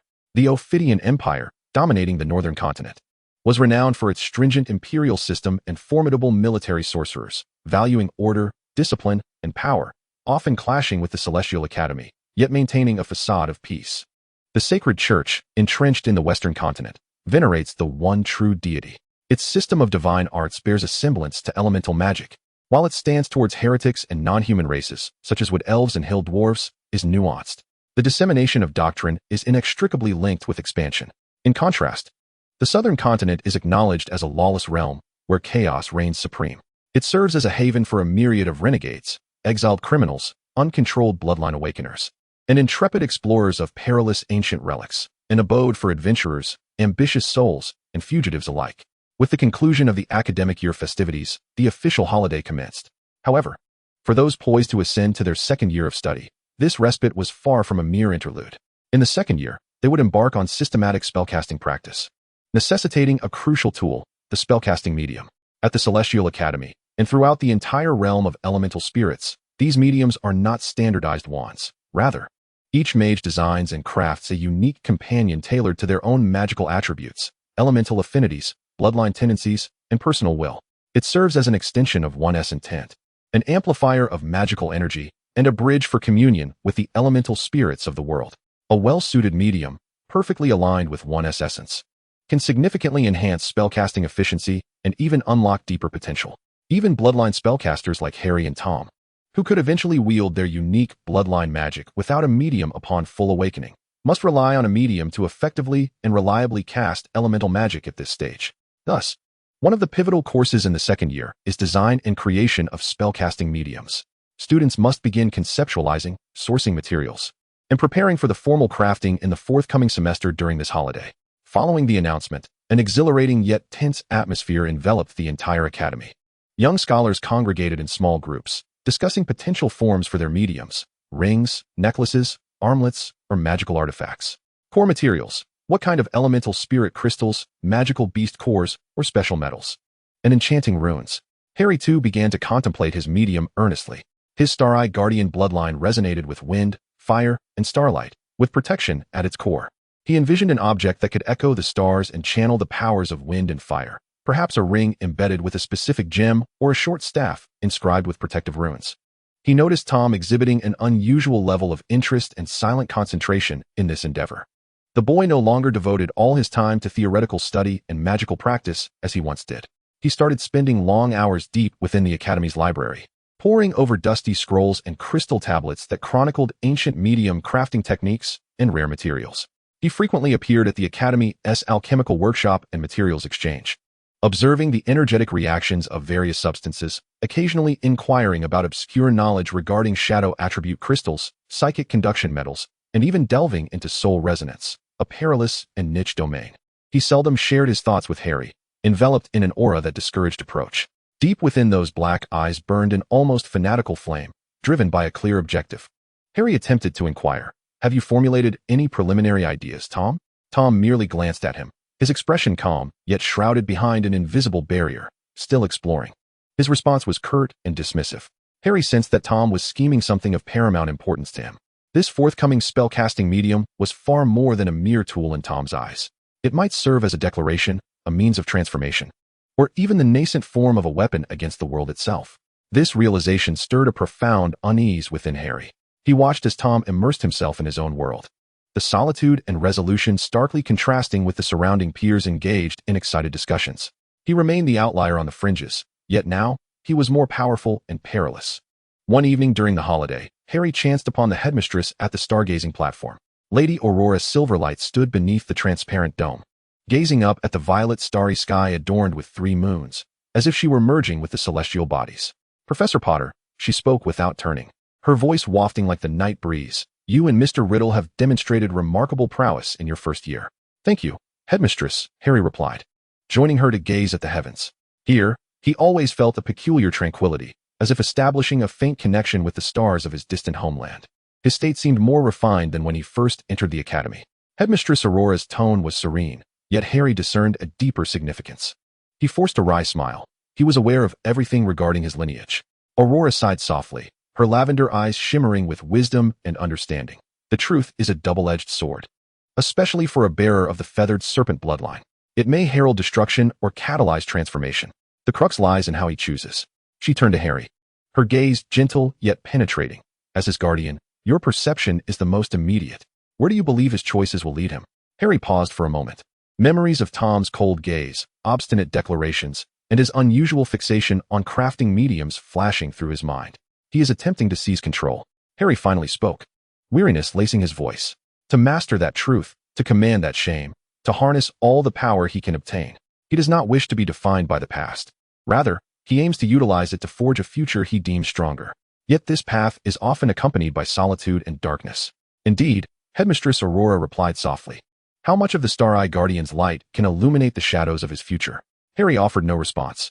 He gazed down upon the resplendent lights of Aerolos City, twinkling like a flowing river of stars, his heart laden with uncertainty. He knew only that Tom Riddle was evolving at a pace he could neither fully comprehend nor halt. Chapter 10. The Prologue of Mediums, Bloodlines, and Undercurrents. The sky of Aerolos City, a perpetual canvas of pale purple, bore witness to 3 moons of varying sizes, casting their cool or hazy luminescence, marking the passage of time in the realm of elemental spirits. The conclusion of the first academic year did not usher in true relaxation. Rather, it resembled the descent of a prologue, heralding the advent of a more intense and substantive chapter. During the holiday, an internal metamorphosis quietly transpired within Harry and Tom, far more profound and tumultuous than their conceptualizations of crafting spellcasting mediums. The bloodlines of the Potter family and Slytherin, after nearly a year of sustained nourishment from the rich magical energies of the elemental realm and the systematic guidance of the Celestial Academy, finally broke through an ancient seal. beginning to reveal powers that transcended ordinary elemental magic. For Harry, this sensation was not a sudden epiphany, but rather akin to a memory long dormant within the depths of his genes, awakening gradually. On a night spent gazing at the stars, as he immersed himself in the resonance of his star-eye guardian bloodline with the celestial bodies, 3 distinct and potent spells surged into his consciousness like a tidal wave, imprinted upon his soul. Celestial chains. These were not physical chains, but rather energy bindings woven from pure starlight and will. They could transform into incredibly resilient reins, forcibly restraining the actions of formidable foes, rendering them immobile. It can also transform into a gentle luminescent bond, linking teammates and providing them with a steady flow of magical energy and mental support, thus constructing an invisible network of collaboration upon the battlefield. This is the art of control and connection, embodying the essence of the Guardian's role in maintaining order and safeguarding companions. Celestial Guardian. This is the ultimate manifestation of the defensive prowess derived from the starry lineage. When summoned, Harry can instantaneously erect a barrier around himself or a designated target, resembling a swirling galaxy. This barrier not only absorbs and deflects the majority of physical and magical assaults, but also partially isolates against malicious scrutiny and mental encroachment. It stands as the most formidable bulwark on the battlefield, the most tangible embodiment of the Guardian's vow. As long as the power of the stars endures, the protection remains unassailable. Falling Star's judgment. When Guardians must engage offensively rather than defensively, and when the evil face demands complete purification and eradication. This becomes the final answer bestowed by the stars. Channeling immense celestial energy, it coalesces in the heavens into a searing starlight imbued with dual attributes of destruction and purification, descending like a sword of judgment to deliver indiscriminate saturation strikes upon the targeted area.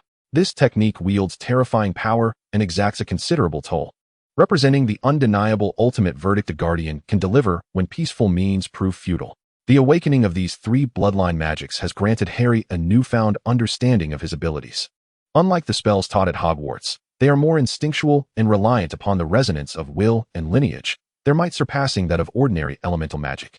He must repeatedly simulate their energy flow in meditation to familiarize himself with them, lest he lose control when the moment of need arises. Meanwhile, in the solitary dormitory of the Shadow Tower, steeped in a tranquility that borders on oppressive, Tom Riddle has also experienced a profound response from his bloodline.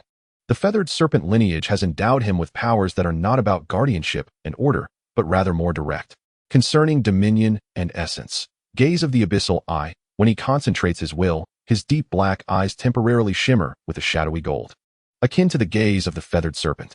Targets ensnared by this gaze will feel as though their souls are being touched by an invisible hand, their mental defenses quietly eroded, and their inner fears and vulnerabilities magnified.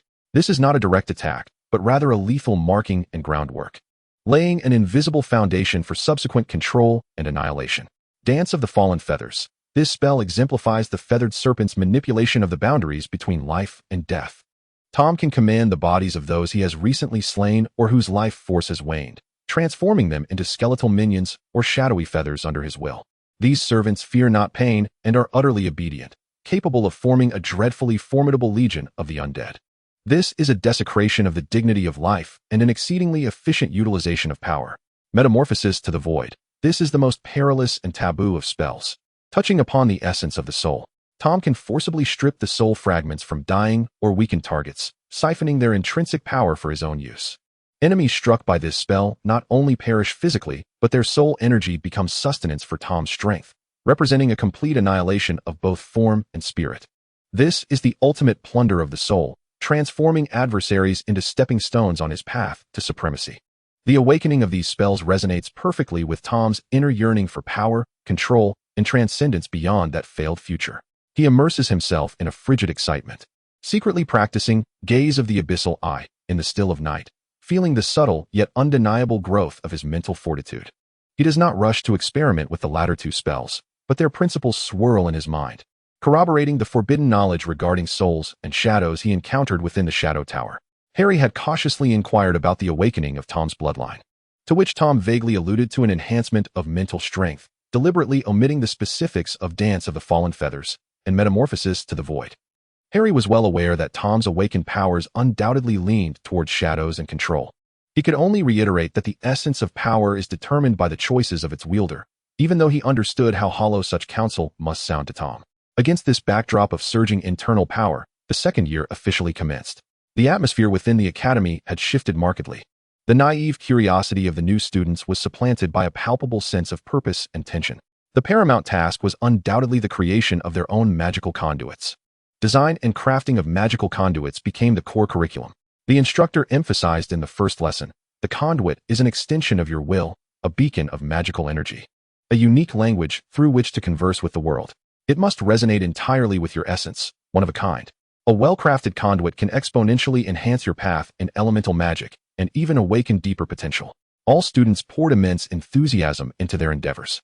The library sections on material science, rune carving, and energy flow design were bustling with activity. The alchemy workshop and materials exchange were thrice as lively as usual, with students lingering over various strange ores, crystals, metals, magical plants, and even the bones and pelts of magical beasts, utilizing rudimentary detection devices distributed by the academy to sense the resonance of energy.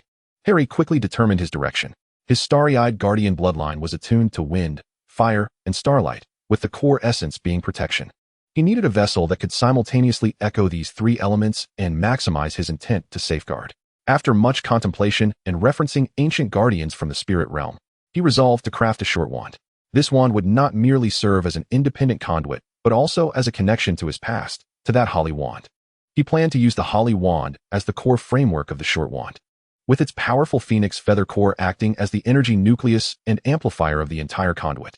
Surrounding this core, he chose star crystal tears, a rare crystal capable of automatically absorbing and storing celestial energy while radiating a gentle starlight.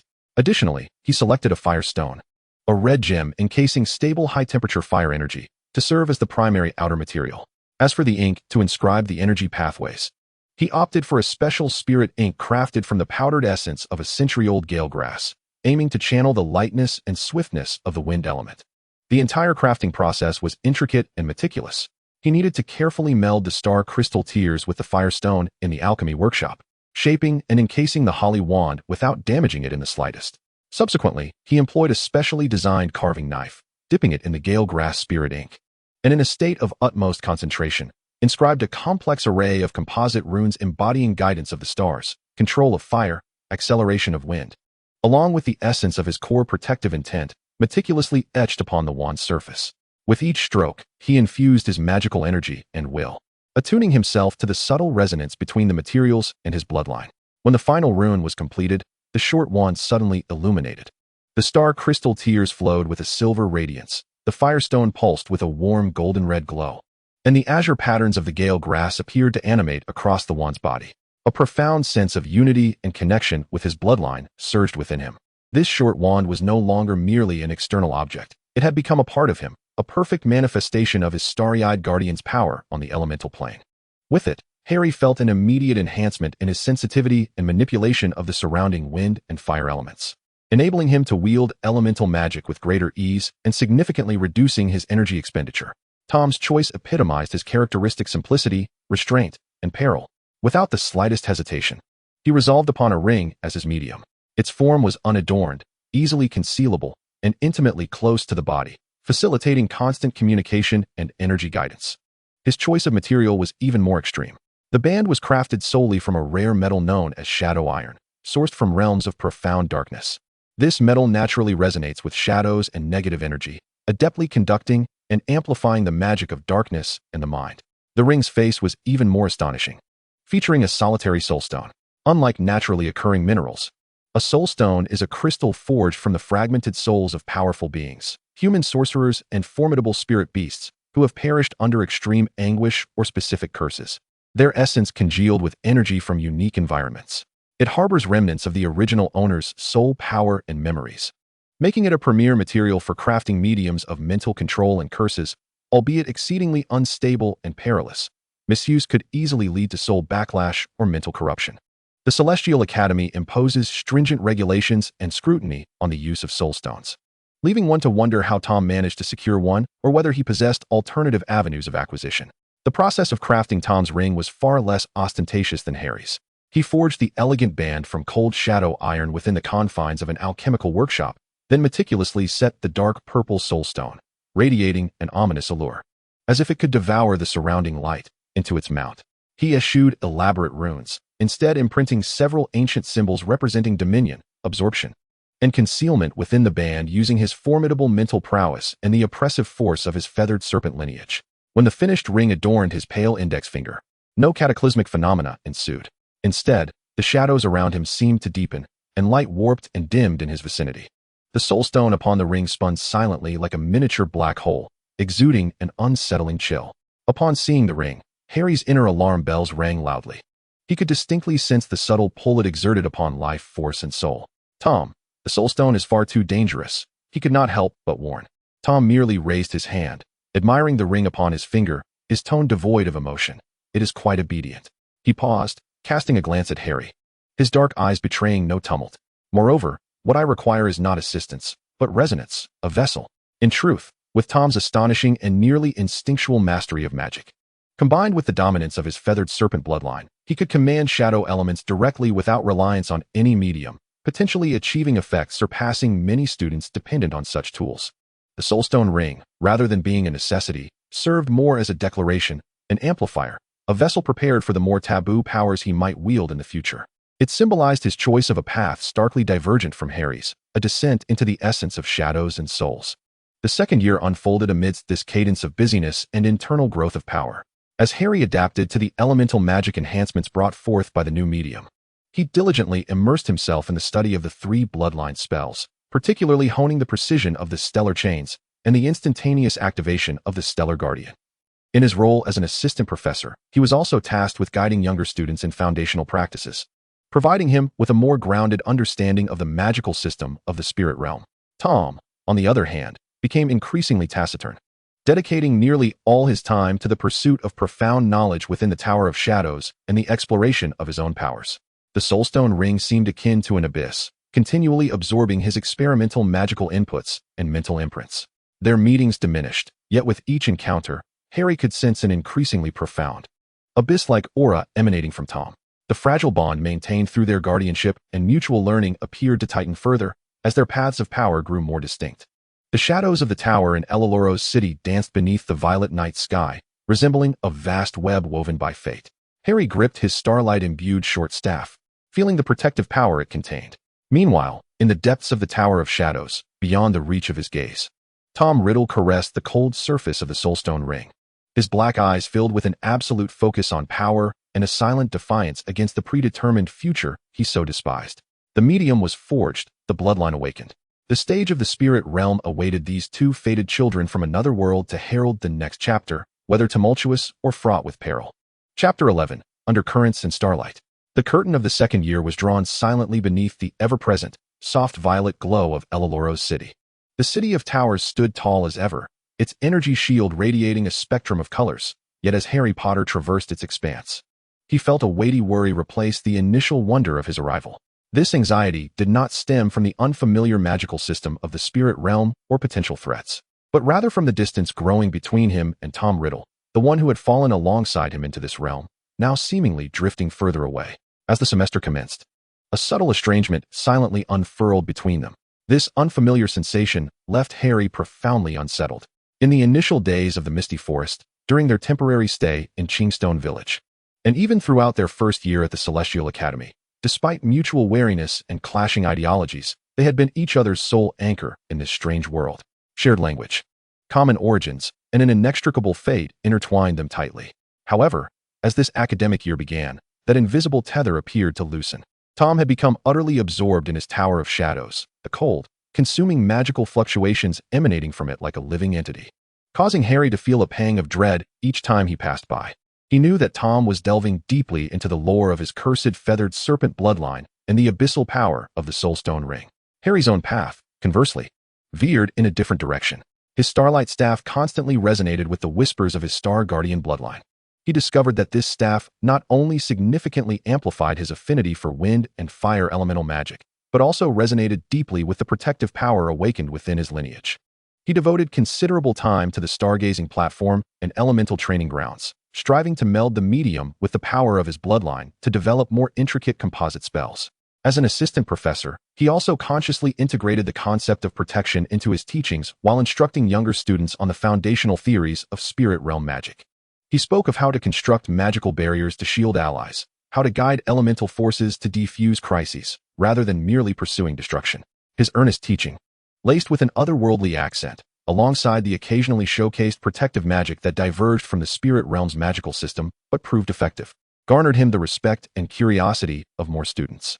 Yet, the sense of accomplishment from teaching and research could not entirely assuage his concerns for Tom. That feeling was akin to watching a ship sail into a fog-laden, perilous sea while standing safely at the harbor, helplessly calling out. The innate optimism and indomitable spirit of Gryffindor shone through at this moment. Harry would not stand idly by. He initiated a rather audacious endeavor, frequently positioning himself near the Shadow Tower to serendipitously encounter Tom. He was well acquainted with Tom's class schedule. After all, he had once been his nominal guardian, and would meticulously time his appearances on Tom's habitual route back to the tower. Clutching a bundle of ancient parchment scrolls concerning the history of the ethereal realm or the fundamental theories of elemental magic, Tom, he would call out, striving to infuse his tone with a casual nonchalance, as if they were still the inseparable companions navigating the forest together. Just finished class? The courses at the Shadow Tower sound rather grueling. You look even paler than last time. Would you like to head to the kitchen for a bite? I heard the cafeteria has developed a new starlight pudding that replenishes magical energy. Tom's usual response would be a brief pause, his increasingly deep, almost pitch-black eyes casting a detached glance over Harry, devoid of any emotion, as if he were regarding an inconsequential stone by the roadside. He might nod ever so slightly, an acknowledgement of sorts, but more often, he would respond in that polite yet distant tone. No need, Professor Potter. I have research to attend to. With that, he would glide past Harry, leaving him standing awkwardly with an outstretched hand of invitation. Undeterred, Harry would rush to the library of the Celestial Academy, deliberately borrowing tomes that delved into the principles of shadow magic, the control of mental prowess, and even ancient legends concerning the feathered serpent bloodline. He would then seek out Tom in that secluded corner of the reading room, close to the Shadow Tower, where he often found solace. Oh, what a coincidence. You're here reading as well? Harry would seat himself opposite Tom, placing the hefty volumes upon the table with a loud thud, shattering the silence of the room. I found some papers on the control of mental power, and this one discusses the potential impacts of shadow magic on a caster's psyche. I thought it might pique your interest, he would offer, sliding a few scrolls toward Tom, his gaze imbued with tentative concern. Tom's reaction, however, was more forthright. He would lift his eyes, and a fleeting glimmer of near-sardonic gold would occasionally flicker within their depths, a subconscious manifestation of the gaze of the nether eye. Thank you for your concern, Professor Potter, he would reply, placing slight emphasis on the word concern. However, I believe I possess a greater understanding of my own power than anyone else. There is no need for your worry. At times, he would even close the dark-covered tome he was reading, radiating an ominous aura, and rise to leave without a backward glance. Harry could only watch as Tom's silhouette faded into the shadowy surroundings of the tower, a sense of desolation washing over him. This deliberate estrangement and rejection made Harry acutely aware of the widening chasm between their paths and philosophies regarding power. Tom sought absolute control, the pinnacle of strength, even if it meant delving into the essence of the soul, while Harry's core of power always revolved around protection, guarding his companions, safeguarding order, and even defending the adversary who treaded toward darkness, hoping for a moment of clarity. On one occasion, Harry attempted to engage in a deeper dialogue. He intercepted Tom as he was about to leave the dining hall during dinner. The ceiling of the hall simulated a starry sky, creating an ambience that ought to have been warm and inviting. Tom, we need to talk. Harry's expression was grave, his emerald green eyes glimmering with iridescent flecks of silver, reminiscent of twinkling stars. I can sense the power emanating from your ring, and what you are practicing is perilous. Power is a double-edged sword, Tom. An excessive pursuit of darkness and control will ultimately backfire. This has been validated countless times in our world, through my own experiences. Tom halted, for the first time refraining from an immediate cold response. He turned to face Harry, his pallid visage appearing particularly striking under the starlight, yet imbued with an icy demeanor. Gently caressing the ring adorned with a dark soulstone on his finger, he spoke in a low, calm voice. A double-edged sword? Harry, you are correct. But the crux lies in whether the wielder possesses sufficient strength and will to command it, rather than discarding it out of fear of inflicting harm upon oneself. He leaned slightly forward, his voice dropping to an almost hypnotic timbre. The darkness you dread is merely another manifestation of power in the ethereal realm. The Shadow Tower studies the shadowed aspects of the soul, the other extreme of life. Gaze of the nether eye can unveil weaknesses and discern truth. Dance of the remains channels death, yet can also probe the mysteries of life. Even ascendance to the abyss touches upon the essence of the soul. Why can it not be regarded as another form of transcendence? Harry was taken aback by his words, urgently countering, "That is not transcendence. It is plunder. It is destruction. Tom, consider the path you are choosing.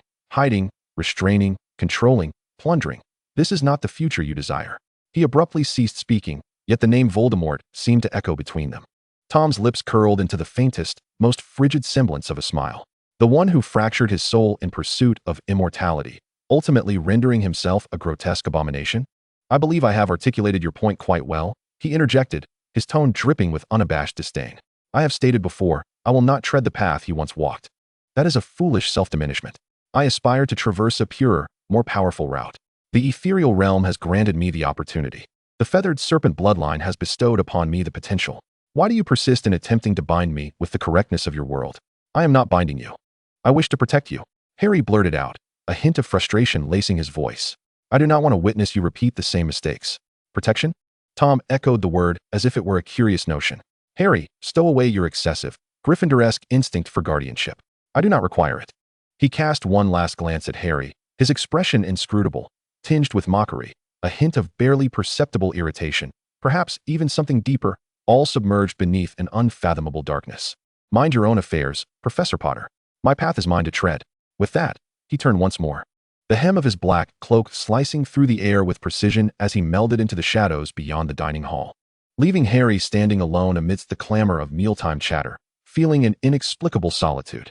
Following this conversation, the relationship between them plummeted to an icy abyss. On the surface, they maintained a facade of calm. In public encounters, Harry would nod in acknowledgement, and Tom would respond with polite indifference. Harry continued to be the esteemed assistant professor striving to integrate into the magical framework of the ethereal realm, while Tom remained the enigmatic prodigy of the Shadow Tower. Gifted yet reclusive, yet beneath the surface, tumultuous currents brewed. Harry ceased to assert his presence as frequently. It was not that he had relinquished hope, but rather that he realized that forceful methods would only drive Tom further away. He altered his strategy, embodying the role of a true guardian, albeit one whose title had become somewhat obsolete, shifting to a more discreet form of vigilance. He would subtly inquire about Tom's well-being from students or mentors familiar with the Shadow Tower, ensuring he had not embarked on any excessively dangerous endeavors. He also began leaving behind books that he deemed beneficial, pertaining to power control and mental safeguarding, within the library, no longer thrusting them upon Tom, but merely placing them where he might notice them. The starry short staff within him seemed to sense its master's unease during his spellcasting. The starlight would swirl more erratically than usual, and the barrier of Stellar Guardian would occasionally ripple, as if resisting some invisible, distant mental pressure. Tom, on the other hand, immersed himself even more thoroughly in the pursuit of power. His soulstone ring resembled an insatiable black hole, greedily absorbing the magic of shadows and spiritual attributes. Rumors circulated that in the advanced training grounds, he had used Gaze of the Abyss to induce instant mental collapse in a senior student who dared to challenge him, leaving the poor soul frozen in place for an entire hour. There were even more obscure whispers, mentioning that someone had seen shadowy figures in the abandoned basement of the Tower of Shadows late at night. Indistinct shapes resembling insect or small magical creature remnants dancing amid a low, haunting sound, reminiscent of wings from the realm of the dead. He was acutely aware of Harry's scrutiny, that omnipresent gaze filled with concern and examination, which left him both agitated and with an inexplicable, twisted sense of reassurance. It was as if, in this entirely foreign world, a thread still connected him to another, proving he was not utterly alone. Yet, he would never admit to such a notion. He regarded this sentiment as a symbol of weakness, suppressing it with deeper indifference and an unrelenting quest for supreme power. Harry, in turn, endeavored to devote more energy to his own growth and teaching. He successfully combined stellar chains with the wind element, developing a wind beacon that could both restrain the movements of enemies and relay magical messages to allies.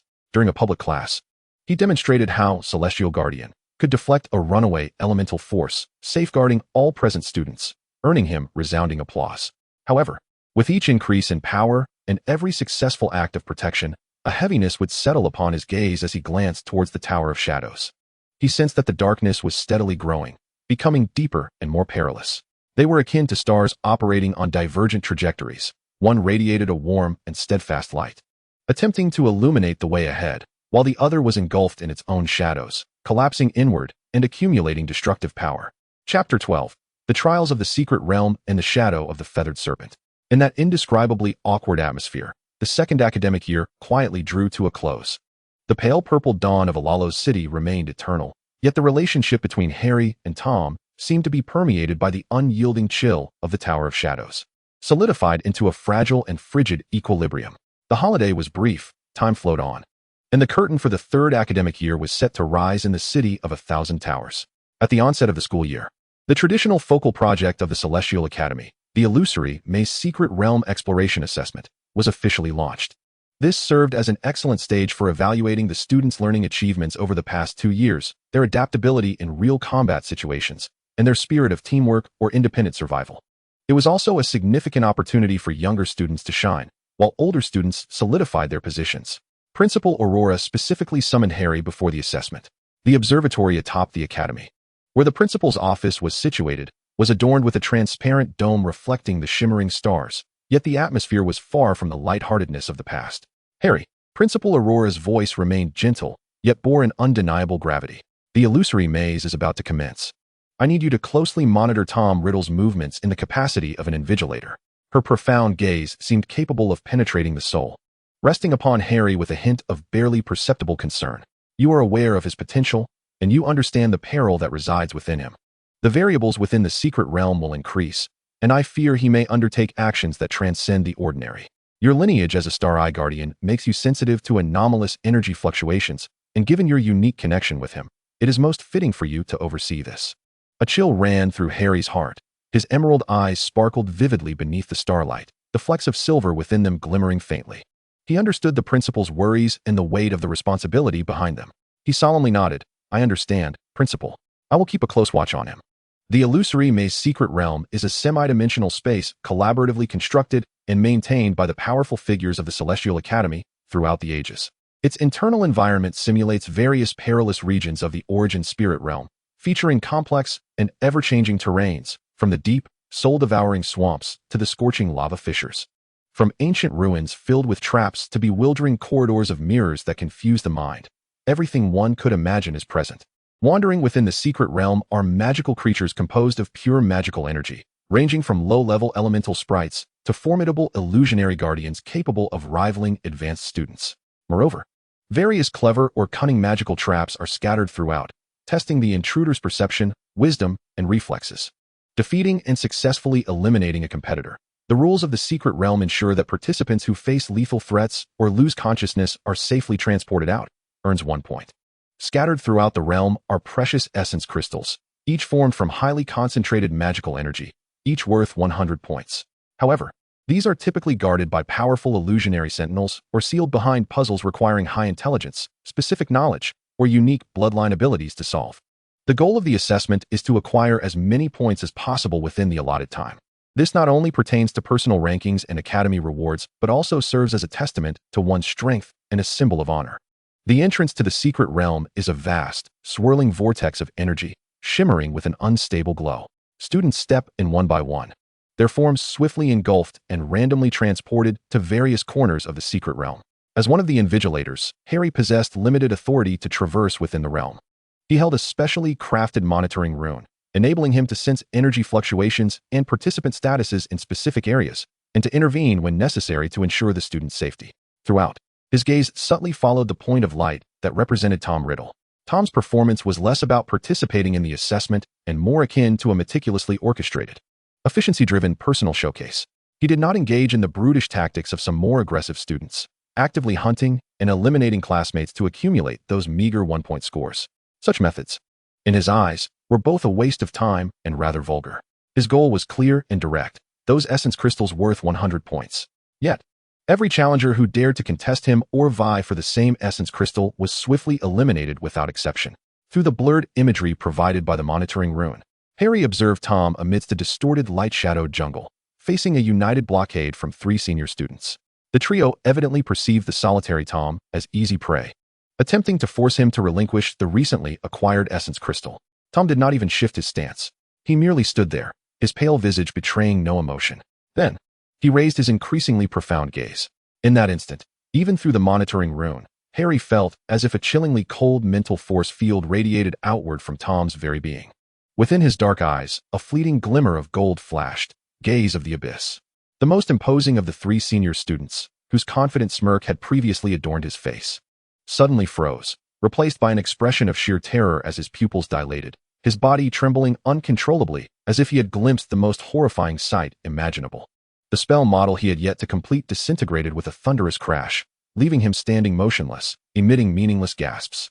The other two fared somewhat better, but they too appeared ensnared by invisible chains, their movements sluggish, their gazes vacant, evidently ensnared in profound mental disruption.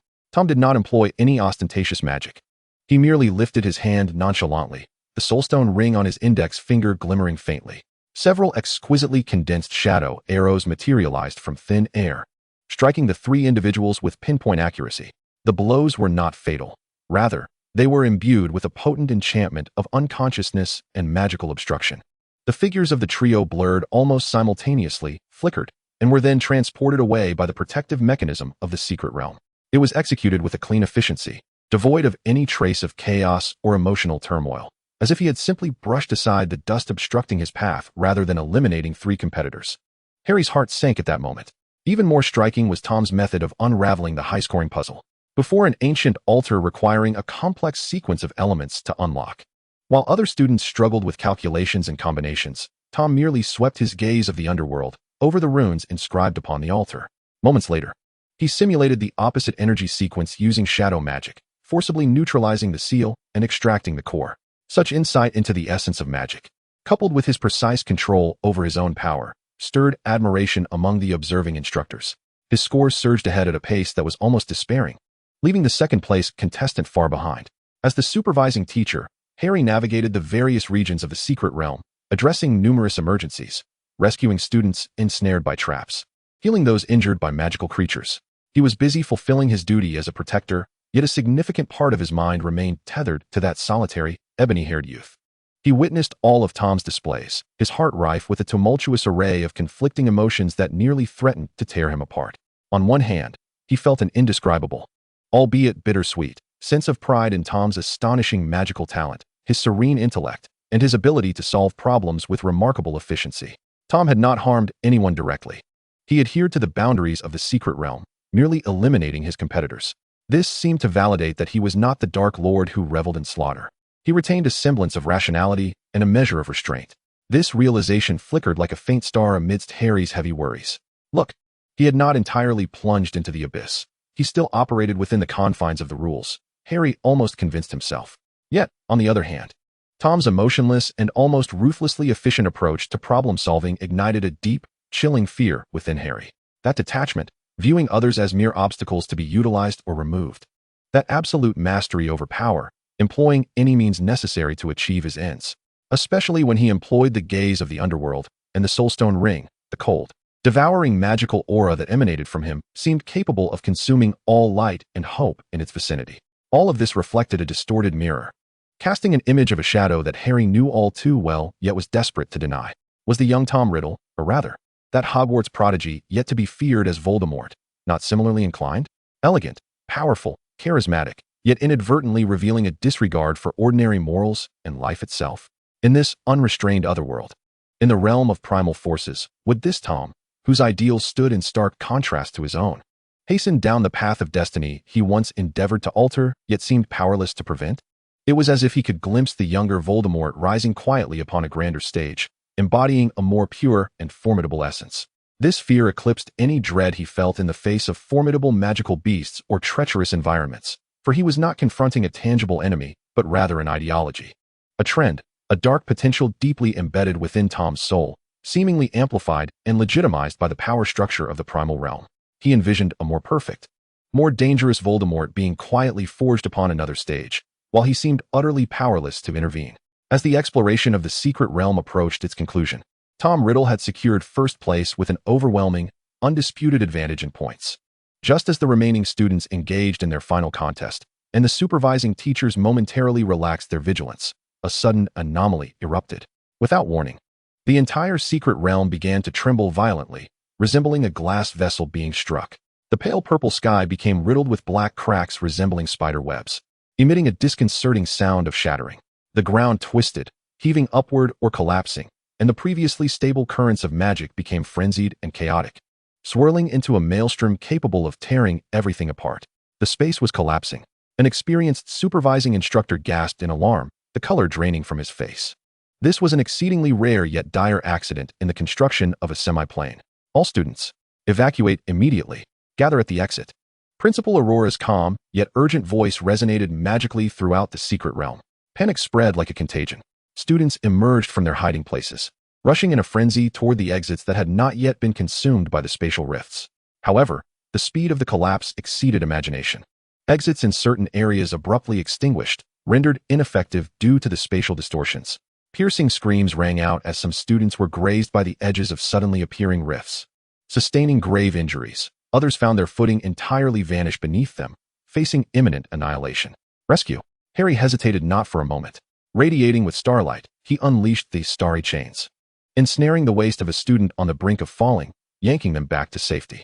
In the next instant, he invoked his authority, teleporting above the area where students were most concentrated and where the space was most unstable. Gather around me, Harry bellowed, his voice cutting through the chaos with clarity. Gripping his starry wand tightly, he poured forth all his magical energy, along with every ounce of protective intent from his bloodline, without reservation. Starry Guardian, at maximum output. Boom. An unprecedentedly colossal starry shield erupted around him, the shield adorned with swirling galaxies and radiant brilliance, as if forcibly erecting a stable starry expanse amidst the crumbling world. Dozens of students, unable to evacuate and engulfed in despair, were enveloped by this warm starlight, temporarily shielding them from the external chaos of spatial rifts and energy storms. Other supervising instructors quickly responded, employing their most potent spells to safeguard the nearby students and striving to maintain the stability of the pathway leading to the main exit. Tom Riddle had been on the brink of reaching a stable exit. With his abilities and acute spatial awareness, he could have safely departed the perilous location at the first opportunity. Though the spatial collapse was dangerous, it was insufficient to ensnare him. He even cast a cold glance at his panicked peers, flailing about like headless flies, his heart untouched by their plight. What concern did he have for the struggles of the weak? Yet, just as he was about to step through the light gate, a vast, warm, and familiar protective wave blazed like a lighthouse amidst the tempestuous currents of chaotic magic. He turned sharply, through the distorted space and raging energies. He beheld Harry suspended beneath the fractured sky, holding aloft that immense, albeit seemingly fragile, starry shield against the backdrop of the collapsing world. The shield trembled violently under the relentless tug of the spatial rift, flickering as if it might shatter completely at any moment. Harry's complexion was as pale as parchment, a trickle of blood seeping from the corner of his mouth, clearly bearing the weight of immense pressure. In that instant, Tom Riddle felt as though his heart was gripped tightly by an invisible hand. A primal panic and fury, far beyond rational calculation, erupted within him like magma, obliterating all his indifference and calculations. Without a moment's thought, his body moved faster than his mind. He forsook the nearby escape route, transforming into a shadowy arrow, racing against the tide of chaos, charging directly toward Harry. "You meddlesome fool," he silently roared within, his obsidian eyes shimmering with an unprecedented brilliance. A cold golden glow emanating with an ancient, serpentine authority, now uncontrollably radiating from within him. He disregarded the rifts that brushed past him, deftly avoiding falling boulders and twisted currents of magic. His singular focus was the wretched Gryffindor, who was struggling to maintain the starlit shield. Just as Harry's celestial guardian began to dim perilously, on the brink of collapse from overexertion, a shadowy figure, resolute and swift, surged into the protective aura. It was Tom. He did not spare Harry a glance, his eyes, ablaze with dark golden flames, fixed intently on the most ferocious crack in the shield. The soulstone ring on his right index finger erupted with a consuming darkness, while his left hand swiftly traced an ancient, arcane pattern in the air. A frigid, deathly power, imbued with the essence of life's fragile boundaries, erupted forth. Dance of the cadaverous feathers.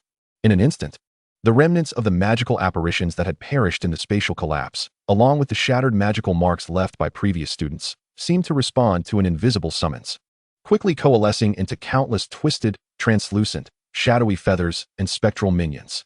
These ominous creations emitted a silent shriek, charging towards the rift in relentless succession. They did not seek to mend the space, but rather, at the cost of their own annihilation, aimed to forcibly fill and counteract the rift's tearing energy.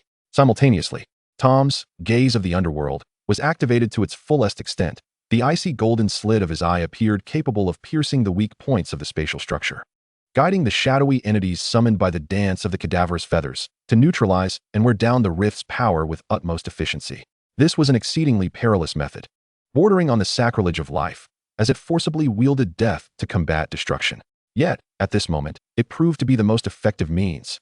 Under Tom's reckless and almost frenzied intervention, the pressure on Harry's shield suddenly lessened. Harry gazed incredulously at the figure standing before him. That silhouette remained upright, imbued with a determination he had never before sensed in Tom, an almost desperate resolve. The swirling shadowy bones and dark wings illuminated Tom's pale profile, rendering him akin to a deity returned from the underworld, dangerous, yet in this moment, profoundly reassuring. "What are you waiting for?" Tom's voice rasped, barely containing his simmering fury. "Get this burdened lot out of here." Harry snapped back to reality, realizing it was not the time for questions. He summoned the last vestiges of his magic, maintaining a shrunken yet stable shield, and shouted to the terrified students below, "Hurry, follow the guidance move." Chapter 13, After the Rift. As most students safely evacuated the secret realm, fate once again entwined Harry and Tom tightly. While Tom exerted all his strength to stabilize the spatial rift, the area around him, being close to the core of the secret realm, began to collapse most severely. He attempted to use shadow magic to steady himself, but his earlier exertion had left him drained. Suddenly, a tremendous spatial turbulence swept in, yanking him off the ground, and he was on the brink of being consumed by the violent void. Harry, having kept a watchful eye on Tom, acted instinctively the moment Tom was swept away. He maintained a wide area protection spell while accelerating with wind element magic, resembling a meteor racing toward Tom. Just as Tom was about to be completely engulfed by the void, Harry seized his wrist with a firm grip. Under the immense gravitational force, they could not break free. Harry barely had time to say a word to anyone else, and in the shocked gazes of other teachers and students, he and Tom were pulled into the deepest part of the spatial rift. Darkness descended once more. As they were ensnared within the rift, Tom felt as though he had lost his mind. Why should he care for a meddling fool of a savior? Yet, he soon felt the warmth of the hand gripping his wrist. That foolish savior had caught him. The sensation of the spatial turbulence was far more jarring than that of apparition or a portkey. It was a violent dismantling and reassembling of existence itself. The concepts of time and space blurred, leaving only an overwhelming dizziness, tearing pain, and an acute sense of depletion as magic was violently siphoned from his body. Harry felt as though his very insides were being crushed and kneaded by an invisible hand, nearly prompting him to vomit. The only clear sensation he registered was the bone-crushing grip on his right wrist. That was Tom's hand. In the final moment, he grasped Tom, who, seemingly in a counteraction, clutched his wrist with a fierce intensity. This was no friendly clasp. It resembled two individuals teetering on the edge of a precipice, driven by survival instincts to grasp desperately at the only tangible object within reach. Yet this tight, even painful connection became the solitary anchor proving their existence amidst the chaos and void. Time lost all meaning. It could have been a fleeting instant or an eternity. Suddenly, the violent tearing force vanished, replaced by a heart-stopping sensation of weightlessness, followed by a heavy impact as they crashed onto the ground. Ugh! Harry groaned as his back hit the hard, frigid surface, stars dancing before his eyes, his nearly exhausted reservoir of magic now a calm sea. The starlit wand in his hand dim and lifeless. He tasted blood in his throat, forcing himself to suppress the rising tide of nausea. He turned his head to look at Tom, who seemed in worse condition. He knelt on the ground, one hand braced against it, coughing violently. His pale face flushed with an unnatural hue, the eerie glow of the soul stone ring flickering weakly, as if it might extinguish at any moment. The cold, consuming magical aura that had once surrounded him now appeared chaotic and thin, clearly indicating that he had expended far more energy within the secret realm and the spatial turbulence than he had let on. Yet, against all odds, they were still alive. And together, Harry struggled to sit up, scanning their surroundings. They appeared to be in a desolate hilly region. The sky was a somber leaden gray, devoid of the signature pale lavender light of Alalos, with only a few feeble, unknown glimmers barely penetrating the clouds, outlining the jagged silhouettes of the rocks. The air was dry and cold, carrying a peculiar metallic and earthy scent. The distant mountain ranges exhibited a fearsome serrated silhouette, their vegetation sparse, occasionally revealing twisted, low shrubs whose leaves bore an unhealthy grayish-green hue. The magical environment here stood in stark contrast to that of the Skyward Academy. Elolotha's magic flowed vibrantly, resonating with the stars and elements. In this place, however, the magic felt sluggish and oppressive, subtly suffused with a sense of primal ferocity and desolation. Was this the northern continent of the spirit realm, within the borders of the Ophid Empire? Harry murmured to himself, recalling the limited geographical materials he had perused in the library of the Skyward Academy. The northern continent was renowned for its harsh environment, formidable magical beasts, and the Ophid Empire's adherence to a philosophy of power above all, starkly contrasting with the relatively peaceful Eastern continent, which emphasized magical research and order.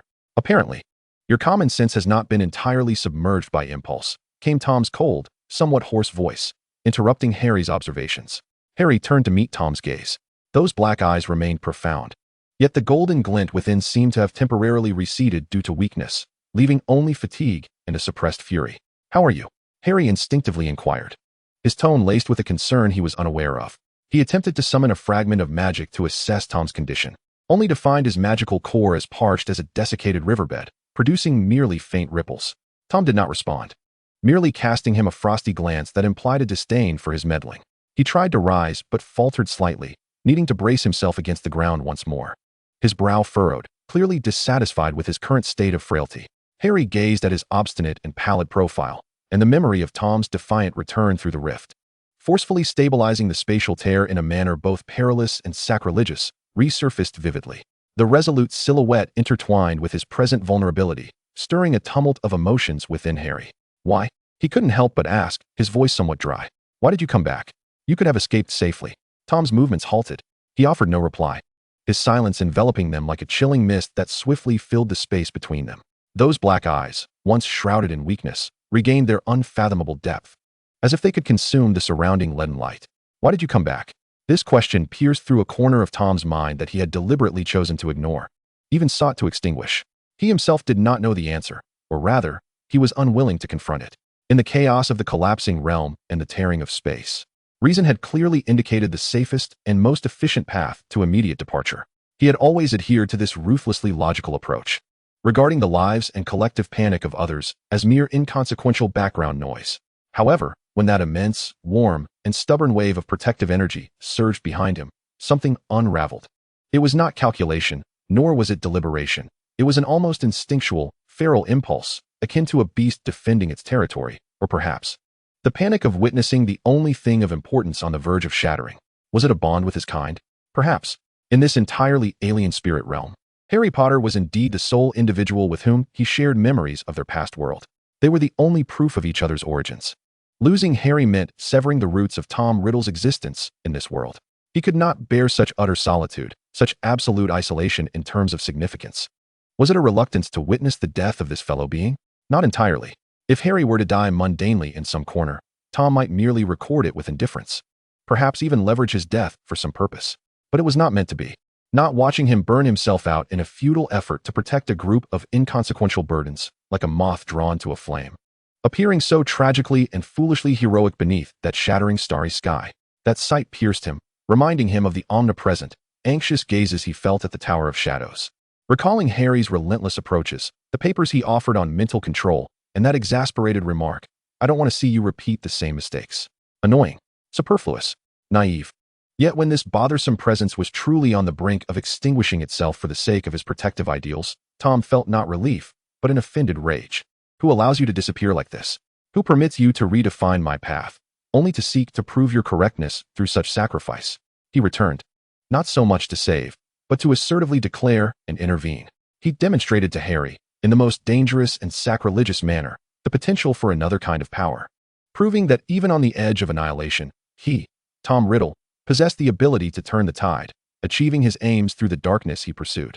He wanted Harry to witness, to see his power, to recognize that his path was not devoid of merit.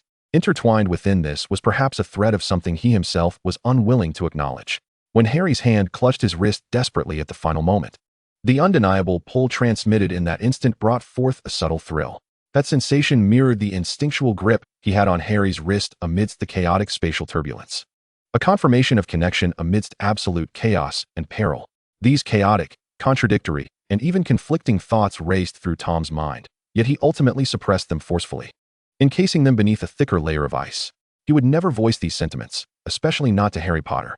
Instead, he swept his now indifferent gaze over Harry, a cold smile curving his lips, infused with his characteristic mockery. "Perhaps I merely wish to witness firsthand whether the great savior has finally paid the foolish price for his excessive protectiveness." He evaded the true answer, responding with a taunt that aligned with his persona. Then, he attempted to rise once more.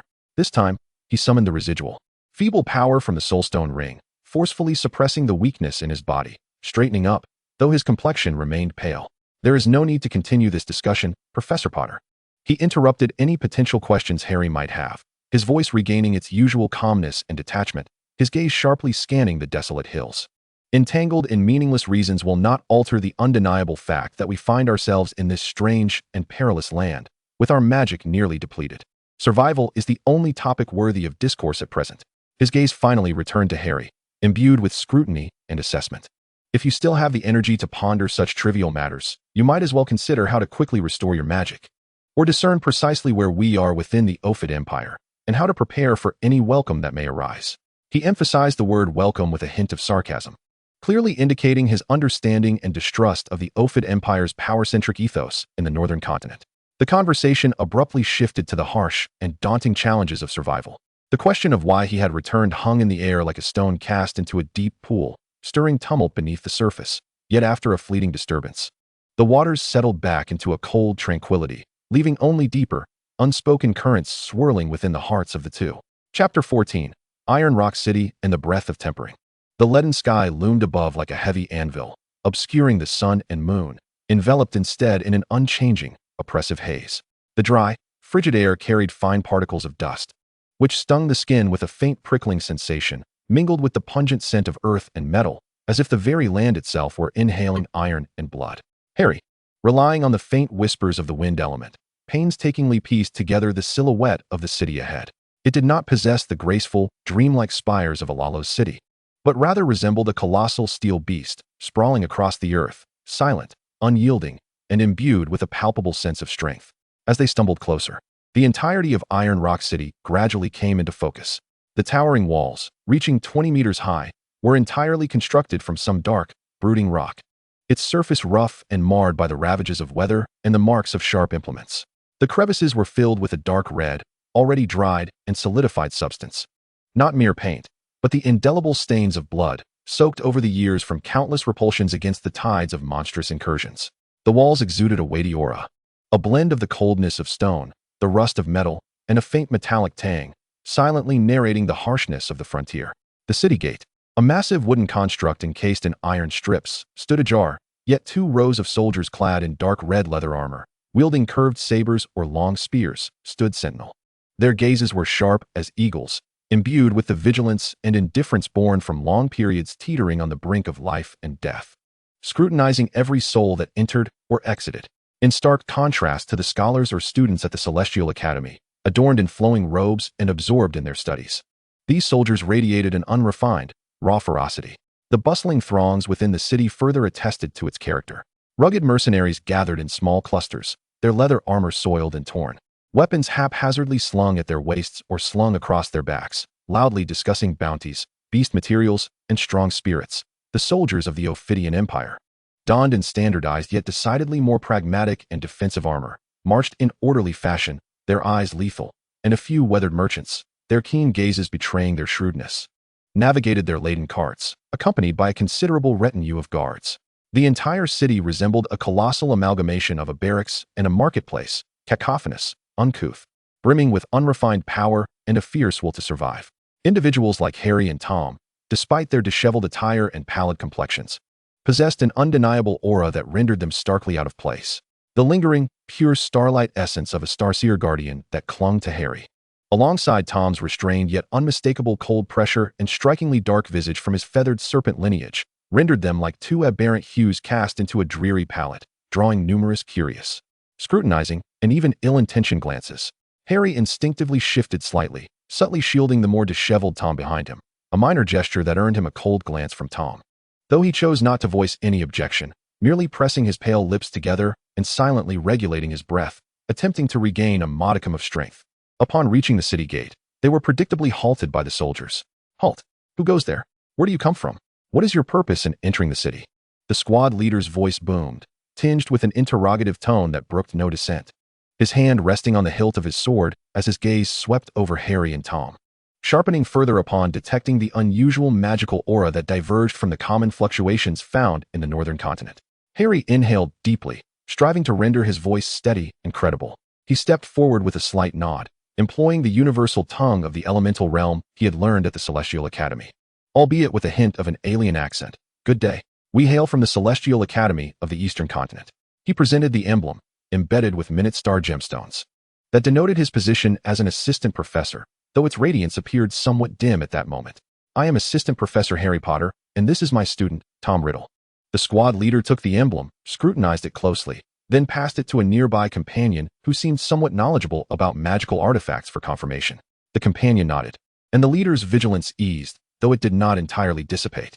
The Celestial Academy held a commendable reputation in the elemental realm, yet in the northern continent, which espoused a philosophy of pragmatism and the supremacy of strength, particularly along the borders. This reputation did not always elicit respect. At times, it could invoke envy or disdain. The Celestial Academy, you say? How peculiar it is for you to venture to Iron Rock City. The squad leader pressed, his gaze still keen. Harry offered a wry smile. Opting for a partial truth, we encountered an unforeseen incident. A spatial collapse occurred during a trial within the Academy's inner sanctum, and we were swept into a spatial maelstrom, awakening in the wilderness outside your city. We did not intend to intrude upon your territory. We merely seek guidance on how to return to the eastern continent. A spatial maelstrom? The squad leader furrowed his brow, evidently finding this matter beyond his usual jurisdiction. He assessed the duo's disheveled state, particularly Tom's noticeably poor complexion, and deliberated for a moment. The eastern continent lies exceedingly far from here. Conventional teleportation arrays are solely operable by the Empire's core cities and military. I cannot make decisions regarding your predicament. He gestured toward the interior of the city. You must seek an audience with General Raikton, stationed here in Iron Rock City. He is the highest authority here and may possess a solution or know how to address your circumstances. He paused to add, however, given your appearance, it would be prudent to first find a place to recuperate. The general's residence is located in the city's central area. Simply follow the main road, and you will find it. The Heartstone Inn is relatively clean and frequented by newcomers. The implication in his words was unmistakable. Iron Rock City was a melting pot of all sorts, and securing a relatively safe haven was paramount. Thank you ever so much for your guidance. Harry expressed his gratitude sincerely. The soldier waved them through, granting them passage. Stepping into Iron Rock City felt akin to entering an entirely different realm. The cobblestones beneath their feet were rough-hewn slabs of blue stone, smoothed and hardened by countless footsteps and wheels. Flanking the streets were sturdy buildings constructed from massive stones or thick timber, squat and solid, with narrow windows that resembled fortifications more than homes. The air was thick with the sense of sweat, alcohol, charred meat, leather, and metal, alongside a faint, elusive hint of blood and the distinct odor of magical beasts. A cacophony engulfed them. The raucous laughter and curses of mercenaries, the clanking of weapons, the hoarse cries of vendors, and, echoing from some unseen corner, the roars and cheers reminiscent of beast fights. The magical atmosphere here became increasingly palpable, thick and heavy, imbued with a savage and lethal essence, pervading every corner. Inhaling this essence felt akin to tiny grains of sand scraping against the magical circuits within, imparting a peculiar, slightly painful refining effect. Harry could sense that his once near-exhausted reservoir of magic was, under this environment's influence, beginning to recover, albeit at an exceedingly slow pace. And the magic returning seemed more refined than before. This revelation stirred something within him. Tom, too, evidently noticed this change. A fleeting flicker of surprise crossed his deep black eyes, soon replaced by contemplation and assessment. His pale fingers absently caressed the soul stone ring, seemingly attempting to actively channel the peculiar magic for absorption and transformation. However, he immediately furrowed his brow due to his frail physical state and the chaotic flow of magic. Ultimately abandoning the endeavor, the two followed the soldier's guidance along the broadest thoroughfare, disregarding the various gazes cast upon them. Harry endeavored to maintain an air of calm composure, while Tom, as ever, erected a barrier of indifference, concealing the faint hint of weakness he harbored within. The Heartstone Inn was not difficult to locate. It bore a sign crafted from massive beast bones and rough-hewn timber, its aesthetic in line with the entirety of the city. Upon entering, the interior appeared more spacious than its exterior suggested. The hall doubled as a tavern, and at this afternoon hour, numerous mercenaries engaged in drinking and conversation, or busied themselves with weapon maintenance. The cacophony of noise and the thick stench of tobacco and alcohol formed a palpable assault on the senses. Behind the counter stood a burly proprietor, his head shaved and marked by a grotesque scar, diligently polishing a wooden goblet with a grimy cloth. Upon noticing Harry and Tom's arrival, he lifted his eyelids, his murky yet keen gaze scrutinizing them from head to toe. Accommodation? His voice was gravelly, akin to sandpaper against wood. Yes, 2 rooms, preferably somewhat quiet, Harry replied, placing several coins imbued with pure magical essence, which he had procured from the Ether Academy, upon the counter. This currency was widely accepted across most regions of the spirit realm, holding a value far surpassing that of ordinary gold and silver. The proprietor glanced at the coins, his eyes momentarily brightening, and his demeanor softened slightly. The 2 rooms at the far end of the top floor are relatively quiet. However, do not expect too much. There are no truly tranquil spots in Ironrock City. He tossed over 2 heavy keys that appeared to be forged from cast iron. Hot water is limited, available only in the evening. Meals are on the first floor, at an additional charge. Harry accepted the keys with a nod of thanks, and together with Tom, ascended the creaking wooden staircase. Their arrival garnered the attention of several mercenaries in the hall, whose whispers and unabashed stares followed them until they vanished around the corner of the staircase. The corridor on the upper floor was narrow and dimly lit, the air thick with dust and a musty aroma. The 2 rooms at the end were relatively clean, albeit furnished in an exceedingly sparse manner. A hard cot, a rough wooden table, a single chair, and a wooden basin for washing. The windows were small, facing the mottled wall of the adjacent building, allowing little light to penetrate. Harry and Tom each entered their respective chambers, shutting the door to isolate themselves from much of the din below. Yet the pervasive, oppressive weight and vague sense of unrest intrinsic to Ironrock City still seeped through the walls and floor. Harry wearily settled onto the hard cot, feeling as though every bone in his body was groaning. He attempted to concentrate, guiding the strange magic surrounding him into his being. The process was uncomfortable, akin to tiny icy needles mingling with grit traversing through his veins, yet he could feel the arid pool of magic within him gradually replenishing. And the newly birthed magic seemed more resilient, imbued with a hint of the cold, hard essence unique to the northern continent.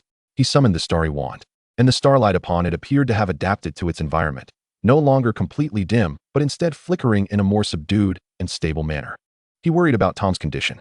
Tom had expended more energy than he had, and the attributes of the feathered serpent bloodline and the soulstone ring, were they compatible with the magic of this northern continent? He hesitated for a moment before walking to the door of the adjacent room, gently knocking. Silence lingered for a brief moment before Tom's cold voice responded, "Enter." Harry pushed the door open to find Tom seated cross-legged on the bed, eyes tightly shut, brow slightly furrowed, seemingly engaged in meditation. His complexion remained pale, though the abnormal flush had faded somewhat. The ethereal glow of the soulstone ring was faint, akin to a flickering candle in the wind. "How do you feel?" Harry inquired, his tone laced with subtle concern. "The magic here seems rather peculiar." Tom slowly opened his eyes, his black irises blending almost seamlessly with the shadows in the dim light. A crude refining effect, he succinctly assessed, his voice still somewhat husky. "It serves a purpose in stabilizing the magical core and purging impurities, but the process is not pleasant." He had evidently sensed the same gritty friction. "Is it absorbable? For your recovery?" Slowly, Tom interrupted, his tone tinged with impatience, though it did not seem directed at Harry, but rather at his own current state of weakness. "This magic leans towards the solid, sharp, and sinister, with a mediocre affinity for shadow and spirit. It requires conversion, and the efficiency is lacking." He paused, then turned his gaze towards Harry. "Your starlight attribute should be more repelled by this." Harry was momentarily taken aback, then focused inward, shaking his head. "There is indeed some sluggishness. Yet it seems my bloodline possesses a certain degree of inclusivity, or the concept of guardianship resonates with this solidity on some level. Though the absorption is slow, it does not invoke strong rejection." He raised his hand, a faint trace of starlit magic swirling around his fingertips, the edges of that luminous flow appearing slightly more substantial than usual. Tom's gaze fixated on the glimmer at Harry's fingertips, his eyes darkening with thought. And without uttering another word, he closed his eyes once more, clearly unwilling to delve deeper into the matter. Harry understood that Tom needed rest and refrained from further interruption. "Rest for now, recover some magic. We can discuss our meeting with the general later." He gently closed the door behind him and returned to his own room. That night, both endeavored to adapt to the unique magical environment of Ironrock City, striving to reclaim their strength. The tumult below gradually subsided into the deep hours of the night.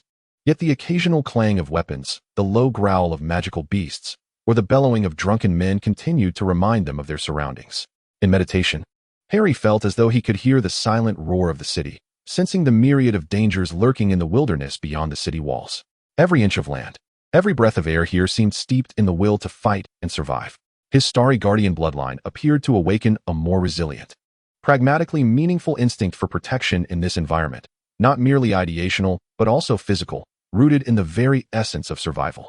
On the following morning, as Harry concluded his meditation, feeling that his magic had recovered somewhat, though far from its peak, at least the overwhelming sense of imminent exhaustion had dissipated, he heard the faint sound of the door to the adjacent room opening. Stepping out, He saw Tom already standing in the corridor. Tom had donned a clean black robe. His complexion still lacked color, but the unsettling, chaotic fluctuations of magic had calmed considerably, reverting to a more restrained and icy demeanor.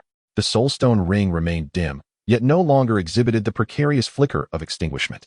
"How do you feel?" Harry asked again, this time with a more relaxed tone. Tom regarded him with a glance, replying coolly, sufficient to handle routine circumstances. He said little else. But Harry sensed that Tom's condition had indeed improved significantly. Although the magical environment of the northern continent was not entirely compatible with his power attributes, its refining effect seemed to have positively influenced the stabilization of the restless bloodline and ring, which had suffered from overexertion. The two descended the stairs and partook of a simple breakfast in a corner of the bustling hall on the inn's ground floor. They were served a coarse yet calorically dense roast meat with dark bread, accompanied by a local herbal tea that had a mildly invigorating effect, capable of slightly lifting their spirits. During their meal, Harry broached his discovery. The magical environment here is remarkably peculiar, although absorbing it is somewhat uncomfortable. It seemingly offers significant benefits for refining one's magical prowess. He felt that his power had become more concentrated than before. Tom, with an air of nonchalance, elegantly sliced through the roast with his dining knife, his movements so graceful they appeared out of place in the rugged surroundings.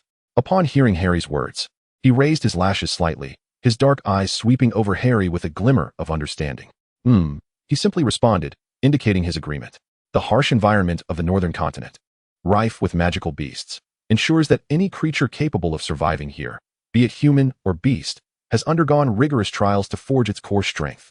The innate qualities of the magical energy in this place possess a distinct, refining characteristic. For wizards accustomed to the gentle magic of the eastern continent, initial adaptation may prove challenging. However, if one can endure, it undeniably benefits their foundation. He paused, adding in his signature, almost coldly objective tone. In many ways, this place is more suitable for those who pursue absolute power and seek breakthroughs between life and death. The sheltered environment of the Sky Academy, if lingered in too long, may dull one's edge. Harry fell silent, refraining from rebuttal. He recognized the validity of Tom's insights, at least from the perspective of power enhancement. The brutal survival of the fittest environment of the northern continent indeed fosters the emergence of stronger individuals more swiftly. Regardless, we now must devise a means to return, Harry concluded. Shifting the topic, let us go meet General Rickton. They departed the inn, merging once more into the rugged throngs of Iron Rock City, heading towards the imposing general's residence. A massive fortress with stringent defenses at the very heart of the city. The sun struggled to pierce the leaden clouds, casting a thin, cold light upon the steel-like city. The two figures advanced, intermittently cloaked in the shadows cast by the colossal stone edifice, as if traversing between the ribs of a great beast. The uncertainty of the future weighed heavily upon them, akin to the perpetual gloom hanging over the northern skies. Yet at least they had regained some strength and continued to walk alongside each other. Chapter 15. The Path of Military Achievements and Blood Refinement. The general's residence proved to be even more solemn, or rather, more formidable than they had anticipated. It resembled not so much a dwelling as a functional war fortress. The colossal walls, constructed of black stone, were nearly devoid of ornamentation, save for the deeply carved runes that flickered faintly, enhancing its defenses. The guards' eyes were as cold and sharp as the spears they wielded, exuding a palpable aura of menace.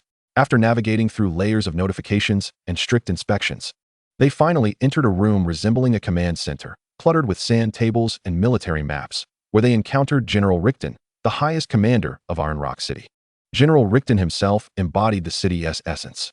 Tall and robust, he donned heavy crimson armor, his pauldrons designed to resemble the fierce head of a howling wolf. Radiating an oppressive aura, a savage scar ran down his face, bisecting his left eye, accentuating the ruggedness of his already formidable features. His gaze, sharp as that of a hawk, assessed Harry and Tom with unabashed scrutiny, as though appraising the quality of two raw ores. Harry reiterated their origins and requests, presenting the emblem of the Sky Academy as proof. Upon concluding, General Rickton's thick fingers drummed upon the heavy wooden table strewn with maps, producing a dull thud. The Sky Academy of the Eastern Continent, he spoke, his voice low and resonant, akin to the sound of metal scraping. I am aware, a cadre of scholars ensconced in their towers, studying magic. His tone bore no hint of disdain, but lacked respect. A chasm formed by fundamentally different philosophies of survival. There are two routes back to the Eastern Continent, he stated directly, bypassing any pleasantries. The first is by sea. Merchant vessels do traverse, yet the journey is long, taking at least a year. Moreover, The northern sea is fraught with ferocious sea beasts and treacherous weather. If 10 ships set sail, 5 arriving safely would be considered fortunate. Should you choose this route, you must organize a merchant convoy on your own, with life and death resting upon your shoulders. A year? Sea beasts? Harry's heart sank. This was evidently not an ideal option. The second route is the mainland teleportation array. General Rickton continued. The Empire has established ultra-long-distance teleportation arrays in several key fortress cities, allowing for instantaneous travel to the continent's border, making the journey to the eastern continent significantly faster. Hope flickered, yet the general's subsequent words swiftly doused it. However, utilizing the teleportation array requires military merit. Military merit? Harry echoed, puzzled. One of the cornerstones of the Empire, Rickton elucidated, his tone tinged with a soldier's pride and coldness. In the face of the unending threat of magical beast tides, only strength and contribution hold value. Military merit is the measure of one's contribution. All scarce resources, including access to teleportation arrays, high-level magical equipment, territories, and titles, can be exchanged for military merit. He gestured towards an inconspicuous dark red crystal device embedded in the wall of the room. That is the terminal for military merit recording. Every combatant recognized by the Empire can obtain a portable receiver. He produced an item resembling a black gauntlet, its center adorned with a small dark red crystal. By wearing this, when you slay magical beasts, the recorder will automatically log the corresponding military merit based on the strength and threat level of the beasts killed in the holder's name. This system, devised by the Empire's legendary alchemists and rune masters, is virtually foolproof. It is this very framework that motivates countless warriors to press forward, allowing the Empire of Ophir to maintain its footing in the purgatory of the northern continent. Everything is tied to force, he concluded. This is the law of the northern continent, naked and direct. Harry and Tom exchanged glances, each perceiving the answer in the other's eyes. The sea route was too slow and perilous. The teleportation array presented the only relatively swift option, and the means to acquire military merit lay in combat. We understand, General. Harry inhaled deeply, representing both of them as he made a decision. We will earn military merit through hunting magical beasts. General Rickton appeared unfazed, surveying them once more, his gaze lingering momentarily on Tom's youthful, yet unusually composed visage. Very well. Proceed to the armory to register and collect your receivers. I must caution you. The wilderness outside Iron Rock City is no greenhouse like the Sky Academy. The magical beasts there are genuinely capable of devouring a person. If you perish, your military merit resets to 0, and the receiver will be automatically reclaimed. His words bore no emotional weight, merely stating a fact. Upon exiting the general's residence, with 2 cold black, gauntlet-like military merit receivers in hand, the two stood on the bustling streets, feeling the stark survival pressure that contrasted sharply with that of the academy. It seems we need to form a temporary mercenary team. Harry attempted to inject a light-hearted tone, striving to dissipate the heavy atmosphere. Tom remained silent. His gaze lowered as he examined the gauntlet, his fingertips tracing the dark red crystal, sensing the cold and firm energy fluctuations that resonated with the magical essence of the northern continent. His pale face betrayed no emotion, yet deep within his black eyes, a flicker of interest seemed to ignite. Perhaps, unlike Harry, he was not as fervently eager to return to the eastern continent. The Sky Academy undoubtedly offered knowledge and resources, yet it also harbored an omnipresent scrutiny and set of rules. In contrast, the northern continent, a land where power reigns supreme and life hangs in the balance, echoed a law that exchanged resources and recognition through the most direct means of slaughter, resonating with his innermost pursuit of absolute power. Moreover, the magical environment here was indeed unique. Although the process of refining the effects may not be ideal, it undeniably offers significant benefits in stabilizing and purifying magical power, and even subtly stimulates the growth of one's bloodline. This is akin to an alternative form of training with immense value in honing one's abilities. Instead of hastening their return, it would be wiser to view this place as a unique trial ground. Tom finally spoke, his voice calm and composed. It holds greater worth than the secret assessments guarded by instructors at the Sky Academy. Harry paused for a moment, then comprehended Tom's intent. He observed the familiar yearning for power reflected in Tom's eyes. A tightening sensation gripped his heart, yet this time, he refrained from voicing any objections. From a realistic perspective, Tom was correct. Here, every battle serves as a life and death test, playing an irreplaceable role in swiftly adapting to the magical laws of the spirit realm while merging their inherent bloodline powers. All right, Harry sighed, conceding, yet added, we must act within our limits. Safety is paramount. Tom offered a non-committal smirk. They completed a brief registration at the armory and received a rough iron badge symbolizing their status as temporary mercenaries. In the following days, They did not immediately leave the city, but remained in Iron Rock City to recover their magic as much as possible, utilizing their limited funds to procure essential supplies. Healing potions, antidotes, and a rudimentary map indicating the distribution of magical beasts around Iron Rock City were among their acquisitions. During this time, Harry, relying on the combat instincts and keen observational skills he had developed in the magical world, meticulously studied the equipment of the mercenaries in the city. Listening to their discussions about hunting experiences and the dangers they faced, quietly gathering all useful information. Meanwhile, Tom immersed himself in analyzing and deducing the magical characteristics of the northern continent, striving to discover more efficient methods of absorption and utilization, while beginning to contemplate how to integrate the magical systems of the wizarding world with that of the spirit realm. When their magical powers had recovered to about 70 or 80%, and they deemed themselves adequately prepared, their journey to hunt magical beasts commenced.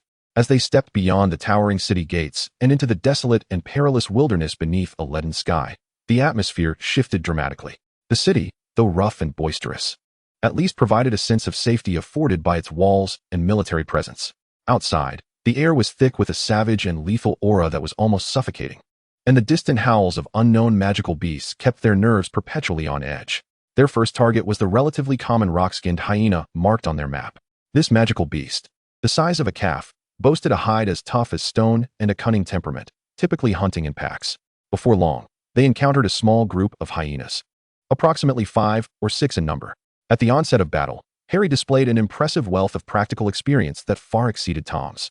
He did not attempt to impose mental suppression with the gaze of the void, as Tom had, against these intellectually deficient beasts that relied primarily on instinct for hunting.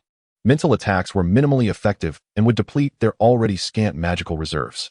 Harry's strategy was straightforward yet effective. He moved nimbly, utilizing the terrain to evade the hyena's lunges while wielding his starry wand. Instead of unleashing the powerful, meteoric judgment, he opted for the more energy-efficient and swift star chain. The chains, formed from condensed starlight, were not for brute force but aimed to precisely ensnare the hyena's limbs or necks, destabilizing them and creating opportunities for Tom to strike. "Tom, the one on the left, its joint," Harry shouted, simultaneously dodging another hyena's bite, sweeping his wand to unleash a concentrated gust of wind that repelled a side attack. Tom reacted swiftly, instantly grasping Harry's tactical intent, abandoning the need for incantations and intricate gestures required by powerful shadow magic. He summoned the ethereal glow of the soul stone ring on his finger. Several shadowy arrows, akin to black daggers, coalesced and shot toward the vulnerable joint of the hyena temporarily restrained by Harry's star chain. With a satisfying thud, the shadow arrow pierced through its defenses, eliciting a pained howl from the beast, which then faltered in its movements. However, Tom, being merely 13 years old, lacked the magical prowess and endurance that characterized Harry in his prime. After assisting Harry in dispatching 3 of the hyenas, he began to breathe heavily, his complexion growing pale. A cunning hyena had circled into his blind spot and lunged at his back. "Watch out!" Harry, who had been keeping a vigilant eye on him, darted forward without a moment's hesitation.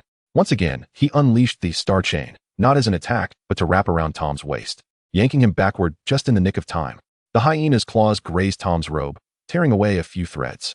Tom steadied himself, shaken, and gazed at Harry's back as he stood defensively before him, staff at the ready, watching the remaining hyenas with a complex expression. For the first time, he acutely realized that in a genuine struggle for survival, possessing formidable magical talent and theoretical knowledge alone was far from sufficient. Combat instinct, experience, and the sustainability of physical strength and magical power were all indispensable. "Thank you," he said, his voice hoarse, a rare expression of gratitude for him. "Focus. The battle is not over," Harry replied sternly without turning around. "Conserve your magic, target the weak points, and coordinate closely." In the ensuing battles, Tom entirely set aside his pride as a prodigy and began to observe and learn from Harry's every action and judgment like a true apprentice. Harry, in turn, acted as an experienced mentor, swiftly and clearly pointing out Tom's mistakes and areas for improvement during intervals in combat. "Your shadow arrows can coalesce more swiftly, reducing unnecessary magical expenditure. Watch your footing, keep moving, don't become a stationary target. Sense the fluctuations in magical energy and anticipate their attack trajectories." Tom's capacity for learning was indeed formidable. He could almost immediately adjust and refine his technique based on the issues Harry pointed out. His application of shadow magic became increasingly precise and efficient as he began to understand how to inflict maximum damage with minimal expenditure. And he started to attempt more complex tactical coordination with Harry rather than merely following a simple "you control, I strike rhythm.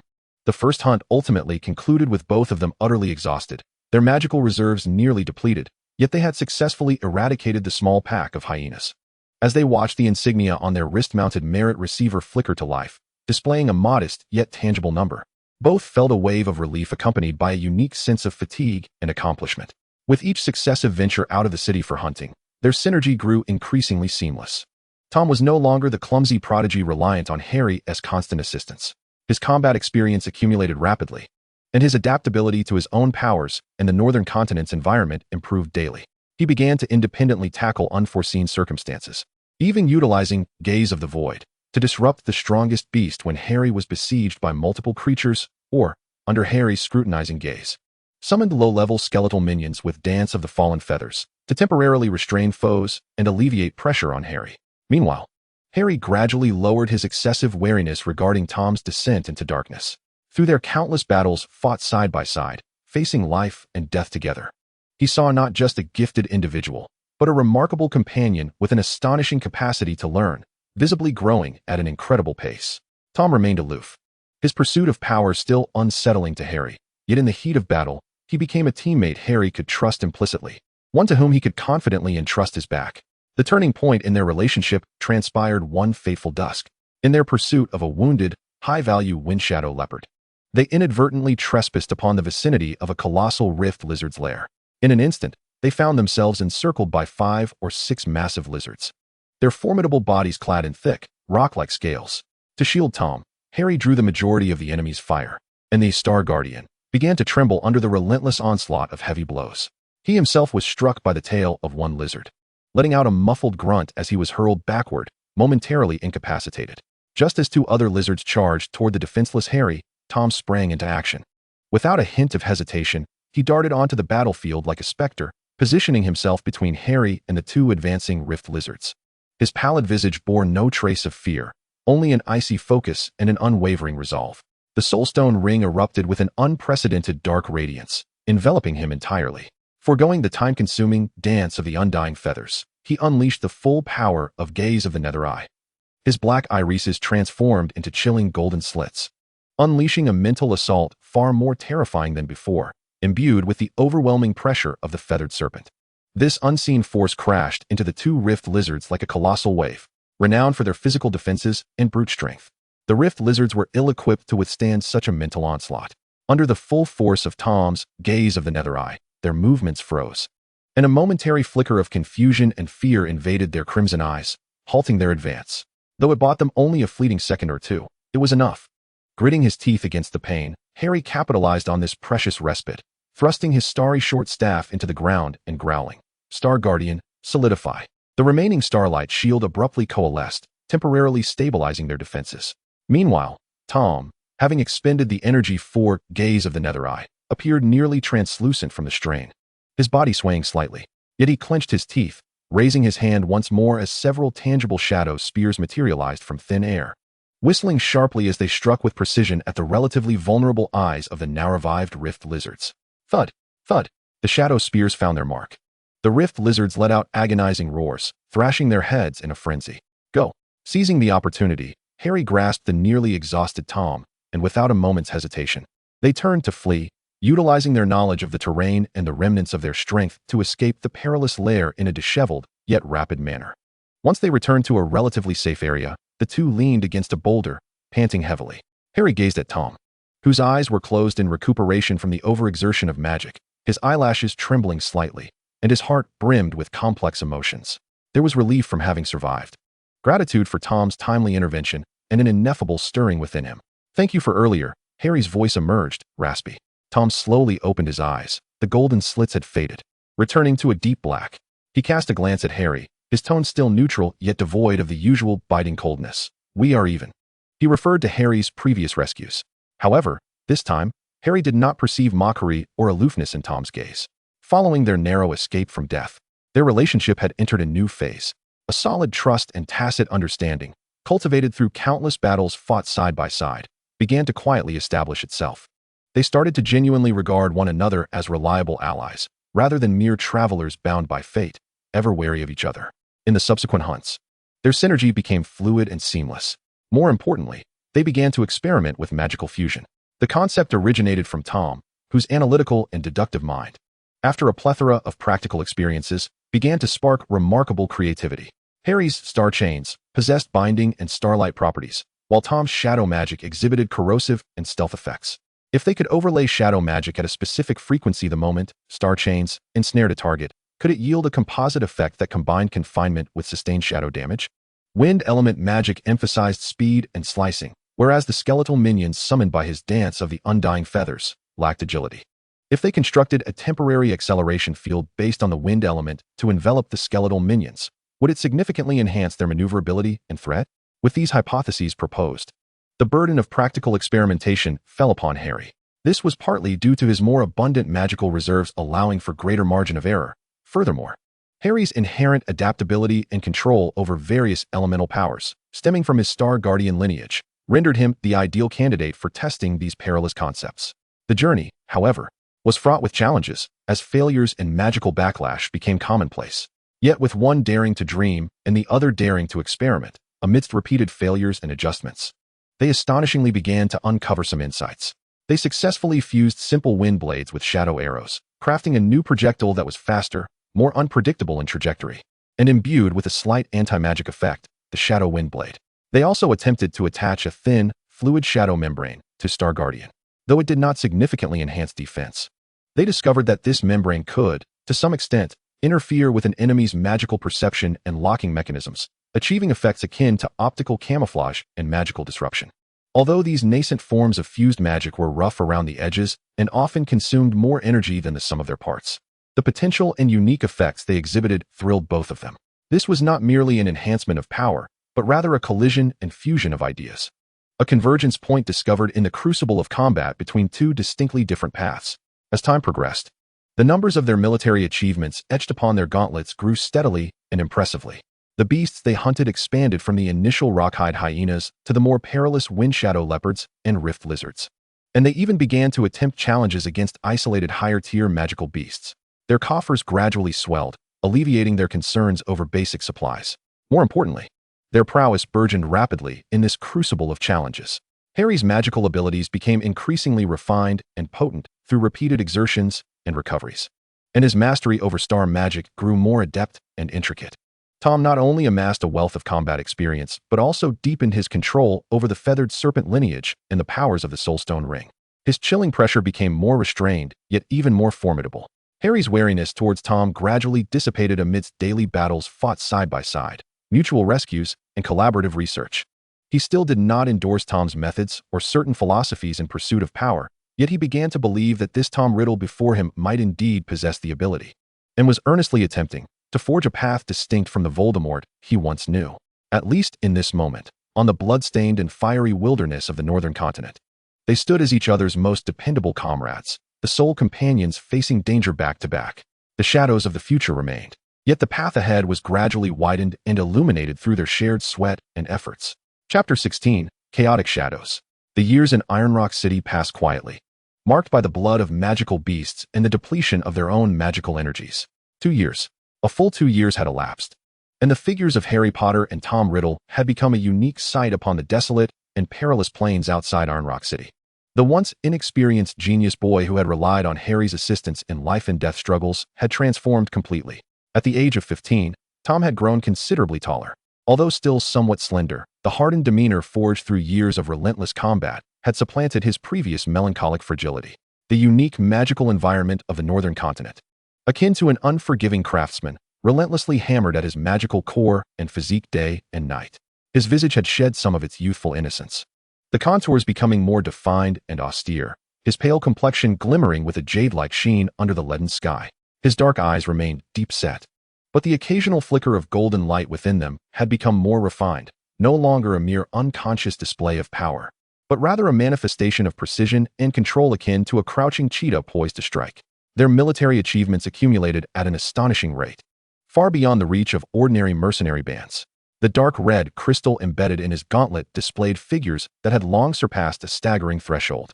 This vast accumulation of military merit was not only sufficient for them to exchange for multiple uses of the continent's teleportation array to return to the eastern continent, but also ample enough to secure a commendable noble title and corresponding rewards within the empire of Orpheus. Yet, the thought of returning to the Sky Vault Academy had strangely faded in their minds. For Harry, the northern continent, though harsh, seemed to resonate more with the instinctual drive embedded within his Star Guardian lineage, as it demanded a raw and unadulterated fight for protection and survival. Each time he activated Star Guardian to shield a comrade or a hapless mercenary from fatal attacks, in every instance he utilized Star Chains to rescue a life amidst chaos. He felt the ancestral power within him solidifying and maturing. The magic here, though sluggish, fortified his magical foundation to an unprecedented degree, and the starlight emitted from his star staff bore the characteristic coldness and resilience of the North. For Tom, this land was a veritable crucible tailored to his capabilities. The knowledge system of the Sky Vault Academy on the eastern continent was indeed invaluable, but the excessive regulations, scrutiny, and Harry's ever-watchful guardian gaze left him feeling constrained. In contrast, the northern continent's principles, where power equated to truth, slaughter yielded resources, and survival validated worth, aligned perfectly with his deep-seated desire for absolute strength. The Soulstone Ring, after countless absorptions of shadows and the essence of death, had become more subdued and profound, as if compressing all the devoured power to its utmost limit. His death's gaze had grown increasingly sharp, often rendering mentally fragile beasts momentarily paralyzed with a mere glance. The number of skeletal servants controlled by Bone Dance had increased, their movements becoming more agile, capable of executing complex tactical commands. More importantly, here, his relationship with Harry transcended that of guardian and ward, or even mere adversaries. It had evolved into a bond of comrades forged in the crucible of battle, one in which they could trust each other with their backs. This transformation was subtle, yet undeniably real. They still engaged in debates about Harry's steadfast adherence to the principles of power and the meaning of protection, while Tom espoused a philosophy prioritizing efficiency and results. However, in terms of tactical execution and magical application, their collaboration achieved an extraordinary synergy. Once, confronted by a group of cunning Shadowclaw lynxes adept at stealth and ambush, Tom proposed a bold strategy. The lynxes relied on their visual perception for surprise attacks. If his Star Guardian could unleash a blinding burst of light, and if he could briefly merge that with the concealing nature of his shadow magic to create a field of alternating stark light and absolute darkness, it would surely disorient them. This was an exceedingly perilous endeavor, as the magical properties of light and darkness were nearly antagonistic. Forcing them together could easily trigger a violent explosion. Nevertheless, after careful consideration and calculation, Harry surprisingly nodded in agreement. That day, Harry unleashed Star Guardian with all his might. As the brilliant starlight erupted, Tom skillfully infused pure shadow magic like ink into specific areas of the light barrier. In an instant, light and darkness twisted and intermingled, generating a dizzying and bizarre field of energy. The approaching Shadowclaw lynxes were indeed caught off guard, flailing about like headless flies, allowing the two to dispatch them with ease. This successful application of their combined magic opened the door to a new world. Subsequently, techniques such as Shadow Windblade and Starlight Concealment Barrier, which fused the properties of starlight and shadow, emerged in abundance. Although they consumed immense magical energy, they often yielded remarkable results. In battle, they no longer merely coordinated with one another. They truly began to perceive each other's powers as an integrated whole. This change was also evident in their interactions with the mercenaries of Ironrock City. Initially, these two uniquely tempered outsiders, whose strength grew rapidly, were met with suspicion and distance. However, the mercenaries, characterized by their straightforwardness and valor, gradually warmed to them. Harry's selfless rescues during numerous missions, Tom's precise and efficient combat skills, and their reliability in perilous tasks eventually earned them respect. They began to be drawn into the raucous camaraderie of the Roughstone Tavern, where Harry typically ordered a cup of local herbal tea, smiling as he listened to the boisterous mercenaries boast about their adventures or grumble about demanding contracts. Tom, on the other hand, remained taciturn, often opting for a simple glass of water and sitting in the corner. Yet, unlike when he first arrived, he no longer erected a frigid barrier to isolate himself from everyone.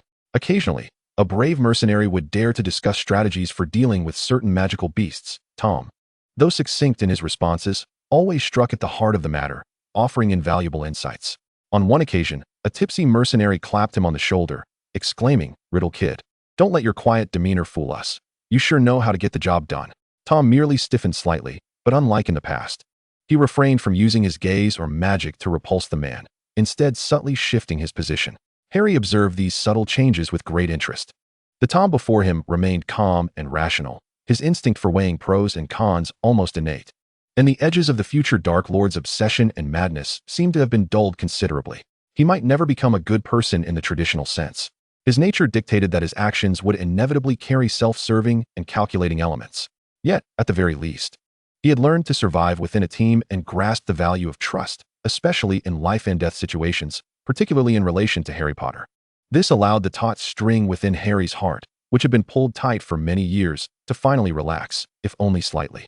Perhaps the experiences in the spirit realm and the trials of the northern continent could indeed alter the predetermined course spiraling toward darkness. However, the tranquil life of training was ultimately shattered by the eternal theme of the borders. In recent months, the activity of magical beasts outside the city had taken a peculiar turn, not an increase, but a decrease. An oppressive sense of impending storm loomed over the entirety of Iron Rock City. Seasoned veterans and experienced mercenaries wore increasingly grave expressions, understanding that such an abnormal tranquility heralded an impending beast tide. The number of guards on the city walls had doubled, and the dark red military merit recording terminals blinked with increased frequency, announcing higher rewards for defense and reconnaissance missions.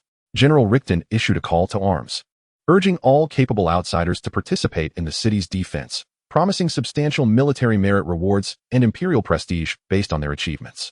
Our military merit is already sufficient, Tom calmly analyzed within the confines of their tavern room. The scale of the beast tide is uncertain, and the risks do not justify the potential rewards. The prudent choice would be to immediately exchange for teleportation privileges and depart from here. His reasoning was indisputable, aligning perfectly with his consistent principle of maximizing personal benefit. Harry fell silent for a moment, gazing out at the leaden gray sky where soldiers and civilians were fervently reinforcing the defenses. Slowly he shook his head. Tom, we possess the means to assist now. This city has sheltered us, granting us the opportunity to hone our skills. Moreover, protection should not be confined to specific individuals or places. He had witnessed the resolute spirit in the eyes of those soldiers, forged from the same blood that stained the city walls, and observed the fleeting softness in the mercenaries' gazes when they spoke of their families. He felt the unwavering will of this city as it struggled for survival against the odds. His blood resonated, and the starry wand in his hand vibrated with a gentle warmth, a call to the belief in guardianship. Tom stared at him, seemingly poised to mock his excessive savior complex. Yet as his words lingered on the tip of his tongue, the clarity and determination reflected in Harry's emerald green eyes, even under the dim light, rendered him speechless. He recalled the moment the secret realm collapsed, where Harry stood firm, supporting that fragile starlight. He remembered countless battles where Harry unhesitatingly shielded him with his body. Do as you wish. Ultimately, Tom turned his head, his tone tinged with a barely perceptible blend of concession and irritation. But do not expect me to risk my life for these unrelated people. I will act within my capabilities, primarily ensuring our own safety. This was his limit. Harry understood him, recognizing this as a form of tacit support. He smiled, choosing not to elaborate. Of course, we will act within our means. The onslaught of beasts arrived like a long simmering volcano, erupting on a dusk shrouded by leaden clouds. From the horizon came a sound as thunderous as a storm, followed by a dark tide of beasts surging forth from every corner of the wasteland, sweeping towards Iron Rock City. Hyenas, earth-shattering lizards, and countless familiar yet unfamiliar magical creatures surged together, their eyes ablaze with a frenzied red light, as if driven by an invisible force. Heedless of the consequences as they charged towards the steadfast steel city. Prepare for battle. General Raikton's resounding voice echoed across the walls through magic. In an instant, arrows rained down, and magically enhanced crossbows emitted sharp whistles, striking into the beast horde, raising a cloud of blood and howls. Low-tier mages chanted spells, casting fireballs, ice spikes, and wind blades like brilliant yet lethal fireworks that exploded among the throng of beasts. Warriors roared, wielding enchanted weapons, engaging in bloody combat with the flying and powerful magical beasts that scaled the walls. Harry and Tom found themselves on a particularly strained section of the wall, with Harry becoming the core pillar of this defense line. His starry guardian unfolded time and again, acting as the most reliable barrier, blocking the relentless ranged assaults and beast charges, granting the soldiers and mercenaries around him precious moments to counterattack and catch their breath.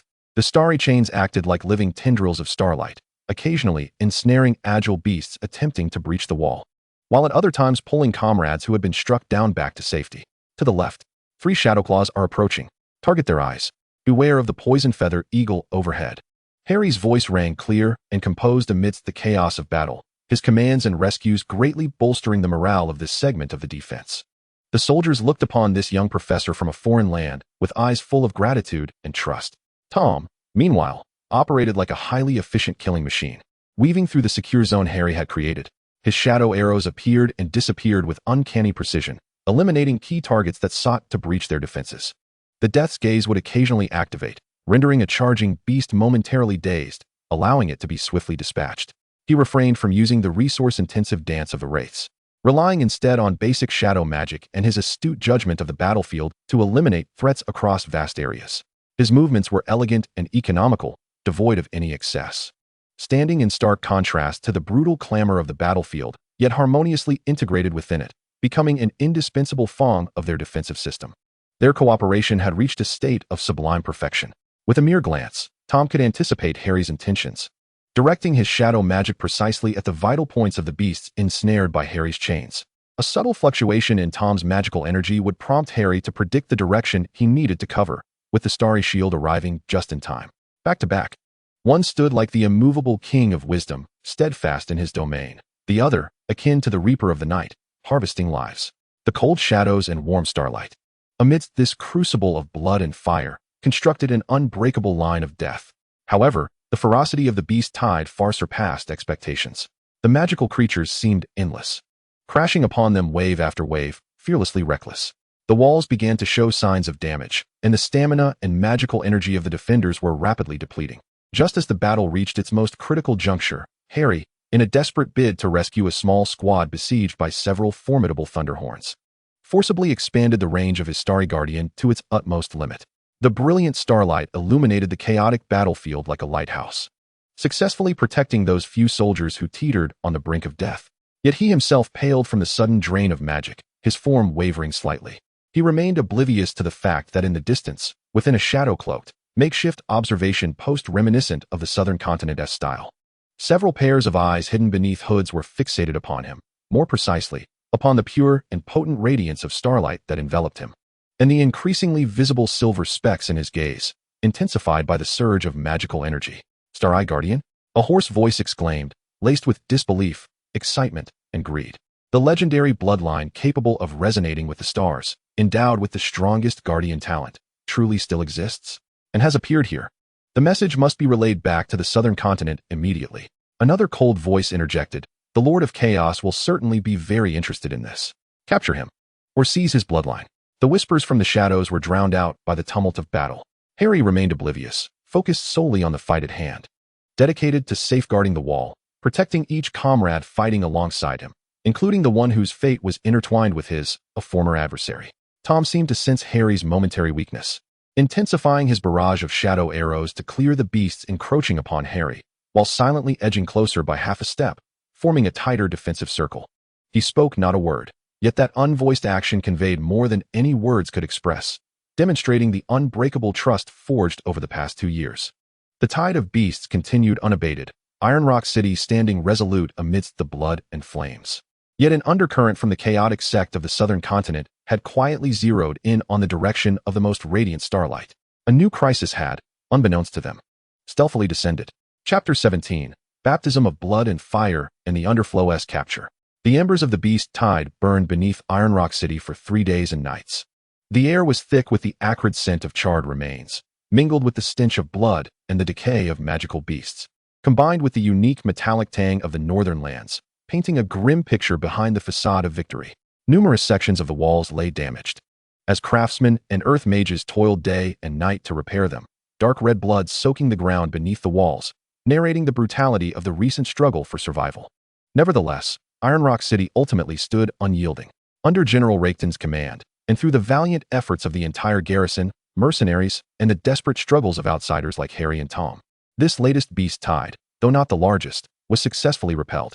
Casualties were kept within acceptable limits, and the atmosphere within the city, despite its exhaustion, radiated a sense of elation and resilience born from survival.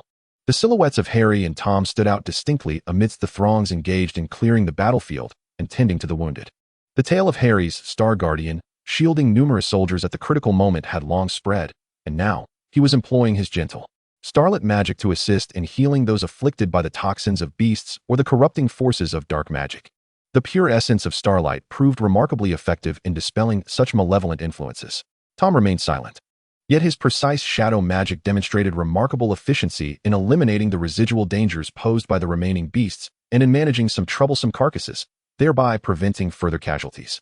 The commendation etched upon their gauntlets, after the tallying of the beast tide's aftermath, had experienced another astonishing leap, reaching a figure that would envious to any seasoned mercenary group.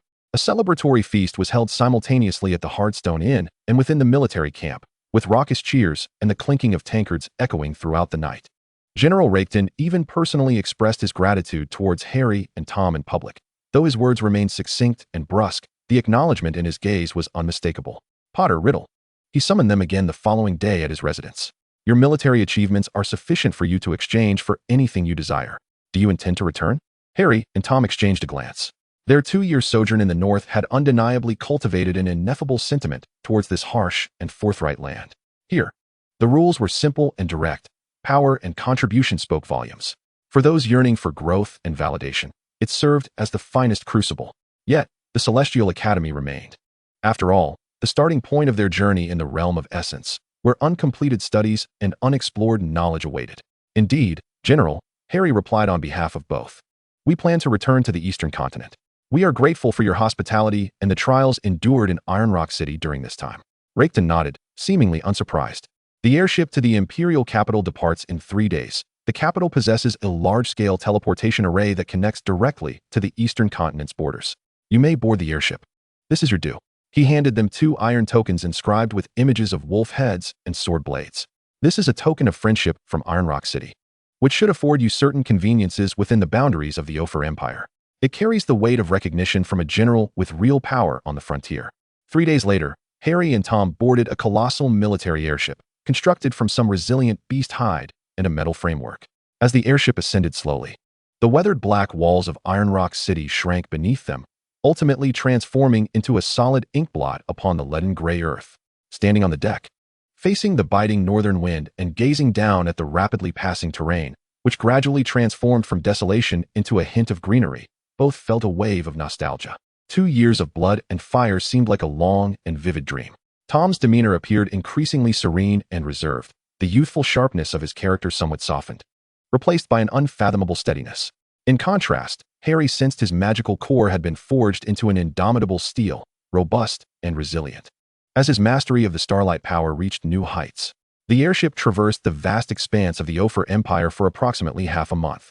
They witnessed a starkly different landscape from the borders, one belonging to the heart of the empire, grand cities, well-trained armies, and an atmosphere that, while still valuing strength, was infused with a touch more order and prosperity. However, unbeknownst to them, an invisible net had already been quietly cast beyond the capital. The cult of chaos, like hyenas scenting blood, had been tracking their every move. The unreserved display of Harry's starlit power during the Beast Tide War shone like a beacon in the night, illuminating their path. The cult's yearning for the Star-Eyed Guardian's bloodline far exceeded their imagination, prompting them to employ long-established infiltrators within the Ophir Empire to ascertain their journey. The airship landed at a dedicated airfield on the outskirts of the capital. The grandeur of the capital overshadowed Iron Rock City, with its massive obsidian walls soaring into the clouds. The soldiers patrolling those walls exuded a more formidable air, and the atmosphere was thick with a complex and potent magical essence, imbued with the unique majesty and oppressive sensation of the Empire's core. According to their plan, they needed to proceed to the teleportation hall within the city to handle formalities, pay their military dues, and access the teleportation array.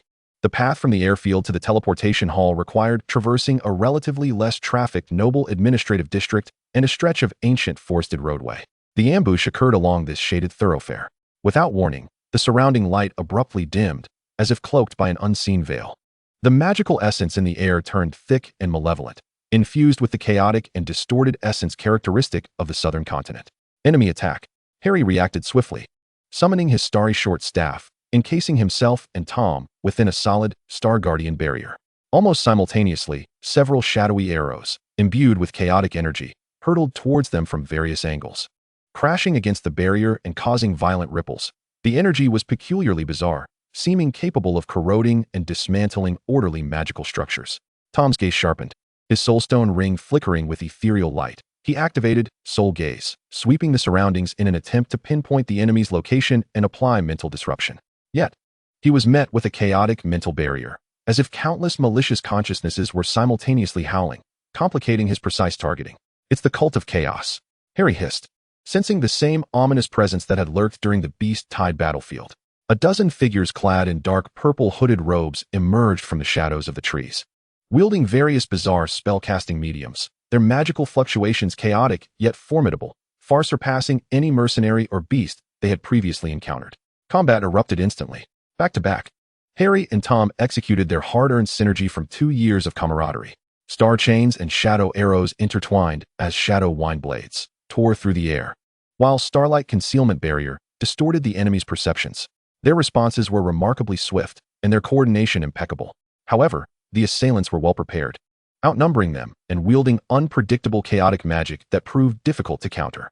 A force field capable of distorting perception caused Harry's chains to miss several times. Shadowy tendrils, as if alive, continuously sought to entangle and erode Tom's shadow creations. Furthermore, melee-oriented chaos cultists charged fearlessly with weapons imbued with corrosive energy.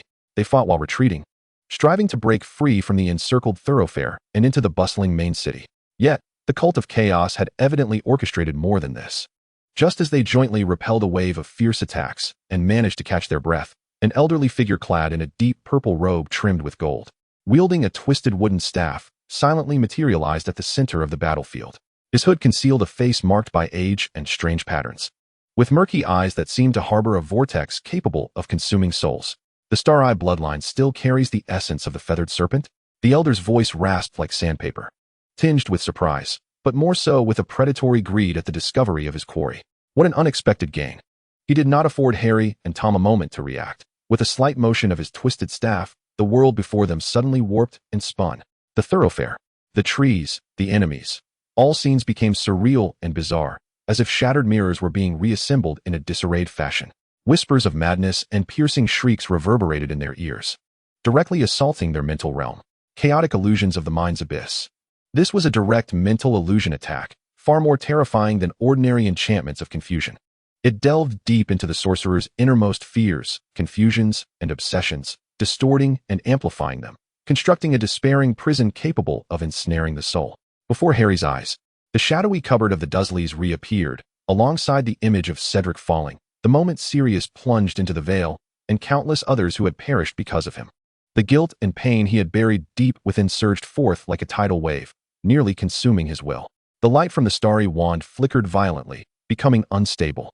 Tom seemed to be transported back to the cold, lonely corridors of the orphanage, witnessing his mother Merope's eyes filled with unyielding despair before her demise. Hearing Harry's recounting of Voldemort's despicable and failed future time and again, his thirst for power, fear of solitude, and questioning of his own existence were magnified infinitely. Gnawing at his sanity like a venomous serpent, the eerie glow of the soul ring dimmed and brightened erratically, and the shadowy magic surrounding him began to show signs of losing control. Both men groaned softly, their faces turning pale as their movements stiffened, their once synchronized cooperation faltering into a fatal pause. Seizing the opportunity, the chaotic followers surged forward, despite Harry and Tom's formidable willpower and bloodline instincts allowing them to barely fend off a few attackers amidst the illusion's chaos. They ultimately succumbed to the relentless mental pressure from the Elder and the multitude of assailants, becoming firmly bound by specially crafted chains designed to suppress magic. As consciousness faded into darkness, Harry saw the Elder approach, his murky gaze greedily scanning Tom before finally resting on him. Take him. The Starry-Eye bloodline is the treasure our master requires. As for this feathered serpent, perhaps he will have other uses. Time became an indistinct blur as Harry and Tom simultaneously awoke from their stupor amidst violent spatial turbulence and a sensation of weightlessness. They discovered themselves confined in a moving cage adorned with runes of isolation and suppression, their limbs shackled with heavy magical restraints. Surrounding them was a rapidly passing landscape, starkly different from the northern continent and the Ophian Empire. Twisted, bizarre purple flora thrived upon crimson earth reeking of sulfur, while ominous violet celestial bodies loomed in the sky. The southern continent. They had been transported to the lair of the chaotic cult via a clandestine teleportation array. The two exchanged a swift glance. Years of unspoken understanding required no words. They comprehended each other's intent, feign unconsciousness, and await the opportune moment. The cage jolted forward, and the escorting chaotic followers seemed to lower their guard upon returning to their homeland, their chatter growing louder. We've captured a big fish this time, the Starry-Eye bloodline. It hasn't surfaced in years. Haha. Our master will surely reward us handsomely. That lad beside him is no simpleton either. He appears to be the fabled feathered serpent. But who cares? In the nest of chaos, even a true dragon must cower. As they absorbed these fragmented tidbits of information, a weight of dread settled deeper in Harry and Tom's hearts. The chaotic cult had a clear objective, and they were resolute in their pursuit of the starry, Guardian bloodline. An opportunity arose upon reaching what appeared to be a temporary encampment for a brief respite and transfer. Perhaps believing they were in an utterly secure location, the guards relaxed their vigilance, with some even loosening a few of the cage's magical restraints to prepare for the transfer of the two prisoners to a more secure cell. At the very moment the cage door swung open, Tom's eyes blazed with golden light, and the long-suppressed gaze of the Nether Eye erupted like a long-dormant volcano.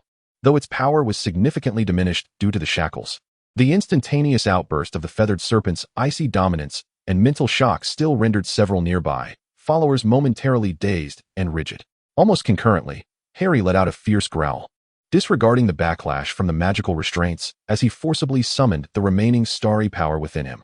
He did not attempt to attack. Instead, he poured every ounce of his strength into the shackles binding Tom and the surrounding isolation runes. Crack! The magical restraints on Tom's wrists and ankles shattered under the combined pressure from within and without. Simultaneously, the runes enveloping the cage flickered violently, experiencing a brief lapse in efficacy. Go! Harry rasped, expending his final reserves of strength to thrust Tom violently towards the shadows beyond the encampment. Everything transpired too swiftly.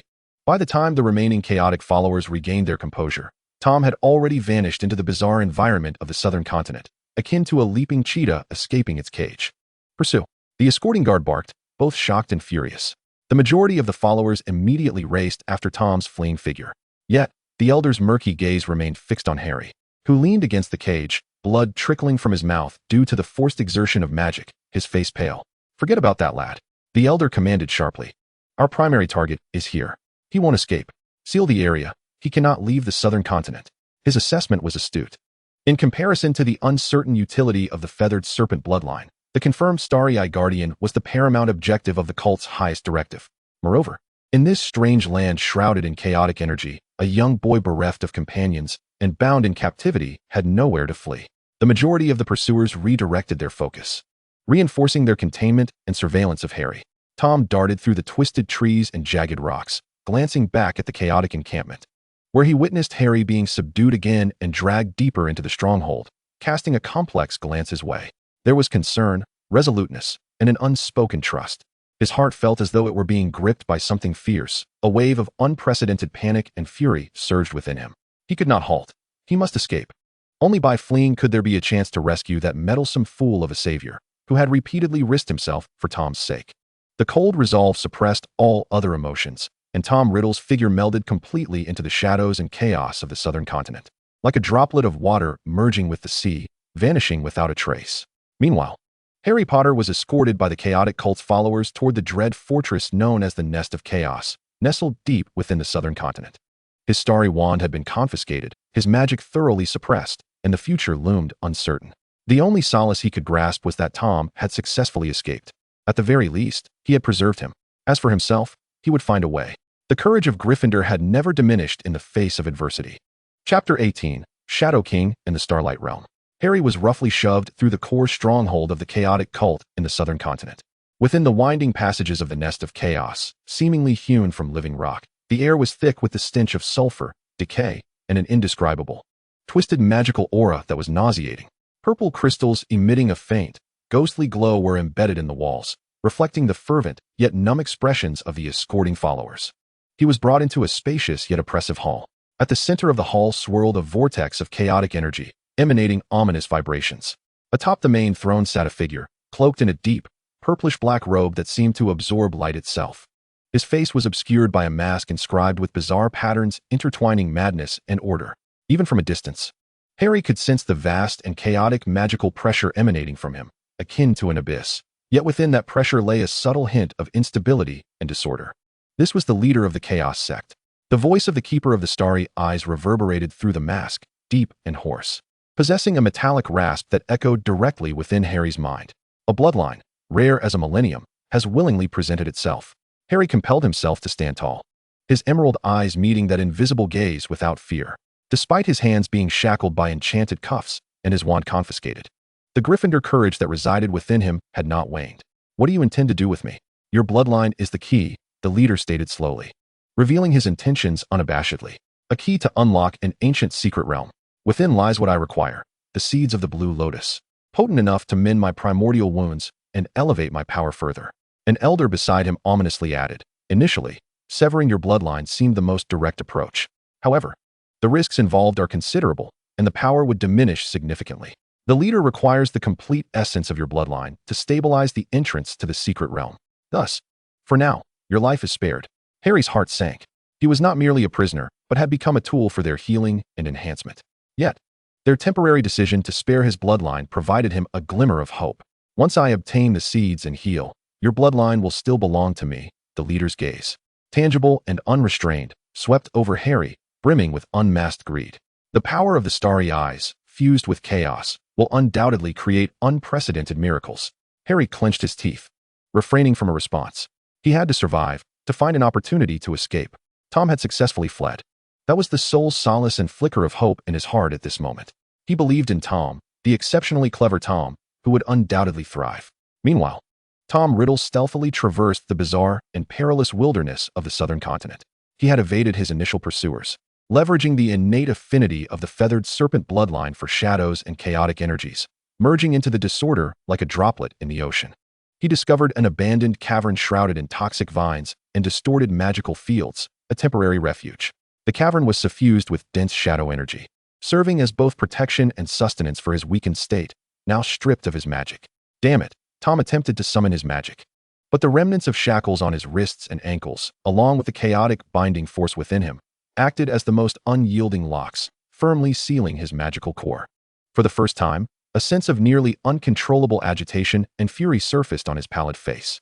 It was not due to his own predicament, but rather because of Harry, that incessantly meddlesome fool, who had once again put himself at risk and fallen into the hands of those madmen.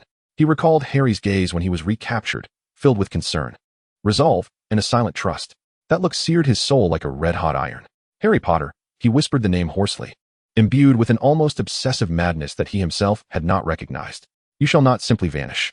An indomitable will surged through his bloodline. The chaotic magical environment of the southern continent resonated deeply with an ancient, dark, and dominative trait within the feathered serpent bloodline. He felt the power of his lineage boiling restlessly beneath the confinement, while the soulstone ring, though dimmed, greedily absorbed the lingering shadows and deathly essence within the cavern. Days passed. 1, 2. Tom remained sleepless, channeling all his energy into breaking free from the restraints. Utilizing the introspective technique of gaze of the nether eye, he meticulously analyzed the structure of his confinement, searching for the slightest fissure. The vibrant, chaotic, magical particles of the southern continent, though not entirely compatible with him, wore down the binding force originating from the chaos sect with their potent corrosiveness. Finally, on the third night, accompanied by a faint sound reminiscent of a shattering from the depths of his soul, Tom felt the once unyielding shackles burst open.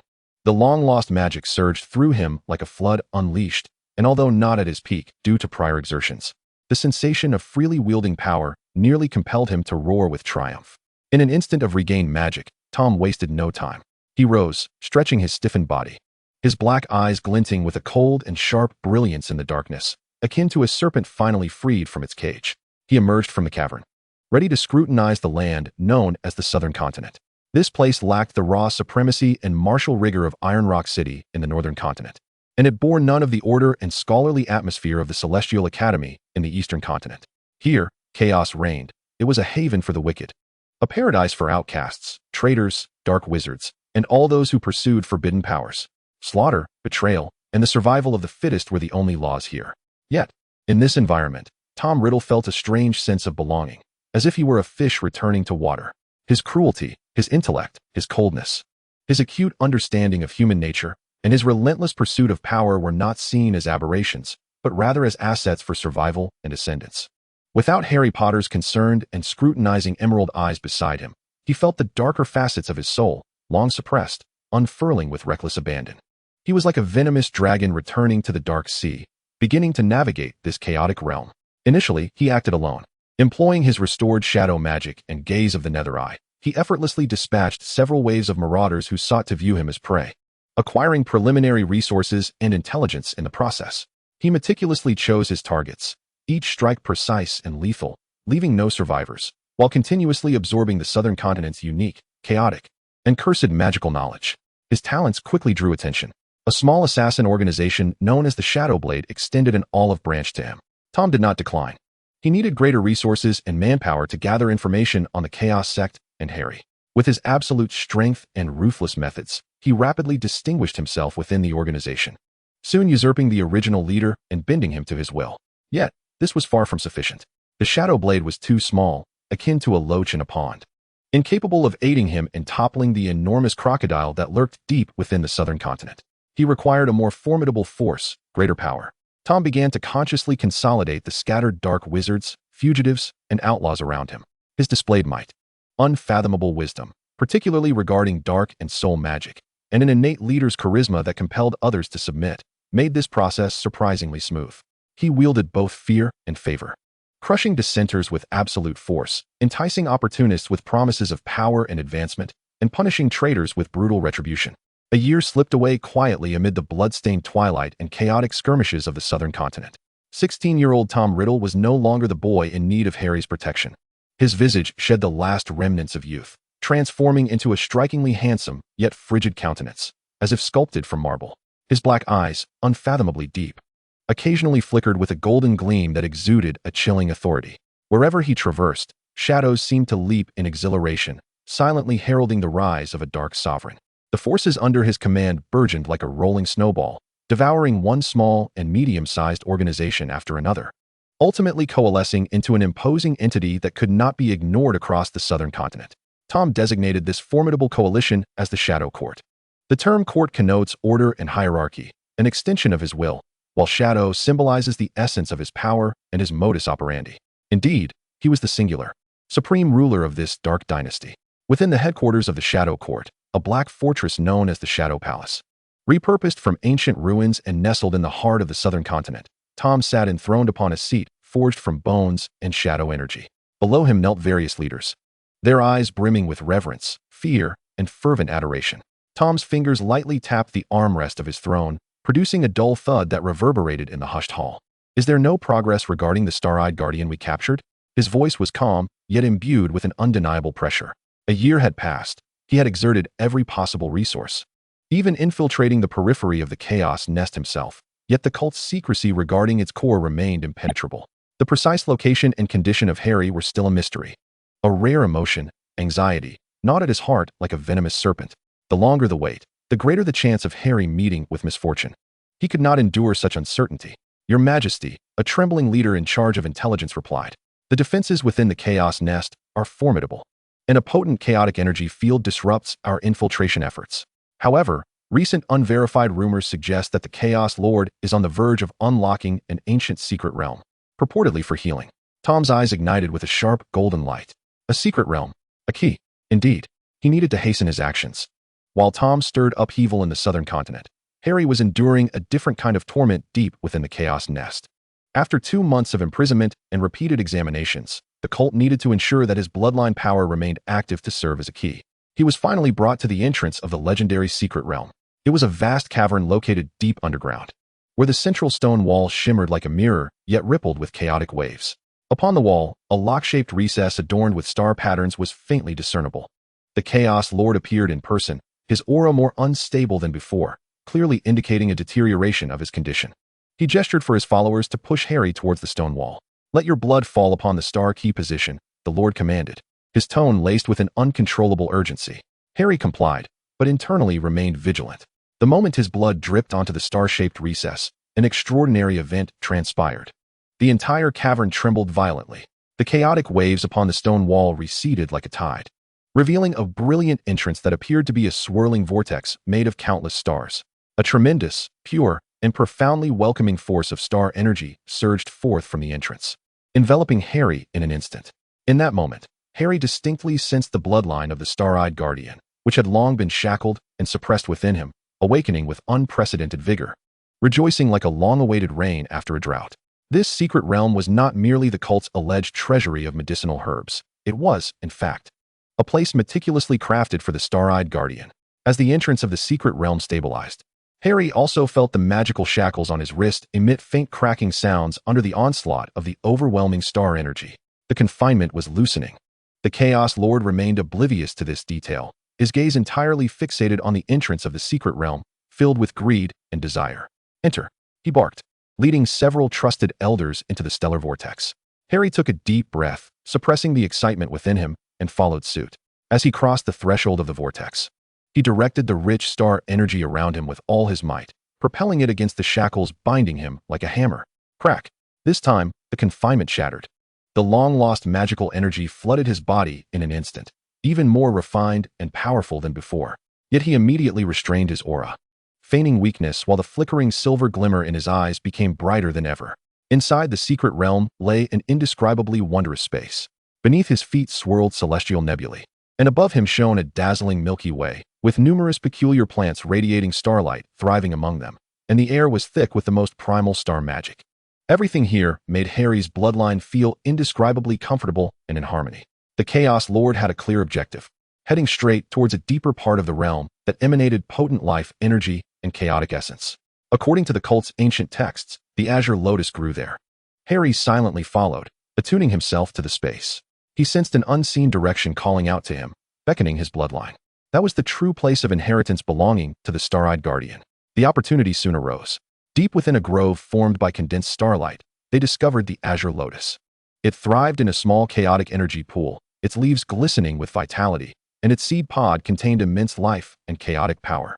However, guarding the azure lotus was a pack of formidable beasts made purely of starlight energy, the starlit werewolves. A glint of brilliance flashed in the Chaos Lord's eyes, and without hesitation, he commanded an attack. He himself unleashed a torrent of chaotic magic upon the wolf pack. A fierce battle erupted instantly, the powers of chaos and starlight colliding violently, causing the entire secret realm to quake.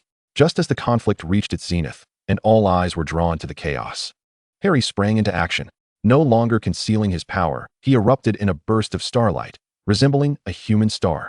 He chose not to attack the cult members. Instead, he channeled all his magic into his feet, executing an unparalleled speed infused with wind element magic, transforming into a meteor that raced towards the direction calling to his bloodline. Stop him! The Chaos Lord was both astonished and furious. He had not anticipated that Harry could break free from his confinement, let alone attempt to flee at this moment. But he was entangled with several of the strongest starlit werewolves and could not extricate himself, only roaring orders to his minions. A few followers attempted to intercept him. But within this realm of stars, Harry moved like a fish in water, his speed astonishingly swift. With a casual flick of his wrist, he unleashed his star chains. Not as an attack, but as a clever means to trip up his pursuers. He darted like a slippery fish, weaving through the starlit grove, quickly shaking off his pursuers. His figure vanishing into the depths of endless starlight. Uncertain of how long he had been running, guided by his bloodline, Harry arrived at the foot of a towering palace. The palace was entirely constructed from an unknown white jade, its surface flowing with soft starlight, exuding an ancient, solemn, and sacred aura. Above the grand entrance of the palace, a complex celestial emblem, akin to the mark in Harry's eyes, was intricately inscribed. Here, Harry sensed an undeniable force within the palace, fervently calling out to him. Without a moment's hesitation, he pushed open the starry gate that seemed to welcome him, stepping boldly inside. The instant he crossed the threshold, the door behind him closed silently. Concurrently, at the entrance of the secret realm, the stone door formed by a swirling vortex of stars flickered violently before vanishing abruptly, as if it had never existed. The Chaos Lord, who had just vanquished the starry wolf and was poised to harvest the blue lotus, sensed the disappearance of the realm's entrance and the complete severance of Harry's aura, unleashing a deafening roar filled with bitterness and rage. Chapter 19: Celestial Refinement and the Shadow Dynasty. The moment Harry entered the Star Palace, the door shimmering with starlight closed silently behind him, isolating him from the tumult and dangers of the outside world. Contrary to his expectations of grand halls and pavilions, the interior of the palace unfolded into an endless expanse, a peculiar realm seemingly composed of liquid starlight. Beneath his feet lay a rippling sea of starlight, while above him flowed a shimmering galaxy with countless points of light, imbued with ancient knowledge, fluttering through the space like fireflies. A gentle, ancient voice resonated within his mind, not through his ears, but directly communicating with his soul. Welcome, scion of the star-eyed guardians. This place, nestled between the stars, is a trial ground for the chosen. Through these challenges, you shall reclaim the glory of your ancestors. Should you fail, Your soul shall eternally slumber here, transformed into stardust. As the voice faded, the starlight before Harry coalesced into 3 immense portals, each constructed from different celestial radiances. The first portal displayed a chaotic spectrum of colors, as if it harbored an infinite tempest of emotions. The second resembled a vast ocean of tomes, with countless books of starlight turning their pages and reconfiguring. The third portal appeared the most stable, radiating a gentle, nurturing glow, behind which floated various peculiar resources forged from pure stellar energy. Will, knowledge, power. Proceed in order, and do not overstep. Harry took a deep breath, feeling a profound resonance with this place that echoed within the depths of his bloodline. Without any hesitation, he stepped into the first portal, the Trial of Will.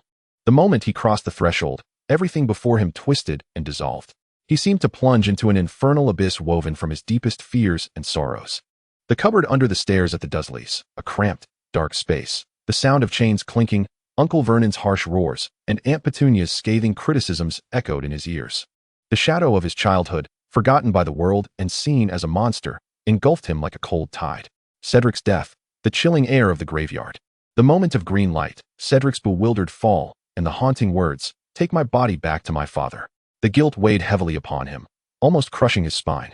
Sirius's fall, the cursed archway of the Department of Mysteries, the fluttering drapes, and Sirius's astonished expression as he fell backward, disappearing behind that eternal veil. His outstretched hand could never grasp the newly found family member. Dumbledore's fall, atop the astronomy tower, that green light, the figure descending gently, and the ensuing collapse of hope for the entire wizarding world. He bore the burden of seeking Horcruxes and battling Voldemort alone. That isolation and despair could break even the strongest spirit.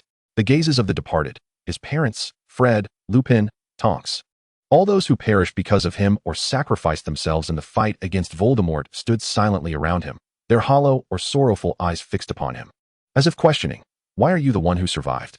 What have you protected?" These visions were no mere phantoms. They directly assaulted the core of his soul, unearthing his deepest guilt, regret, and fear. Each recollection tore open the scabs of his wounds anew. His spirit screamed, his magic unraveled. "Give up, you are weary. Rest." A seductive whisper echoed in his heart. Just as his will was on the brink of being dragged into an endless abyss, he beheld more. He saw the warm embrace of Mrs. Weasley, the unwavering presence of Hermione and Ron by his side, Dobby's pure smile at the end, Neville's courage as he brandished the sword of Gryffindor against Nagini, and the brilliant light of all Hogwarts faculty and students raising their wands to dispel the Dementors. "I have protected them," Harry roared within, his voice hoarse yet filled with undeniable strength. "I have safeguarded all that I hold dear. The past cannot be altered. The pain cannot be erased, but they have forged the person I am today. My heart of guardianship has never been extinguished by darkness. It shines even brighter in the face of despair." With a resounding crash, like the shattering of glass, all illusions receded like the tide. Harry stood once more in the starlit expanse, drenched in cold sweat, gasping for air, yet his gaze was unprecedentedly clear and resolute.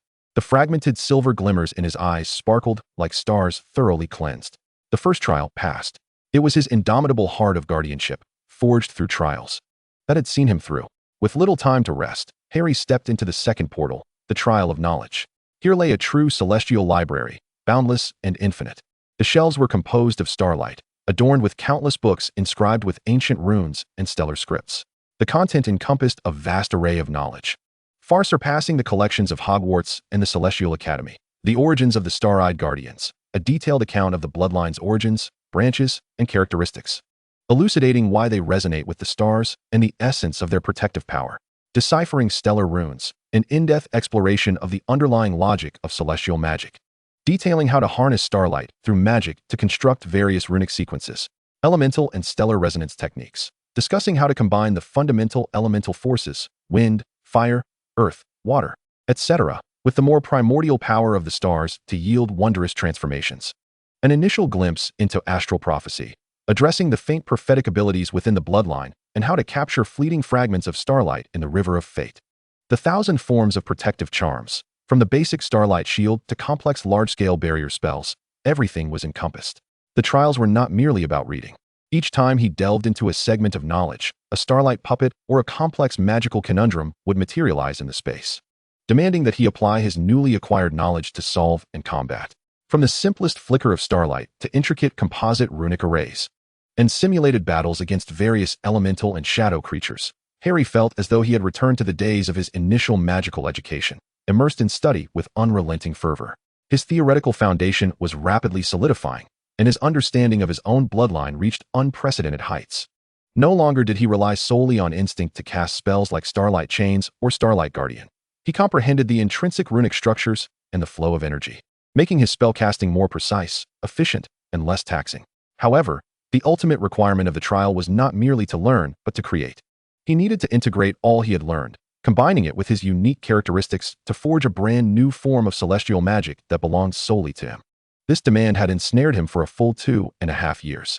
He experimented with countless combinations, merging the swiftness of the wind element with starlight to create a meteor flash of unprecedented speed, compressing the explosive force of fire into starlight arrows, resulting in the blazing star arrow, even attempting to reverse the protective power to develop a rebound attack known as the star rebound technique.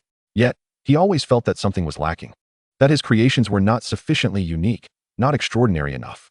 Until one day, while reflecting on his most perilous battles, he recalled the confrontation with the basilisk in the chamber, the golden snitch hovering above the Quidditch pitch, and the experience of weaving through countless arrows and spells. He realized he needed a spell capable of encompassing a vast area, one that could strike, suppress, and purify all at once. Like a meteor shower, it would be inescapable, imbued with a devastating beauty, yet retaining the purity of the stars themselves. Inspiration ignited like a spark of starlight. Drawing upon his understanding of the wind element as both a driving force and a vessel, he invoked the primordial power of the stars, condensing it into countless fist-sized, highly compressed, searing star cores. He then infused the explosive and purifying characteristics of fire into this amalgamation. A complex, three-dimensional composite magical model began to take shape within the ocean of his consciousness, evolving, adjusting, and refining itself. He faced countless failures, his magical energy depleting and then replenishing, his spirit worn to the brink, relying solely on sheer willpower to persevere. Finally, after 2.5 years in the knowledge trials, a brand new spell model stabilized. Standing in the testing ground, his magical energy surged forth like a torrential river. Celestial descent. With a low utterance, the simulated sky of the secret realm darkened abruptly, as if transitioning from daylight to the depths of night in an instant.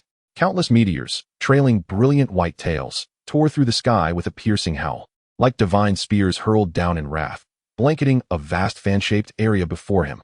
The meteors fell with an unending roar, the earth trembled, and a net of destruction and purification woven from starlight and flames enveloped everything within the designated area, evaporating and cleansing all simulated targets in an instant. The spectacle was grand, its power astonishing, imbued with the unique ability of starlight magic to counter darkness and filth. A resonant chime echoed through the star library, signifying recognition. The second trial was passed. He not only mastered the knowledge of his ancestors, but also stamped his own mark upon it, celestial descent. With a weary yet fulfilled body and spirit, Harry stepped into the final third door, the door of power's gift. Here, there were no complex trials, only the purest essence of stellar energy, so rich it was nearly liquid. At the center lay a pool shimmering with countless points of light, star essence liquid, while various extraordinary flowers and fruits, condensed from starlight, floated nearby, designated to nourish, refine, and elevate the bloodline of the Star-Eye Guardians. To leave, one must refine their bloodline with this essence and awaken the true power of the Star-Eye. This was both a reward and the final challenge. Awakening the Star-Eye was no easy feat. It required the infusion of immense stellar power into his eyes, transforming their very essence, a process fraught with pain and peril. Harry submerged himself in the star essence liquid, beginning to channel the overwhelming energy to wash over his eyes. Agonizing pain surged forth, as if countless burning needles pierced his eyeballs, delving deep into his nerves and connecting to his brain. He clung tightly to his thoughts, recalling the lessons learned during the trials, the individuals and matters he needed to protect, and the troublesome nemesis who awaited him outside. 6 months drifted by in a haze of excruciating pain and intense focus. When he finally opened his eyes once more, the world appeared utterly transformed. Deep within his emerald green irises, the once scattered silver points of light had coalesced into 2 slowly swirling miniature galaxies. This was the complete Star-Eye. He attempted to activate the Star-Eye. Dynamic vision and trajectory prediction. The airborne trails of dust became vividly clear, allowing him to predict their positions in the next second. This meant that, in battle, his enemies' movements would appear to him as if played in slow motion, with their attack trajectories laid bare. Energy flow vision. He could directly perceive the flow of magical energy, whether within himself or in the external environment. Weak points in magical structures and the distribution of energy nodes revealed themselves to him without concealment. Brief future sight. By concentrating all his mental and magical energy on the star eye, he could vaguely glimpse segments of what might occur in the next 5 seconds. Although this consumed tremendous energy and the future glimpsed was fraught with uncertainty, it was undoubtedly a game-changing skill in critical moments. The star eye had awakened, granting him insight into reality and a fleeting glimpse of the future. The third trial was successfully completed. Meanwhile, the world outside was in tumult. During Harry's 3 years of arduous training in the secret realm, Tom Riddle unleashed a bloody storm across the southern continent. Having fully integrated the Shadow Court a year prior, he set his sights directly on the chaotic cult, which was left leaderless due to the entrapment of its master and core elders. Under the internal power struggles and external pressures, the vast chaotic cult crumbled like a giant tree hollowed out by termites. With an iron fist, Tom either absorbed or eradicated the remnants of the cult's forces and territories, bringing them entirely under the Shadow Court's dominion. He became the undisputed Shadow King of the southern continent. However, at the pinnacle of power, all his schemes ultimately pointed to a singular goal: finding a way to unlock the Starlight's secret realm and rescue Harry. He deployed all available resources, scoured countless ancient texts on secret realms, spatial magic, and stellar magic, and even personally captured and interrogated the remaining scholars of the chaotic cult. The conclusion was disheartening. The likelihood of forcibly cracking open an ancient secret realm that required a specific bloodline was minuscule, unless one possessed power surpassing that of the realm's creator.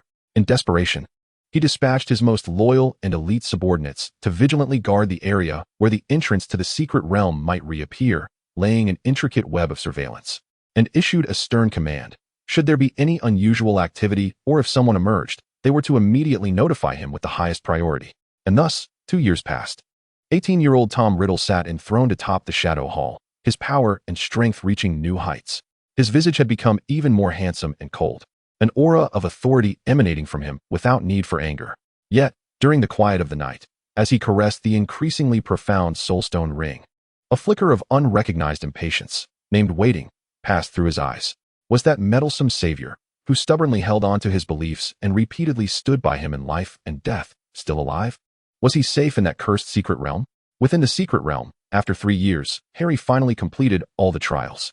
He felt the torrent of stellar magic within him, far more refined and vast than 3 years prior, along with the wondrous and powerful force in his eyes, filling him with confidence.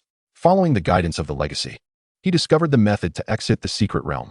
With a mere thought, the starlight swirled around him, and in the next moment, he found himself back in the initial cave, standing before the now tranquil stone wall that no longer revealed the entrance. The moment he emerged, he sensed 2 distinct presences. One was weak yet filled with malice, emanating from the corner where the chaotic cult leader lay curled up, emaciated. With crazed and murky eyes, the elder had long been killed and consumed before resources ran out. The other was concealed and vigilant, emanating from a Shadow Court sentinel disguised as a rock at the cave's entrance. The master beheld Harry's emergence, a final surge of greed and madness igniting within his eyes. And with a deafening roar, he lunged forward. Though weakened, his lifetime of cultivation remained formidable, a chaotic curse, coalescing his last vestiges of power, shot toward Harry like a venomous serpent. Yet, the tides had shifted. Harry merely inclined his body slightly. The celestial gaze within him activated, rendering the curse's trajectory crystal clear. Its velocity seemingly diminished. He raised his hand, and a chain of stars, solidified in its essence, surged forth, not as an assault, but as a precise strike targeting the curse's structural weak point. With a soft pop, the formidable curse imploded as if punctured like an overinflated balloon. The master stood frozen. Disbelief etched across his countenance. Harry granted him no second chance. With a finger poised like a blade, he summoned the drifting starlight in the air, and a blazing star arrow coalesced in an instant, imbued with the pure force to purify all darkness, piercing through the master's chest. The Chaos Master, once a formidable figure who conspired to seize the celestial gaze bloodline, ultimately dissipated into a wisp of purified smoke within that desolate cavern. Having eradicated the final threat, Harry approached the cave's entrance. The disguised sentinel, though visibly shaken by the target's appearance and the display of power, promptly triggered the alarm and revealed himself. Bowing respectfully yet cautiously to Harry, "Your Excellency, on behalf of the court, under the command of His Majesty the Shadow, I await your presence. His Majesty has commanded that upon your arrival, we report immediately and escort you to a place of safety." At the mention of His Majesty the Shadow, Harry paused momentarily, then quickly regained his composure, a complex smile unconsciously gracing his lips. Indeed, Tom would never settle for mediocrity, no matter the location. Lead the way, Harry responded calmly, eager to discover what Tom had wrought upon the southern continent over the past 3 years. He was guided to a clandestine stronghold, swiftly relayed through layers of messages to the Shadow Palace. When Tom Riddle received the brief notification that the target had appeared, was safe, and was en route to the Shadow Palace, he was seated upon his throne, listening to a report concerning border tensions. He gripped the information crystal tightly, his knuckles whitening from the pressure, yet his expression remained unchanged, merely instructing the reporter below him, continue. Only those closest to the throne sensed that, in that moment, the suffocating low pressure enveloping the entire Shadow Palace seemed to dissipate slightly, as Harry finally set foot on the path to the main hall of the Shadow Palace. Witnessing the stern guards, the grand yet ominous architecture, and the gazes filled with awe and fear directed at Tom, he truly comprehended the magnitude and terror of the dark empire Tom had established here. Before the throne forged from colossal bones and shadows, Harry halted, gazing up at the familiar yet alien figure seated above him. Tom was also observing him, his black eyes as profound as ever. Yet the power and authority contained within them far surpassed that of the youth he once was 3 years prior. Their gazes locked, transcending 3 years of time, crossing the trials of life and death, and bridging the chasms of ideology. Starlight and shadow, guardianship and dominion, adversaries and a deeper, more elusive bond coalesced once more in this otherworldly realm. Harry inhaled deeply, breaking the silence first, his tone laced with an imperceptible blend of nostalgia and irony. It seems you've had quite an exhilarating time in my absence over these 3 years, Your Majesty the Shadow. Chapter 20. The Journey Home and Choices. Standing before the throne of the Shadow Palace, crafted from bones and shadow energy, Harry gazed up at Tom Riddle, who loomed above him. 3 years seemed to have etched profound marks upon him, far exceeding the passage of time. At 18, Tom had fully matured, tall and slender, the once boyish contours replaced by sharp, defined lines, resembling a classical sculpture, handsome yet chillingly devoid of warmth. His black eyes were unfathomable, occasionally flickering with golden light.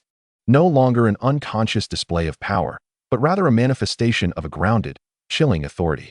Merely by sitting there, the invisible pressure radiating from him almost solidified, rendering the vast, eerie hall feel constricted.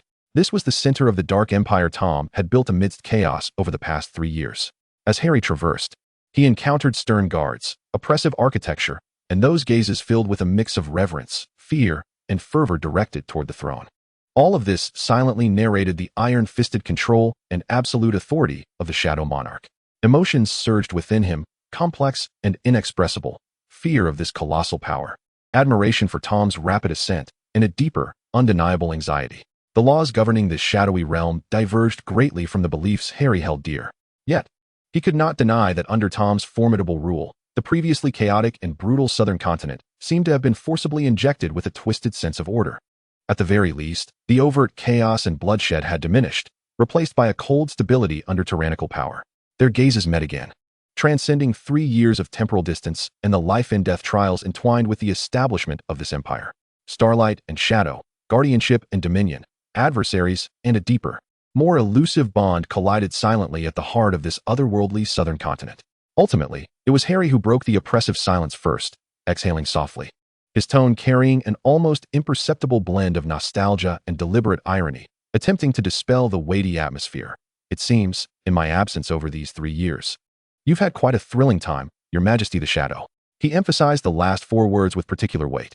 Tom's deep gaze flickered momentarily. Harry's familiar, straightforward tone, tinged with a hint of Gryffindor candor, seemed to penetrate the layers of ice that enveloped him, touching upon something deeply buried. Yet, his expression remained impassive, a faint, habitual smile gracing his lips, not quite a smile, but rather a distanced acknowledgement. He slowly rose from his throne, his movements elegant and powerful, descending the steps to stand before Harry. Not as rich as your harvest in the secret realm, Tom's voice was deep and steady, devoid of emotion. Yet his gaze scrutinized Harry with an intensity akin to the most precise measuring tool, mapping the changes in him. The Harry before him, compared to 3 years ago, exuded an aura of calm restraint. Within his emerald eyes, the silver specks had transformed into a miniature galaxy, swirling with a profound and mysterious understanding of the world. The magical energy coursing through him, though deliberately restrained, still radiated a purity and vastness far surpassing the past. Tom understood that Harry's trials over the past 3 years were no less arduous than his own. They exchanged no further inquiries regarding the details of the secret realm, nor did Harry broach the blood-soaked establishment of the Shadow Court. Some matters remained unspoken yet understood between them. Tom raised his hand, revealing a ring embedded with shadowy soulstone that shimmered faintly in his grasp, not the soulstone ring he typically wore, but a storage medium. His fingertips brushed lightly, and in the next moment, the familiar short staff, adorned with a starstone at its apex, materialized in his hand, precisely the star staff that had been seized by the Cult of Chaos from Harry. The rightful possession had been restored. Tom extended the staff towards him.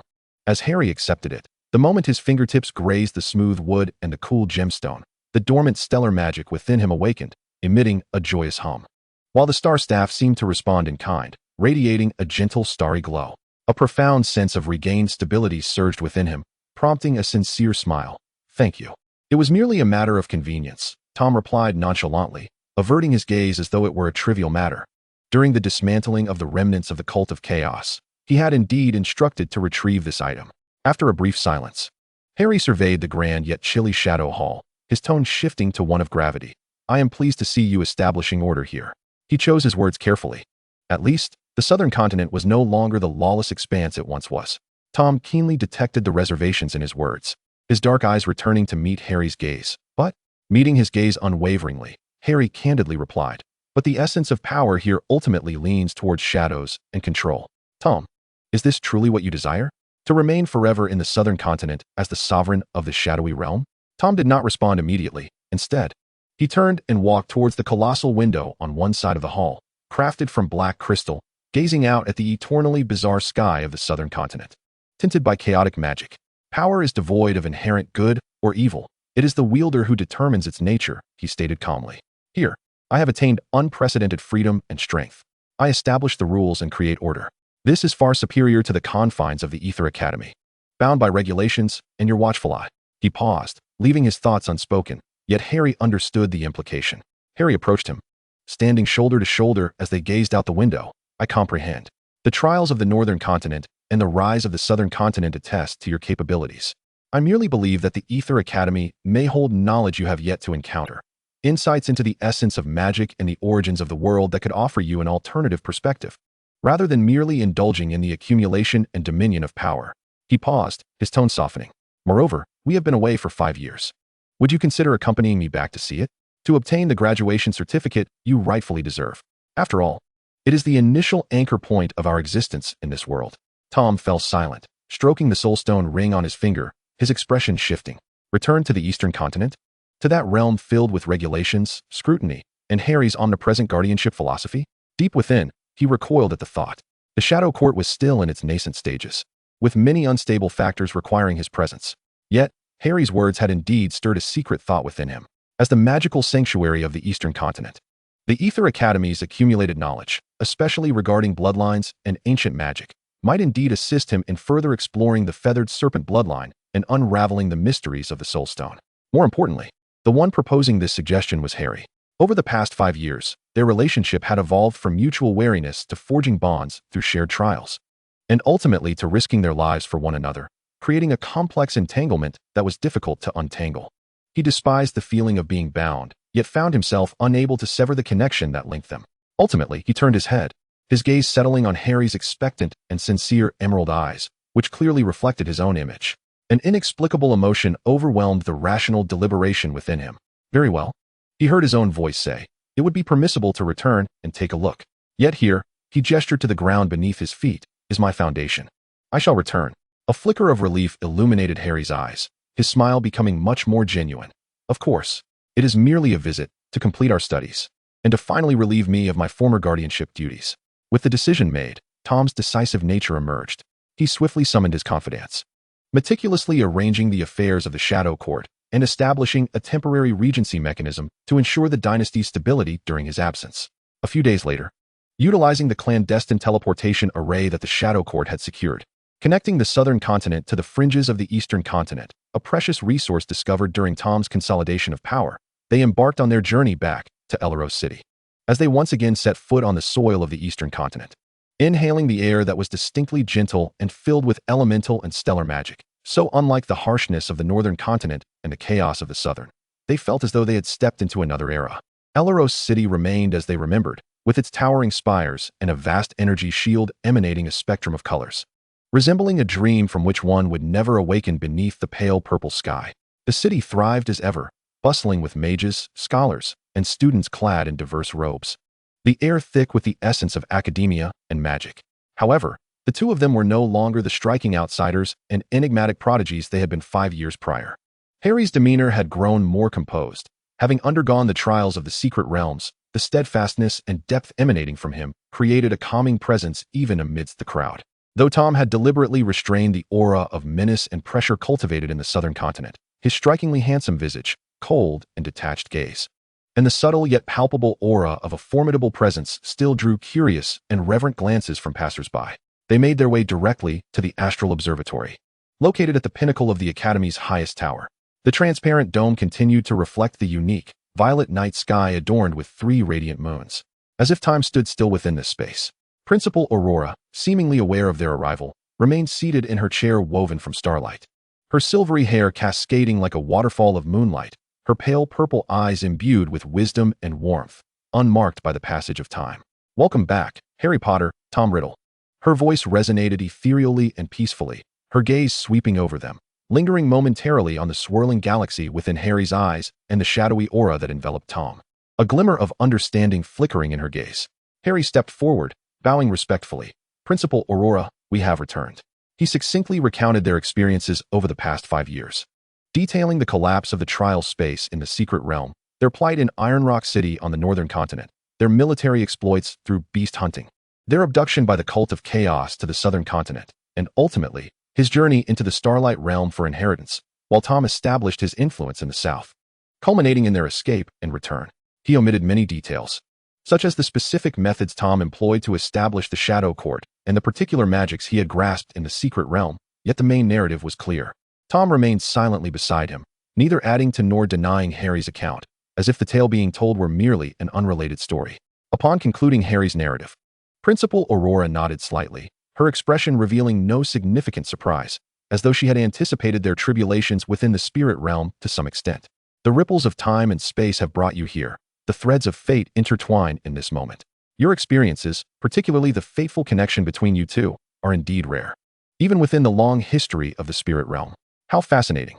Her gaze once again fell upon the two individuals, imbued with an ineffable depth of meaning. Harry and Tom instinctively exchanged glances, each perceiving a flicker of confusion in the other's eyes. A fated connection? What could that phrase possibly signify? Did it imply they hailed from the same realm, or did it refer to the entangled, adversarial, yet symbiotic relationship they shared? However, it appeared that Principal Aurora had no intention of delving deeper into the matter, and they could only suppress their uncertainty for the time being.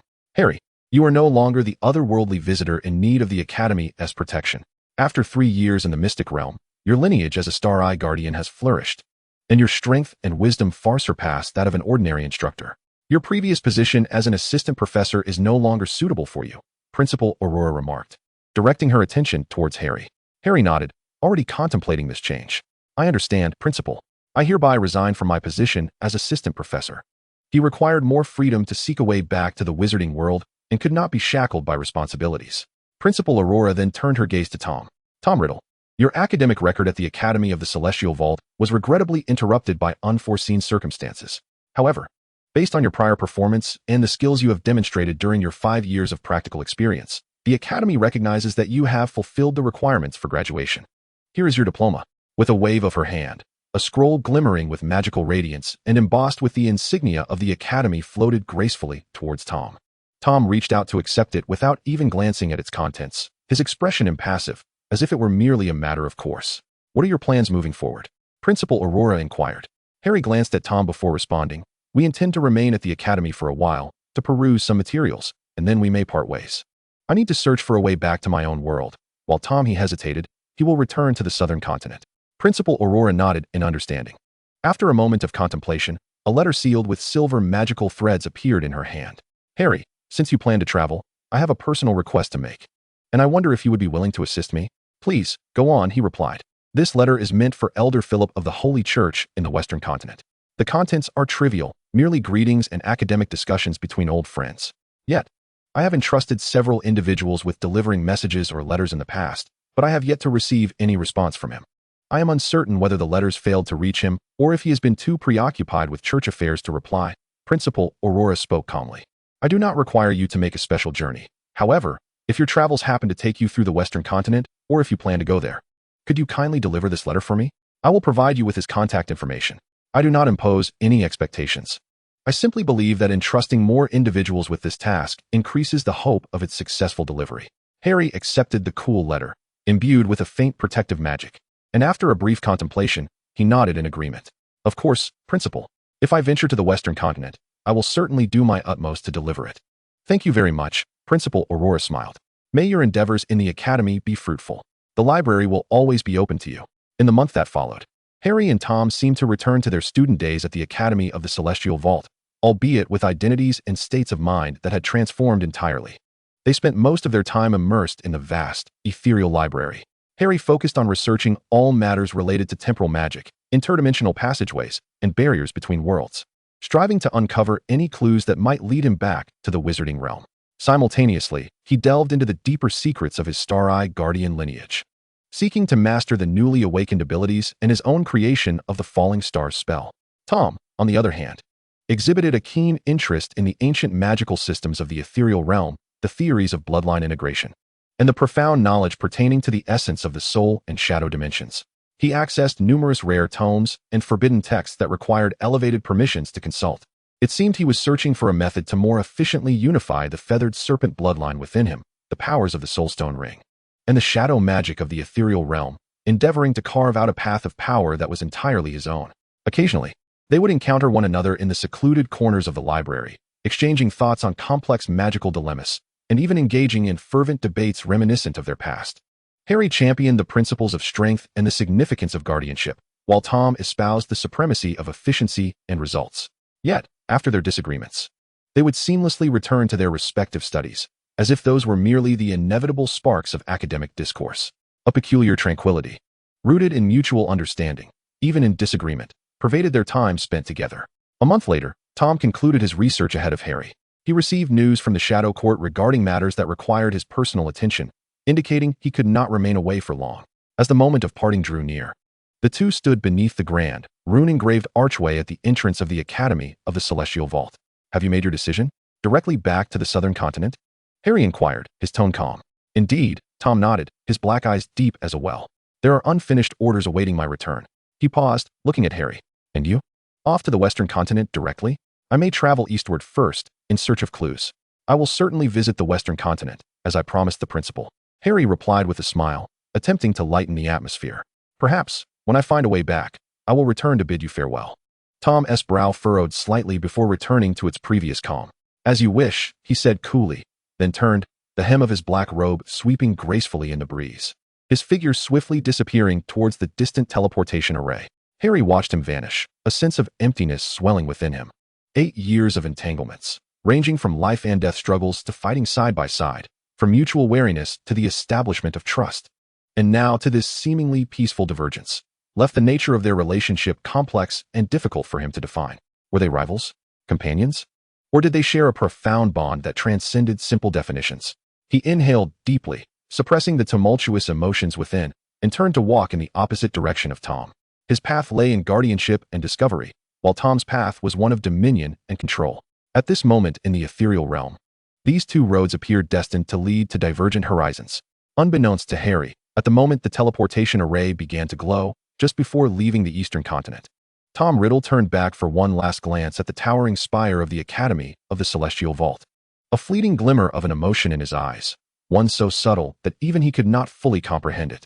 I will wait for you. His low voice dissipated amidst the energy waves stirred by the teleportation array, unheard by anyone. Meanwhile, Harry Potter embarked on his solitary journey, clutching the starry wand and the letter destined for the western continent, stepping onto the path leading home, a path fraught with uncertainty. The vast tapestry of the ethereal realm had only just begun to unfurl before him, and the enigma connecting the two worlds awaited his unraveling. Chapter 21. The journey home. Harry Potter set forth on his solitary expedition. The farewell with Tom at the entrance of the Academy of the Celestial Vault seemed to punctuate a tumultuous 8-year saga in another world with a brief semicolon. He understood that this was not a full stop, Their entanglement was far from over, yet the road ahead required him to seek it alone. His goal was clear and resolute, to find a way back to his own world, the one with Hogwarts, with Ron and Hermione, and everything that tethered his heart to the wizarding realm. This conviction served as his North Star, guiding him through the vast expanse of the spirit realm. He first returned to the familiar lands of the Eastern continent, seeking any traces of temporal disturbances. Once again, he arrived at Chingshire Village. 8 years had passed. And while the village remained largely unchanged, the elder of the Mogurstone clan had become even more stooped, his face etched with wrinkles resembling the rings of an ancient tree, each line a testament to the passage of time. Upon seeing Harry's return, a flicker of joy sparkled in the elder's murky eyes. "Harry, it is you." The elder's voice, aged yet warm, resonated with affection as he grasped Harry's hand, inquiring with concern, "And what of the dark-haired lad who accompanied you? Tom, where has he gone? Did you not return together?" A complex ripple stirred within Harry's heart as he succinctly informed the elder of their many experiences, explaining that Tom had embarked on his own path and responsibilities, heading south. He refrained from elaborating on the Shadow Court or the tumultuous events of blood and fire. The elder listened in silence for a moment, gently patting Harry's hand. "Child, each person has their destined path to traverse. To have journeyed alongside one another, even for a time, is a connection in itself. Knowing you are both safe brings me solace." After a brief stay in Chingshire Village, Harry ventured to the site of their initial arrival in this world, the deep, perilous misty forest. Harnessing his now formidable strength and awakened star eyes, he easily evaded the magical creatures within the forest and reached the core area where he had once fallen. Drawing upon the full extent of his stellar magic, he activated his star eyes, striving to perceive any residual spatial fluctuations that did not belong to this world. In his emerald eyes, a miniature galaxy slowly revolved, revealing the essence of energy in the world around him. He observed the vibrant life magic pulsing through the forest, the elemental energies flowing through the earth, and the myriad magical beings emanating their vivid auras. Yet, clues connecting the two worlds, remnants of the accidental temporal journey, eluded him like pebbles cast into the sea, vanishing without a trace. The air was infused solely with the ancient and profound magic of the spirit realm, devoid of any anomalies. Disappointment enveloped him like a cold mist, saturating his heart. He stood at the very spot where he and Tom had once eyed each other warily yet relied on one another to escape. Recalling the gloomy yet stubborn gaze of that 10-year-old boy and the trust forged in battle when they had each entrusted their backs to the other, the longing for home surged within him with unprecedented intensity. Ron's whimsical grin, Hermione's exasperated admonitions, Hagrid's hearty embrace, and the starry ceiling of the Great Hall at Hogwarts. Each vivid memory felt as though it had occurred merely yesterday. "I must return," Harry whispered, clutching his starry wand tightly, his voice imbued with a determination that dispelled some of his despondency. After fruitless searching in the Eastern continent, Harry recalled his promise to Headmistress Aurora and, fueled by hopes of the vast knowledge contained within the Holy Church of the Western continent, finally embarked on his journey westward. The sights of the Western continent starkly contrasted with the wonders of the East, the ruggedness of the North, and the chaos of the South. Here, order prevailed, imbued with a solemn and majestic atmosphere. The expansive plains were adorned with towns and villages predominantly in hues of white and gold, their towering spire-topped churches serving as the heart of each settlement. The streets were immaculate, and the people dressed simply yet appropriately, their faces often displaying a serene and devout expression. Whether they were farmers toiling in the fields, vendors peddling their wares on the streets, or hurried monks passing by, their eyes reflected a profound faith and sense of belonging to the Holy Church. In this place, Harry could sense a gentle and radiant magical essence permeating the air, resonating harmoniously with his lineage as a star guardian, granting him a sense of comfort and belonging. This magical property seemed inherently purifying and repellent toward dark and chaotic energies, explaining how the Western continent maintained such high levels of order and stability under the Church's dominion. Following the address provided by Headmistress Aurora, he easily located the headquarters of the Holy Church in the heart of the Western continent's sacred city. After announcing his presence, he met the elder in a crimson robe, Elder Philly, who had just concluded a period of seclusion. Philly was a sprightly old man, adorned in a robe intricately embroidered with golden sun patterns, wielding a staff embedded with luminous crystal. His gaze was sharp and wise, radiating a comforting aura of light. When Harry revealed his identity and presented Aurora's handwritten letter, a look of apology graced Philly's face. "Ah, so you are the messenger of an old friend of Aurora's. My sincerest apologies." Philly's voice was both resonant and gentle. "I have been engrossed in a study regarding the stability of the Holy Light Barrier and its correlation with the tides of magical energy, and I have been remiss in responding to her correspondence. which must have caused her concern. "Thank you for taking the trouble to deliver her letter, young man." Harry quickly expressed that it was merely a small effort.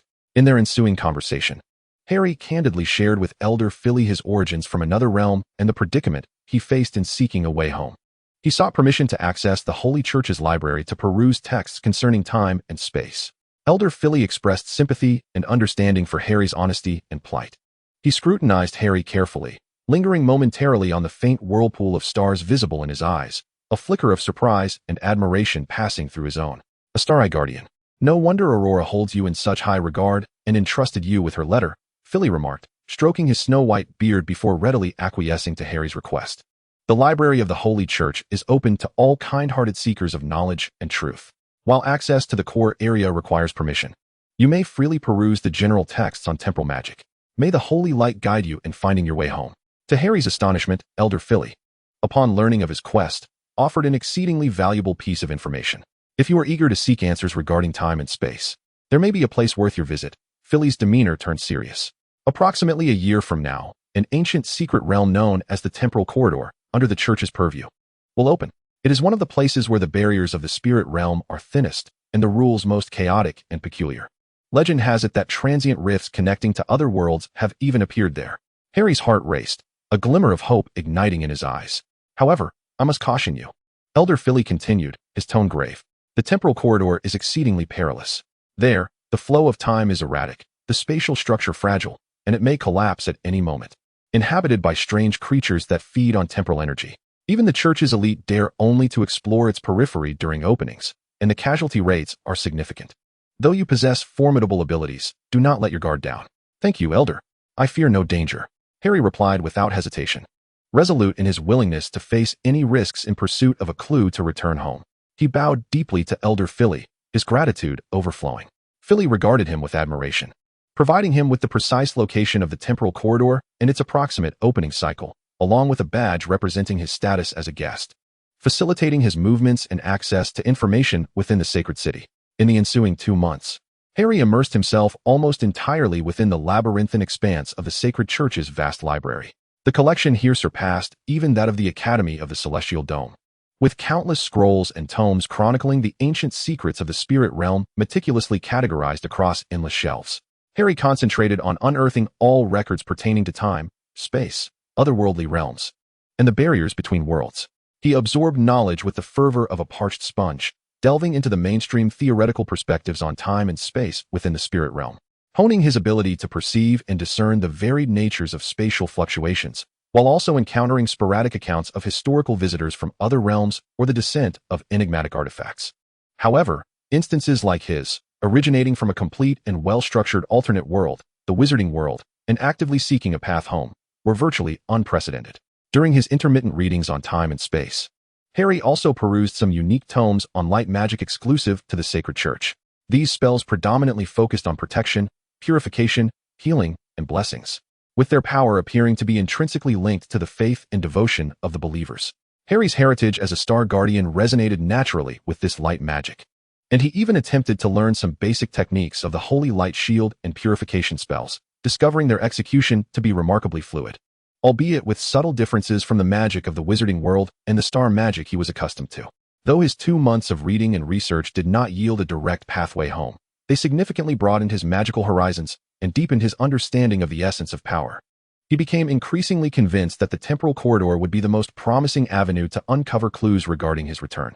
During his quiet days of study in the Holy City, whenever night fell and silence enveloped the surroundings, Harry would unconsciously think of the person far away in the southern continent. He pondered, what might Tom be doing at this moment? Was he attending to the affairs of his shadow court, or was he continuing to delve into his dangerous and potent powers? Had the chaos of the southern continent truly been sculpted into a twisted order under his iron fist? He recalled the depths of Tom's dark gaze at their parting, wondering if beneath that seemingly calm exterior lay a hint of unspoken concern. Shaking his head, Harry suppressed these tumultuous thoughts. They had chosen different paths, that much was true. His primary objective now was to return home, on the eve of departing the headquarters of the Sacred Church. Preparing for the impending exploration of the temporal corridor a year hence, Harry bid farewell to Elder Phileas once more, expressing his heartfelt gratitude. Elder Phileas regarded him with kind eyes, imparting solemnly, "Child, your journey is still long.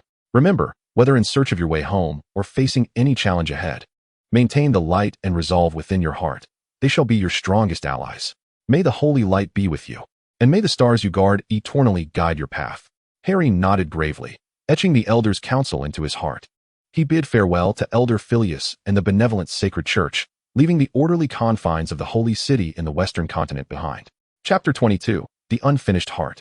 Harry stepped onto the teleportation array bound for the southern continent.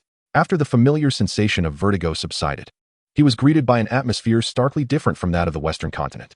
The air here was scorching and arid, tinged with dust, spices, and a faint metallic scent of blood.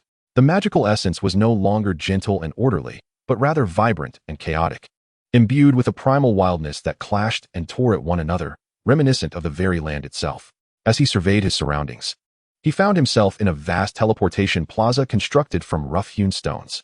The square was bustling with a diverse throng of people, clad in an array of attire from enveloping desert robes to scant leather armor, each reflecting the myriad cultures present. The cacophony of voices, the calls of vendors, and the whinnies of mounts melded into a disordered yet vibrant symphony. The gazes of the people were predominantly vigilant and shrewd. The sense of power was the universal language here. This was a stark contrast to the sheer chaos he had encountered upon his initial arrival in the southern continent, when he had been abducted by the cult of chaos. Back then, the southern continent had resembled an abyss of disorder where the law of the jungle reigned supreme. Now, while power still held sway, a rough semblance of order had emerged. The streets, though somewhat untidy, exhibited a noticeable reduction in violent confrontations. The market remained raucous, yet it seemed governed by invisible rules. He could sense an intangible pressure, shadowed in nature, enveloping the land, suggesting that beneath the surface chaos lay a semblance of order constrained by formidable forces. The Shadow Court, Tom's dominion. Drawing upon the scant information he had gathered in the Holy City, coupled with his understanding of Tom's modus operandi, Harry made his way towards the rumored heart of the Shadow Court, the city of Ashen Shadows. Along the route, he observed individuals clad in standardized uniforms emblazoned with serpentine and shadowy insignias, patrolling or stationed at critical junctures. Their expressions were impassive, their demeanor exuding a steely resolve, paying no heed to the surrounding turmoil, yet none dared to provoke them. Undoubtedly, these were members of the Shadow Court. Harry made no effort to conceal his presence. In fact, he proactively approached a squad of patrolling shadow sentinels, declaring his identity and purpose. He saw Tom Riddle.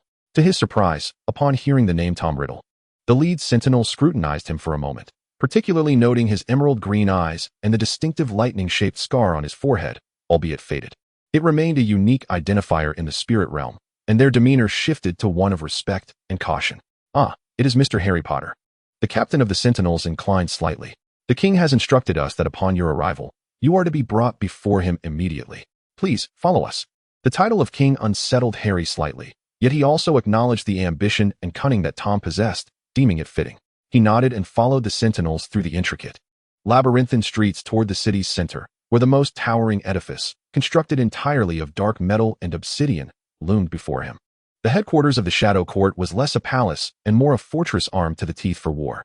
The architectural lines were harsh and angular, exuding an air of pragmatism and defensiveness.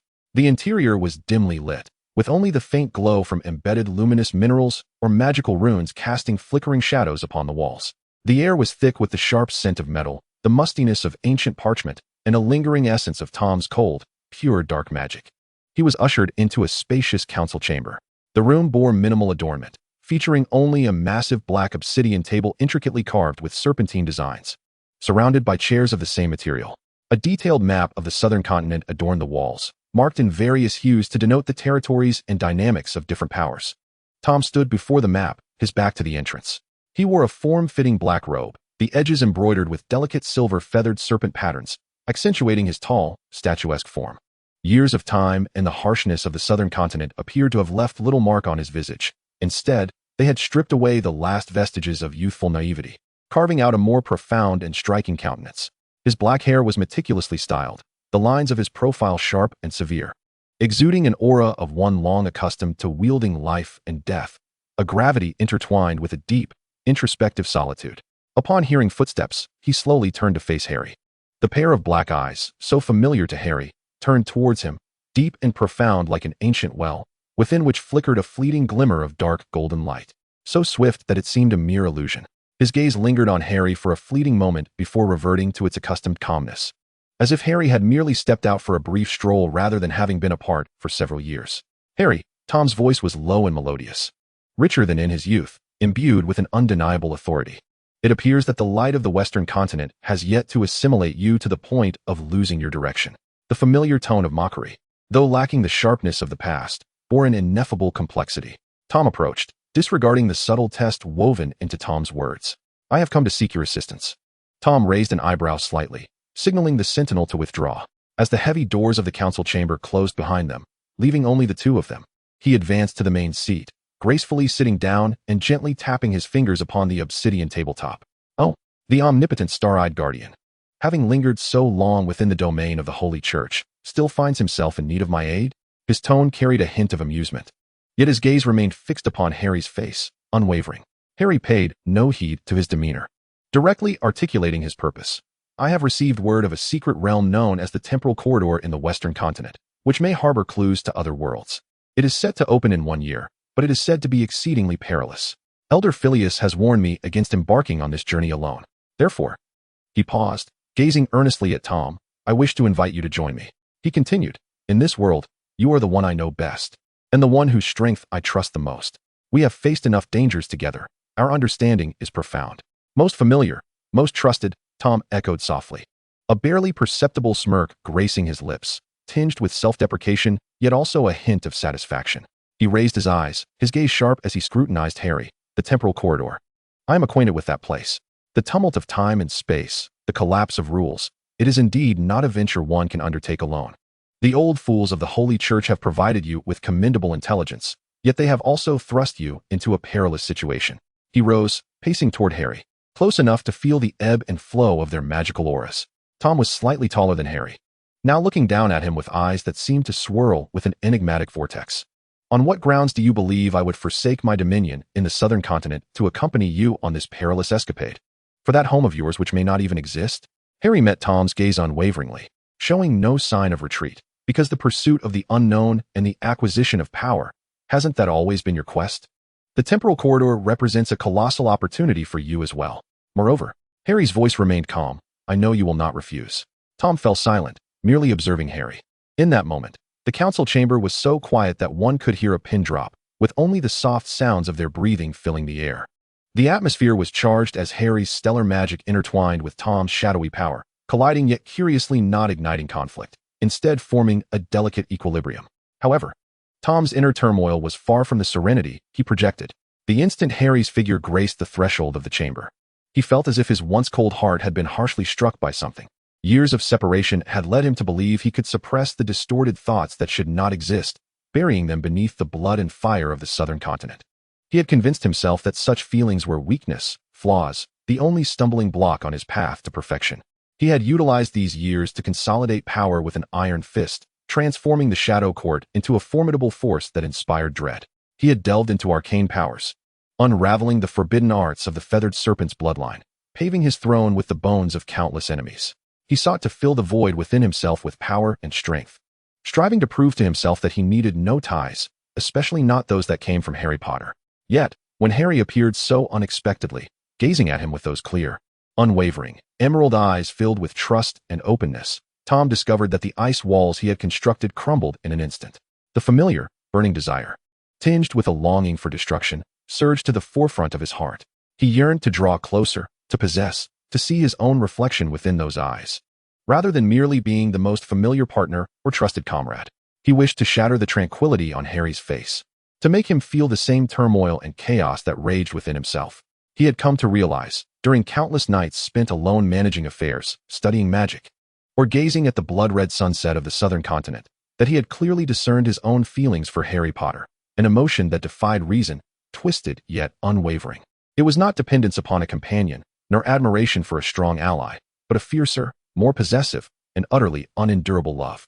This realization incited rage within him, rendered him powerless, and yet ensnared him in a web of obsession. He, Tom Riddle, the sovereign of the Shadow Court, a man destined to stand atop the heights of power, had developed such a wretched weakness for the very man he had always declared as his nemesis. What frustrated him most, and caused him secret anguish, was that Harry remained blissfully unaware. His gaze was clear and deep, filled only with trust, concern for the path he might tread towards becoming Voldemort, and a sense of familiarity as if etched upon the very foundation of fate as adversaries. What was conspicuously absent was the spark he longed for. Harry could come to him without hesitation, inviting him to face danger together, simply because he was the most familiar and trusted individual. This trust was so pure, so taken for granted, like a mirror reflecting Tom's darkest, most sordid thoughts, inciting within him a greedy desire to seize this warmth, yet simultaneously an urge to shatter it completely. "I will not refuse." After a lengthy pause, Tom finally spoke, his voice now deeper and slightly hoarse. "The temporal corridor is indeed worth the journey." He turned, walking back to the window, gazing outside at the chaotic yet vibrant scene of Shadow Ember City, concealing the turmoil roiling within him. "I, too, need to be away for a time, to address some pressing matters. The operations of the court require further stabilization." He consented. Harry felt a wave of relief wash over him, a genuine smile brightening his face. "Thank you, Tom." That smile was pure and radiant, like a sunbeam piercing the dimness of the council chamber, and it stung Tom's eyes. Turning away from Harry, he inhaled deeply, forcing down the tumultuous desires and bitterness surging within him. "Do not thank me. It is merely a matter of mutual benefit." Tom's voice regained its calmness. "There remains a year until the realm opens. I need this time to arrange the affairs of the court, ensuring that no complications arise during my absence." He paused. "Wait for me in the southern continent." Although Shadow Ember City could not compare to the orderly sanctity of the Holy City in the western continent, providing him with a quiet refuge was certainly feasible. He required Harry to remain within his domain, within his sight. This was driven by an inexplicable desire for control, as well as an inability to bear the thought of parting again so soon after their reunion. Even merely watching Harry within reach, feeling the ethereal magic that set him apart from the southern continent, infused with starlight and sunlight, would slightly ease the gnawing emptiness within him. "All right," Harry readily agreed. He had initially intended to further familiarize himself with and adapt to the environment of the southern continent during his wait, perhaps even gathering additional information regarding the time rift corridors. "I could leisurely explore here, gaining insight into your kingdom." "My kingdom," Tom softly echoed, a cold smile flitting across his lips. No matter how grand or powerful this realm might be, it seemed unable to fill the void left by the presence of the individual before him. He turned away, his countenance now devoid of any discernible anomaly. "I shall arrange accommodation for you. In Shadowmelt City, you may roam freely, but remember, this is neither the Spire Academy nor the holy city of the western continent. The knives in the dark are always present." "I understand," Harry nodded.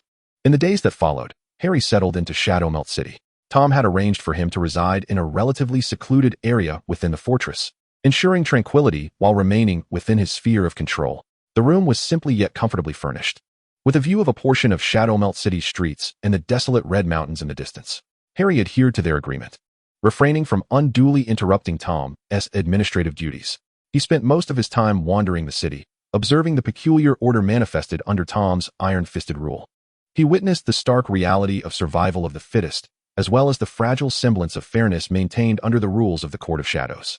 He attempted to engage with the locals, gathering information, but their demeanor was primarily marked by awe and distance, clearly aware of his status as the king's guest.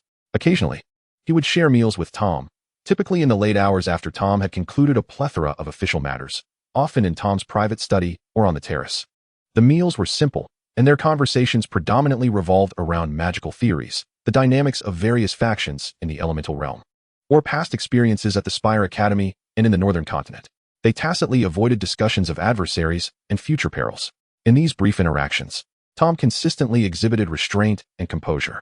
He would attentively listen to Harry recounting his experiences in the western continent, offering sharp yet pertinent critiques on the Holy Church's radiant magic, and occasionally mentioning some of the thorny issues and solutions he encountered while consolidating power in the southern continent. His mind was astute, and his logic was clear, showcasing remarkable wisdom and leadership. Yet, only Tom was aware of the tempest concealed beneath each seemingly tranquil conversation.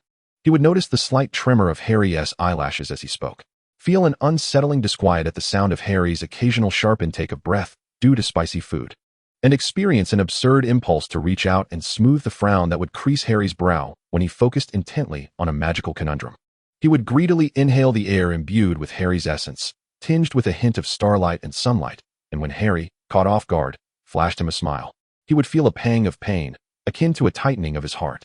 He resembled a traveler on the brink of death in a desert, desperately consuming the poison known as Harry Potter, fully aware of the peril, yet unable to extricate himself. As for Harry, he remained blissfully unaware. He simply perceived Tom as more composed and restrained than in his youth, still sharp in his rhetoric but diminished in the fervor and madness of the past. He attributed this change to Tom's acquisition of power, finding a path to realize his self-worth, no longer fixated on crafting Horcruxes or pursuing the illusory promise of immortality. He felt a sense of relief, believing his guidance had at least borne some fruit, and that Tom seemed to be genuinely embarking on a path distinct from Voldemort's. He never contemplated that the gaze Tom directed at him harbored such profound and agonizing affection. This unreciprocated, silent pull subtly unfolded in every seemingly ordinary interaction. Once, while practicing celestial magic, Harry inadvertently disturbed the shadow energies surrounding his room, causing a minor magical disruption.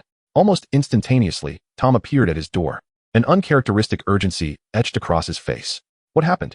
Tom's voice bore a tautness as his gaze swiftly scanned Harry's form, ensuring his safety. It's nothing. Just a minor hiccup in my magical practice, Harry explained, a hint of embarrassment coloring his tone. I apologize for disturbing you. Tom's taut jawline relaxed slightly, and after a brief silence during which he scrutinized Harry, he replied coolly, in the southern continent, your celestial magic is too conspicuous. Be cautious while practicing to avoid unnecessary troubles. With that, he turned and departed, saying not another word of concern, yet the momentary urgency revealed his inner turmoil. On another occasion, while at a market in the city, Harry encountered a peculiar talisman from the eastern continent. Remembering Tom's apparent interest in such artifacts imbued with ancient magical essence, he purchased it and casually presented it to Tom during dinner. When Tom accepted the somewhat crude and unremarkable talisman, he froze entirely. His fingers tightened around the object, knuckles blanching, as a tumult of emotions, shock, disbelief, elation, and deeper pain, swirled in his lowered gaze. Harry, merely offering a token of friendship, unwittingly stirred a tempest within Tom. Thank you, he eventually managed to utter in a hoarse voice, clutching the talisman as if it were a priceless treasure. For the remainder of the evening, Tom found himself somewhat distracted, his gaze frequently drifting to the small talisman, his expression inscrutable. Harry sensed something amiss in Tom's reaction but assumed he simply struggled with accepting such a seemingly trivial gift and did not press further. There were many such moments. Tom resembled a serpent lurking in the shadows, carefully concealing his most authentic desires while greedily collecting the untainted goodwill and trust that Harry inadvertently cast aside. Assembling a mirage of solace from these fragments, even as this comfort scorched his very soul, he understood that Harry did not harbor affection for him. At least not of the kind he yearned for. Harry's trust was rooted in 8 years of shared life and death experiences and mutual understanding, grounded in acknowledgement of Tom's abilities. Perhaps with a touch of relief for his return from the brink of darkness. Yet, love was conspicuously absent from this equation. Not a trace of it. Harry's heart seemed eternally aligned with that distant world, replete with Hogwarts, Ron, and Hermione. His unwavering conviction in finding the way home instilled in Tom a sense of envy and impotence. At times, Tom would darkly ponder if it would be preferable for Harry never to discover the path back, contemplating whether that might allow him to. But as this thought arose, he would forcibly suppress it. He knew Harry. Should he ever take such a course of action, the remaining trust and connection between them would be irrevocably shattered. He could only wait for Harry to fulfill his obsession, or wait for an opportunity that perhaps would never come. Time slipped away in this delicate and taut equilibrium. Tom efficiently managed the affairs of the Court of Shadows, delegating power further while establishing a mechanism that could sustain itself even in his absence. Meanwhile, Harry continued his studies and preparations amidst the waiting, silently observing the southern continent under Tom's rule, his emotions a complex tapestry. They both prepared for the forthcoming journey through the time rift corridors a year hence, one seeking a path home, the other yearning to accompany the one on that quest, greedily stealing moments of transient companionship. The shackles of rivalry remain unbroken, yet the tendrils of affection have silently entwined, tightening their grip around Tom's heart, unbeknownst to Harry.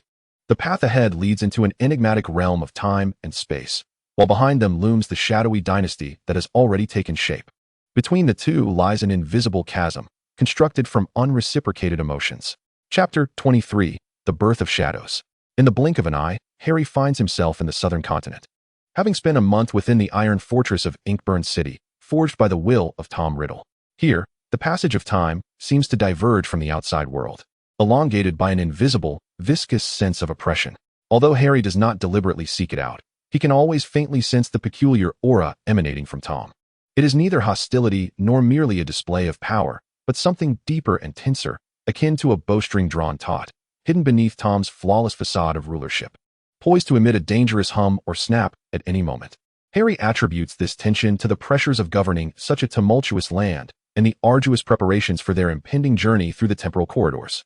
He does not ponder how those clear, starlit emerald eyes reflect the abyss of darkness within Tom's soul, a vortex that even Tom himself trembles before, yet remains unperceived by Harry's innocent gaze, failing to interpret the insatiable desire that threatens to incinerate everything within its grasp.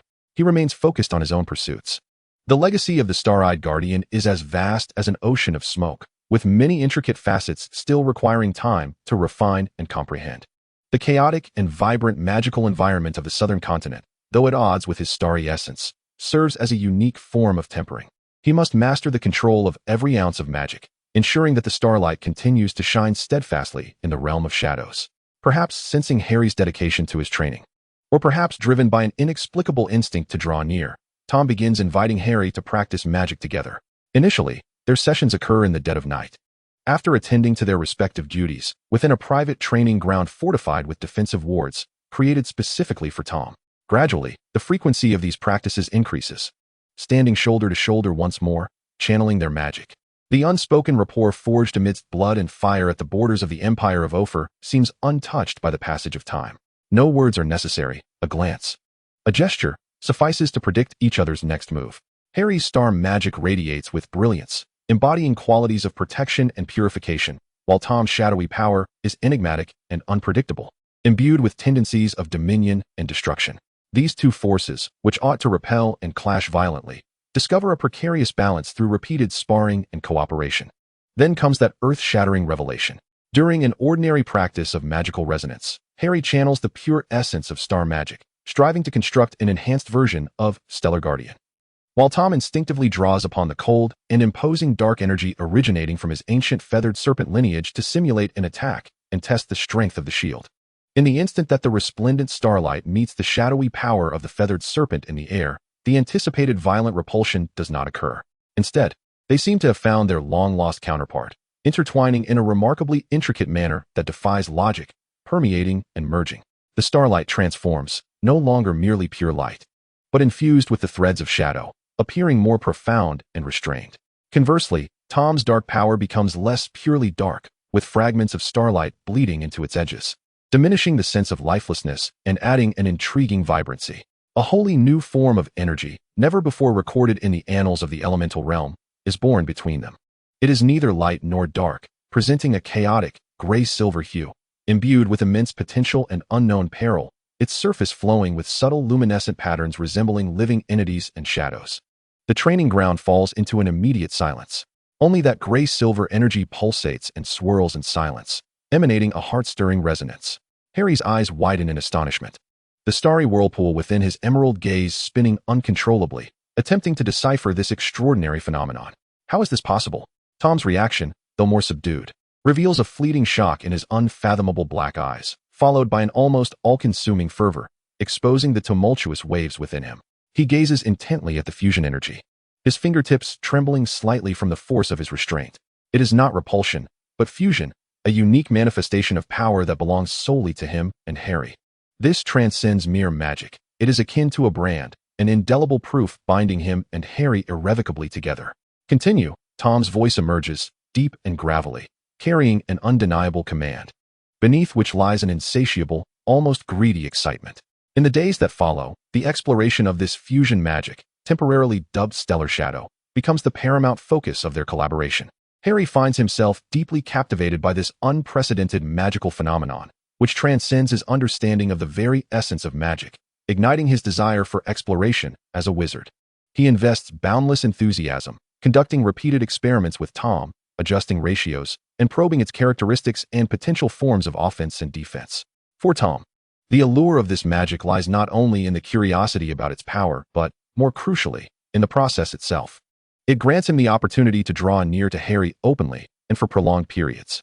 Within the training ground, suffused with their magical auras, he can unabashedly savor the essence of Harry, which mingles sunlight with starlight. He can distinctly hear the soft rhythm of Harry's breathing as he concentrates on the magical constructs. And he can almost greedily capture the slight rise of Harry's lips in success or the subtle furrow of his brow in failure.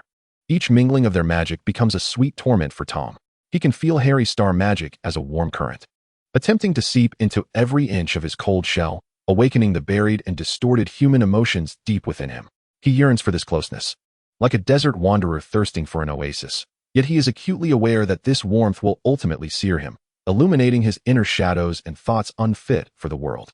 He resembles an addict to a lethal toxin, fully cognizant that each indulgence accelerates his descent, yet unable to resist the ephemeral satisfaction it provides.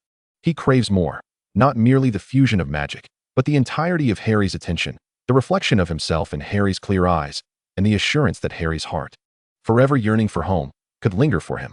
This twisted, ever-expanding desire for possession reaches a perilous threshold after Harry encounters a woman named Hela. Hela, the First Lady of the Shadow Court, is responsible for managing the court's affairs, exceptionally capable and deeply trusted by Tom. With her Eastern features, black hair and dark eyes, she possesses a striking beauty, her demeanor cool yet tinged with an elusive melancholy. Upon their first encounter in the corridor, Harry is momentarily taken aback. She bears an uncanny resemblance to someone from his past, someone who had once quickened his heart in the Hogwarts library, Autumn Jean. Perhaps it is the pangs of nostalgia or the way her visage evokes bittersweet memories of his youth, but in Hela's presence, Harry unconsciously adopts a gentle, wistful demeanor. He would engage in brief conversations during their chance encounters, inquiring about the customs and culture of the southern continent. His gaze would occasionally linger on her face, as if peering through her into another realm, another dark-haired, dark-eyed girl. Hela maintained a demeanor of respectful detachment towards this special guest of the king. Yet Harry's inadvertently nostalgic glances did not escape the notice of those who were ever watchful of him. Tom immediately sensed it. The invisible web of shadows he had woven around Harry meticulously reported every fleeting interaction between Harry and Hela, every subtle moment of distraction in Harry's eyes. Initially, a cold, offended fury surged within him. How dare Harry, under his dominion, cast his gaze towards another? Even if that gaze was not one of affection, but merely a shadow of longing for the past. It incited within him an intense displeasure at the violation of his territory. It was the unmistakable possessiveness of the Shadow King at play. This was soon followed by a more tumultuous, almost consuming jealousy. Through Hela, who was Harry looking at? How could a mere shadow, long lost to the tides of time, so easily divert Harry's attention, while he, Tom Riddle, who had stood shoulder to shoulder with Harry for 8 years, traversing 2 worlds, merging their powers, could only receive his pure trust and that damned comfort of a misguided return? That familiar, searing thirst rekindled, more intense than ever before. He yearned to erase every image in Harry's eyes that did not belong to him, to sever all ties Harry had with the past, to make his entire world revolve solely around Tom Riddle. He chose the most direct approach, in alignment with his nature.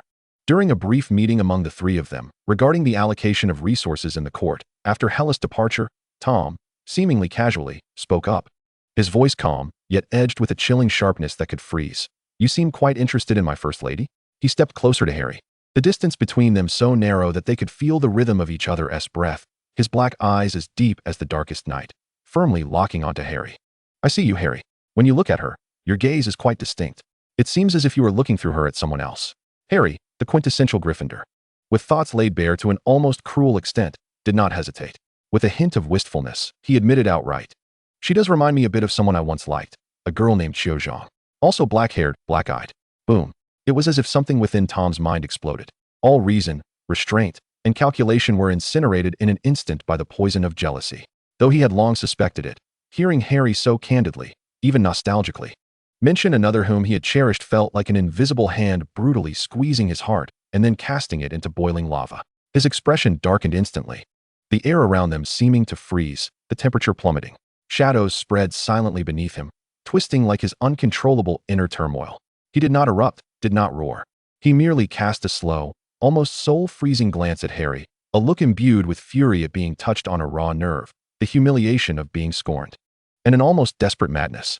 Harry, taken aback by the sudden shift in Tom's aura and that terrifying gaze, instinctively explained, "It's just that she looks a bit like her. After all, it was a long time ago." Tom did not allow him to finish. He abruptly turned, the black cloak slicing through the air with a sharp arc, radiating an almost palpable chill, and strode away. He feared that if he lingered for even a second longer, he might commit an irreparable act. For instance, imprisoning Harry with the darkest of magics, ensuring that those eyes would reflect no one but him, or causing Hela, along with all the inconsequential men and women in Harry's memories, to vanish entirely, back in his secluded, enchanted private domain. Tom struck his fist violently against the cold obsidian wall, the hard surface fracturing instantly, leaving a clear, blood-streaked imprint. Pain could not alleviate the searing anguish within. He gasped for breath, his eyes swirling with a golden hue, a sign of the feathered serpent bloodline stirred by extreme emotion. Wait, endure? No. This no longer aligned with his character. He was the master of the Shadow Court, destined to control all.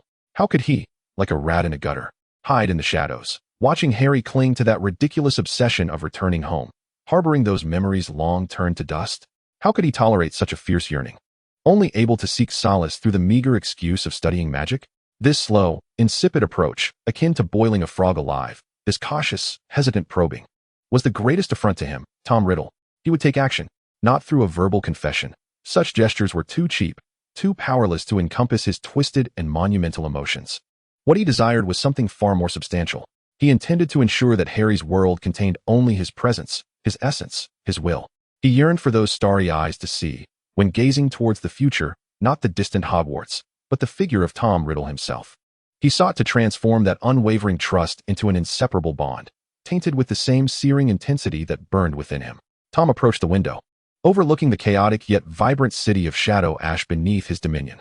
This city was his kingdom, a symbol of his power. Yet it could not fill the void that Harry had perpetually left unoccupied. But now, he was no longer content with mere observation, with waiting for an opportunity that might never arrive. He would seize his coveted treasure in his own way, even if the process resembled embracing flames, ultimately scorching and possibly incinerating them both. He was unwavering. The hunt of the Shadow King officially commenced at this moment. The target, his star, his rival, the one he could not control yet desperately yearned to possess, Harry Potter. The air, still tinged with the subtle remnants of the starry shadow merging magic, seemed to silently herald an impending storm, more intense and perilous than ever before. Chapter 24, Unrequited Love. In the days that followed in the city of Shadow Ash, Harry Potter felt like a drop of clear dew, plummeting into a thick, lightless pool of ink. Tom Riddle's kingdom was permeated with his will, cold, tight, and undeniably authoritative. The guest room Harry occupied was comfortable and quiet, affording him a degree of freedom, yet he could always sense the omnipresent gaze upon him. It was not malevolent, but rather an intensely focused scrutiny, as if he were a moth ensnared in a spider's web, patiently awaited by its predator. This sensation of being gently enveloped by an invisible hand initially unsettled him, yet considering Tom's obsessive nature and the perilous environment of the southern continent, he rationalized it as a form of excessive protective surveillance. He remained oblivious to the fact that what he perceived as mere protection was, in truth, a cage crafted by Tom Riddle, gradually closing in with a gentle yet lethal embrace.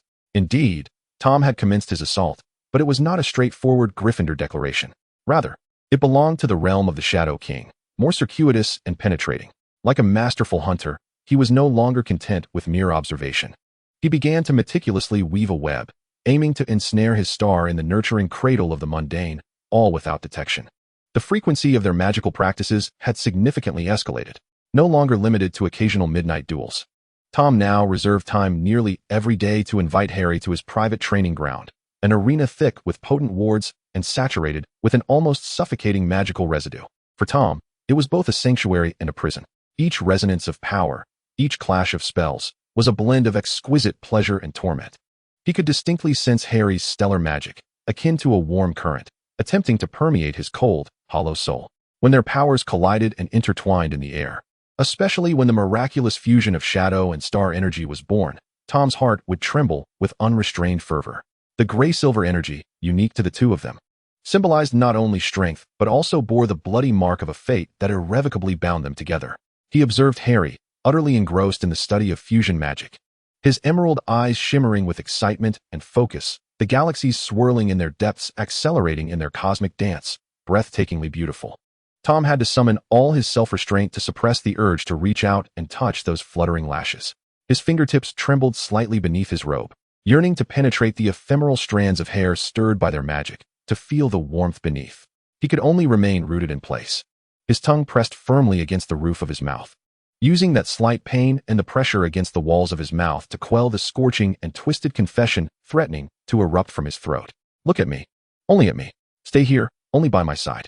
Forget Hogwarts. Forget the past. Your future can hold only me. These words churned within his chest, burning fiercely, almost scalding his very insides. But he could not utter them. He knew Harry too well. Such a blunt and possessive declaration would only frighten the wary and somewhat obtuse savior away.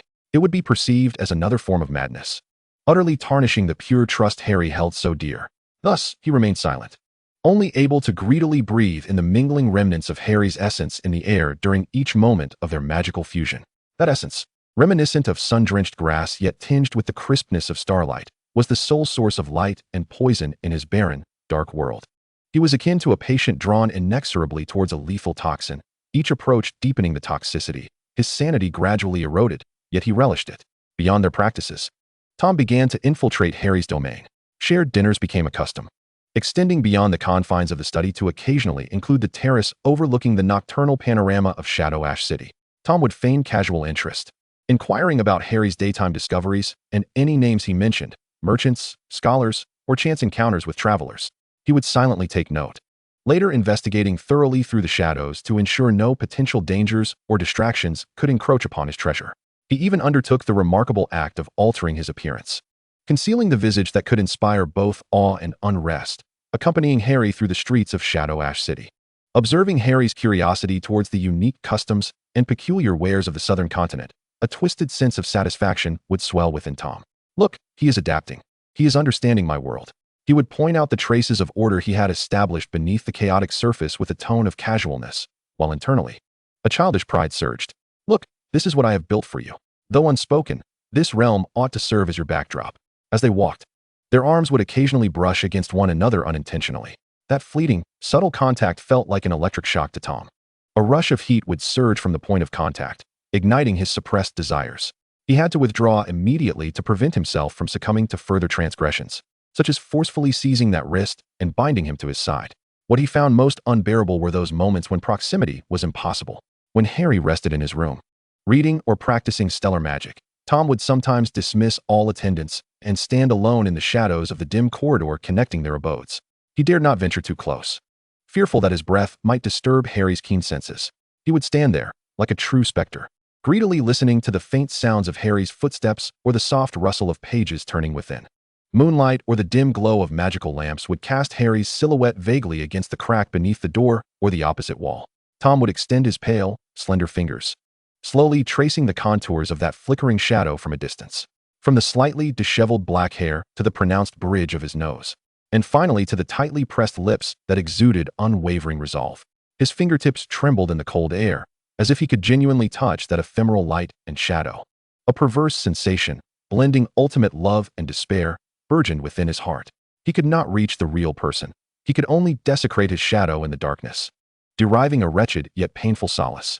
He was obsessed with this silent possession, yet a chilling fear gripped him for such a self. When had he, Tom Riddle, become so humble, so wretched? He resembled a ridiculous jester, lurking in the shadows, cautiously collecting the stray kindnesses Harry unwittingly cast aside, touching his illusory shadow, believing that such pitiful comfort could suffice. Meanwhile, Harry harbored within him the distant echo of Hogwarts, filled with long-departed friends. This realization gnawed at his heart like a venomous serpent. He could not continue this way. This gradual, insidious approach, akin to a frog slowly boiling in water, relying solely on the pretense of studying magic as a pitiful solace, could not support the distorted and overwhelming emotions he bore. He was on the brink of madness from this silent yearning. The tense, volatile atmosphere reached its zenith following a somewhat subdued yet powerfully significant banquet hosted by the Shadow Court. The event itself was unremarkable, merely a display of reverence from various factions of the southern continent towards the Shadow King. Tom sat high at the head table, his demeanor indifferent, occasionally nodding to acknowledge either sincere or feigned respect. Harry, as his special guest, was seated in a position just below Tom's, an unmistakable declaration of his status. During the feast, a matriarch renowned for her beauty and ambition, perhaps emboldened by a semblance of past familiarity, or merely her own delusions, or perhaps intoxicated, had the audacity to openly express her brazen affection for Tom, her words laced with admiration for power and a yearning for greater dominion through their union. Tom did not even lift an eyelid, merely responding with a voice so cold it could freeze the air, "You are unworthy." The woman's face turned ashen in an instant, and amid the gazes of onlookers filled with either sympathy or mockery, she retreated in utter disarray. After the banquet concluded, Harry and Tom walked side by side along the corridor back to their quarters. The surroundings finally fell silent, leaving only the rhythmic sound of their footsteps echoing in the vast hallway. perhaps feeling that the earlier scene had a touch of theatricality, or perhaps merely wishing to dispel the oppressive atmosphere. Harry, with a hint of teasing in his tone, turned to Tom and remarked, "It appears your charm remains undiminished. Even in, well, such a setting." He intended to convey a lighter tone, yet as the words escaped his lips, they bore a subtle emotion he himself did not fully realize. Tom abruptly halted his stride.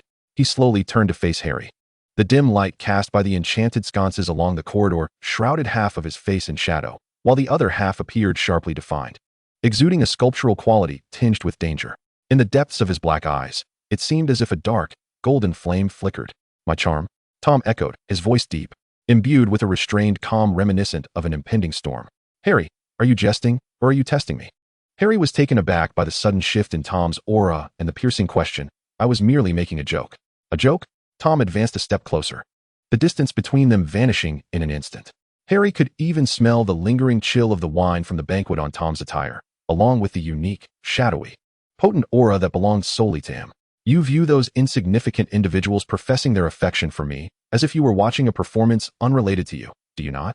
Instinctively, Harry stepped back, his back pressed against the cold, hard stone wall.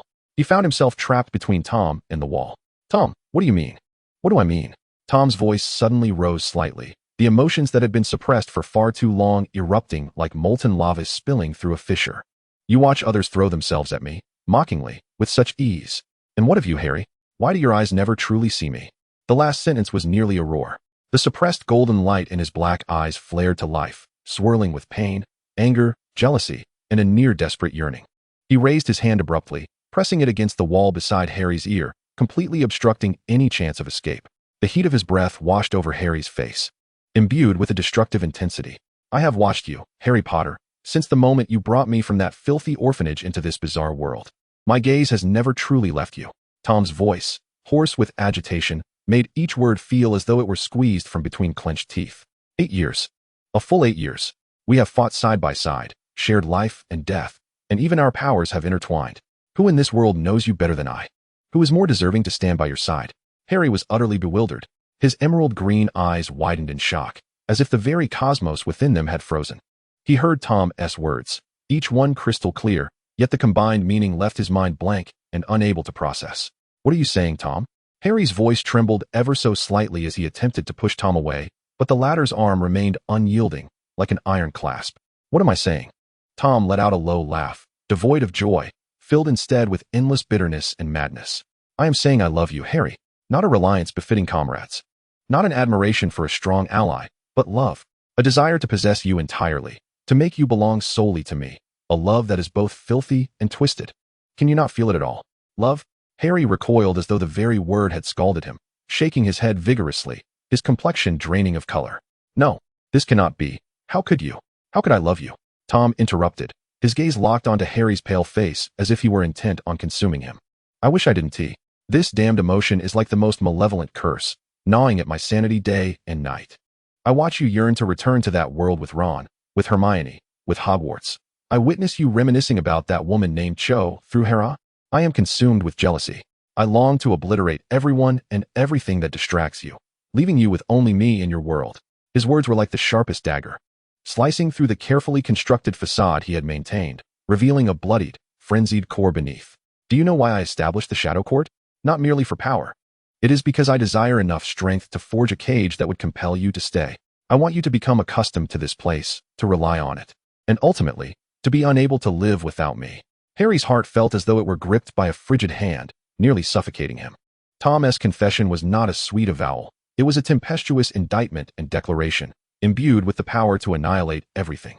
Yet, amidst this overwhelming, transformative upheaval, a deeper, more profound chill surged from the depths of Harry's soul, instantly freezing his blood. Love? Tom Riddle loved him? This realization acted like a key, abruptly unlocking the door to the darkest, most painful memories sealed within Harry's mind. "Lily, run with Harry. It's him. Quickly." That was his father James Potter's final, terrified cry before his demise, filled with dread and resolve. "Do not kill Harry. Do not kill Harry. Please, kill me instead." That was his mother Lily Potter's most desperate plea, made with her life. Avada Kedavra, the blinding green light, emblematic of death, accompanied by the sound of a woman collapsing, became the most profound nightmare of his infancy. Cedric Diggory lay bewildered on the ground, his gray-blue eyes devoid of life. Before he perished, he uttered, "Bring my body back." To my parents. Sirius Black, his final godfather, fell backward into that ancient archway with a hint of a relieved smile, vanishing from sight. Albus Dumbledore, his most trusted mentor, plummeted from the high astronomy tower like a shattered feather. Remus Lupin, Nymphadora Tonks, Fred Weasley, so many vibrant lives. And himself, time and again narrowly escaping death curses. The lightning-shaped scar on his forehead serving as a constant reminder of the blood feud that existed between him and the man before him. All the images, all the sounds, all the pain, sorrow, and fury surged forth in that moment like a deluge, overwhelming Harry's consciousness. Before him, Tom's striking yet love-twisted face began to meld with the memory of the noseless, snake-faced monster with crimson eyes. It was Voldemort, the very being who had slain his parents, shattered his family, and taken so many lives of those dear to him. And now, this same person, bearing the name Tom Riddle, whom he had nurtured and attempted to guide toward the light, dared to profess love? A tumultuous eruption of emotions, nausea, absurdity, rage, and profound sorrow, erupted within Harry's chest like a volcano.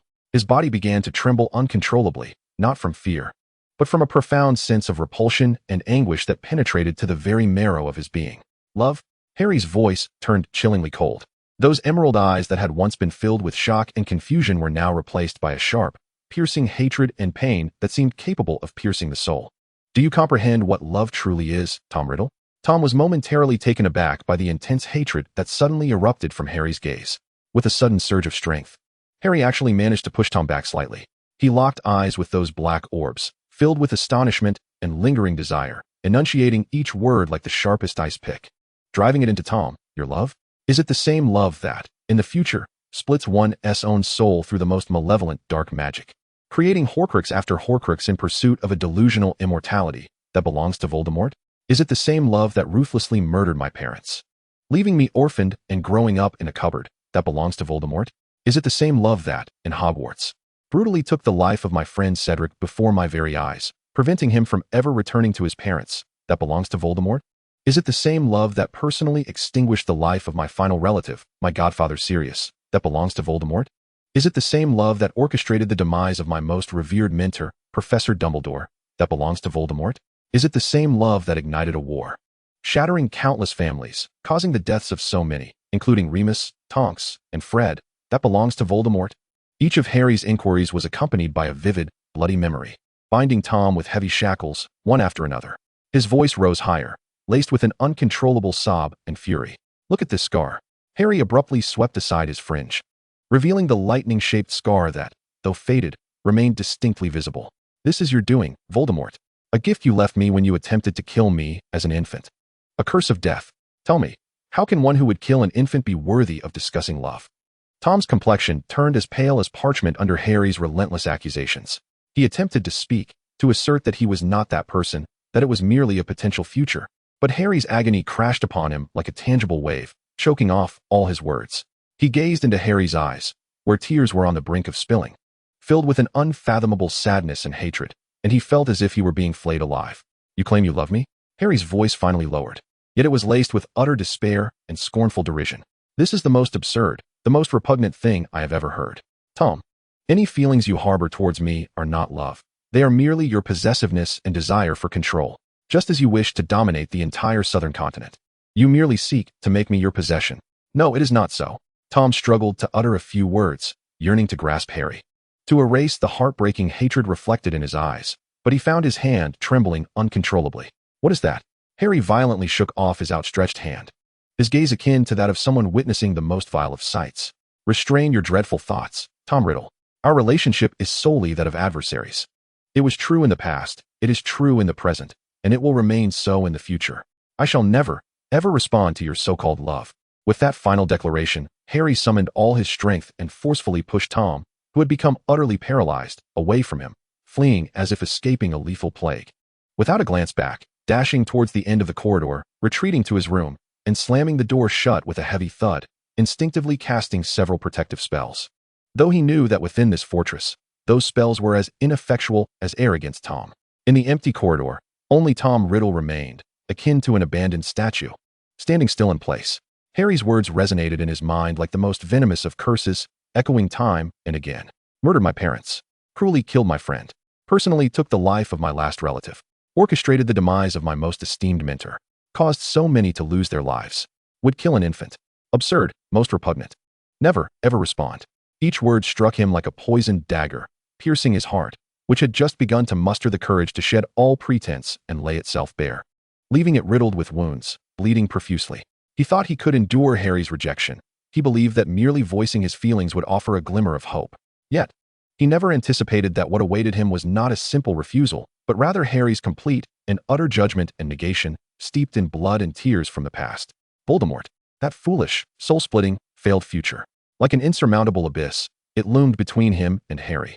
Like an eternal curse, it was branded upon his soul, rendering any emotion he possessed filthy and loathsome in Harry's eyes.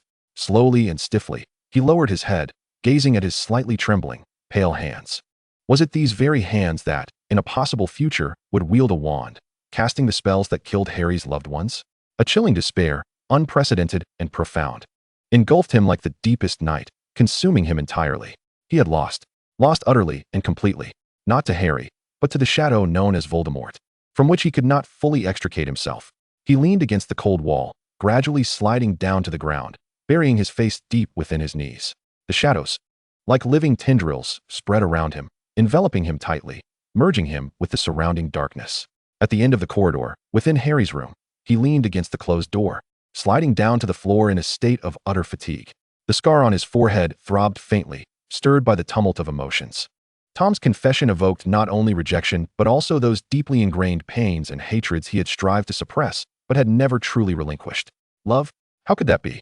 Between them lay a chasm of lives lost, an irreconcilable ocean of blood and enmity. Starlight filtered through the window, casting its cold and lonely glow upon the floor of the room. Outside, within the shadows, that darkness, born of love yet steeped in hatred and despair, was silently spreading, solidifying.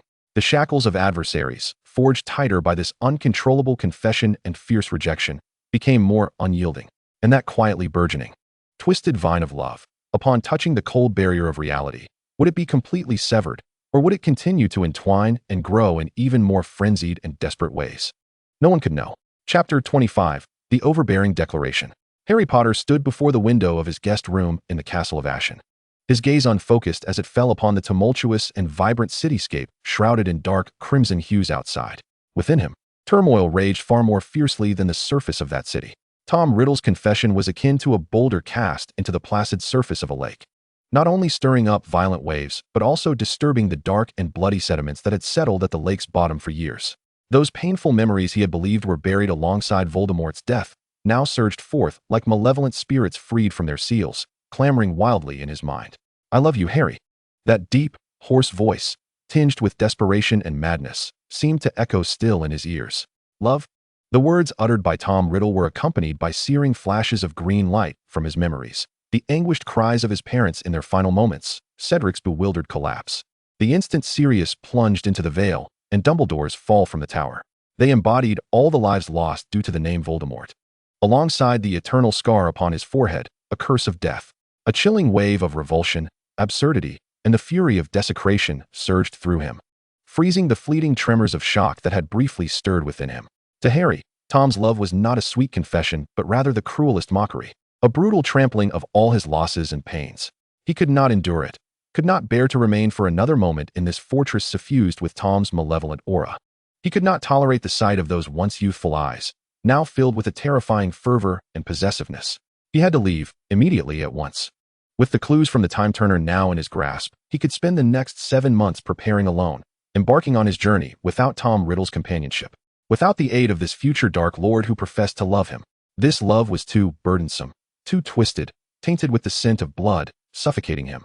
Harry abruptly turned, hastily and silently gathering his meager belongings.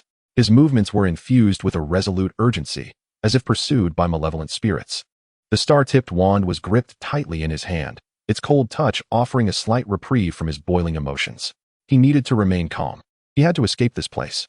Yet, just as he unlatched the door, preparing to depart silently, an invisible, bone-chilling force akin to the hardest wall instantaneously sealed the doorway. The air seemed to congeal, and the light dimmed. Harry's heart sank. He slowly raised his gaze to see Tom Riddle standing in the shadows of the corridor outside. He was not clad in the imposing black robe that signified power. Instead, he wore simple black attire. Yet he appeared more than ever as a king emerging from the depths of darkness. His face bore no expression, an unsettling calmness. But within those black eyes churned a tempest capable of consuming all. The surrounding shadows seemed to come alive, swirling around him like loyal servants, exuding a palpable sense of dread. "Where are you going, Harry?" Tom's voice was soft, almost serene, yet each word struck Harry's heart like an icicle, laden with an undeniable challenge. Harry tightened his grip on the wand. His once gentle and trusting green eyes now held only cold vigilance and estrangement. "Leave this place." "Leave?" Tom slowly stepped forward, the invisible force advancing with him, compelling Harry to retreat a step back into the room.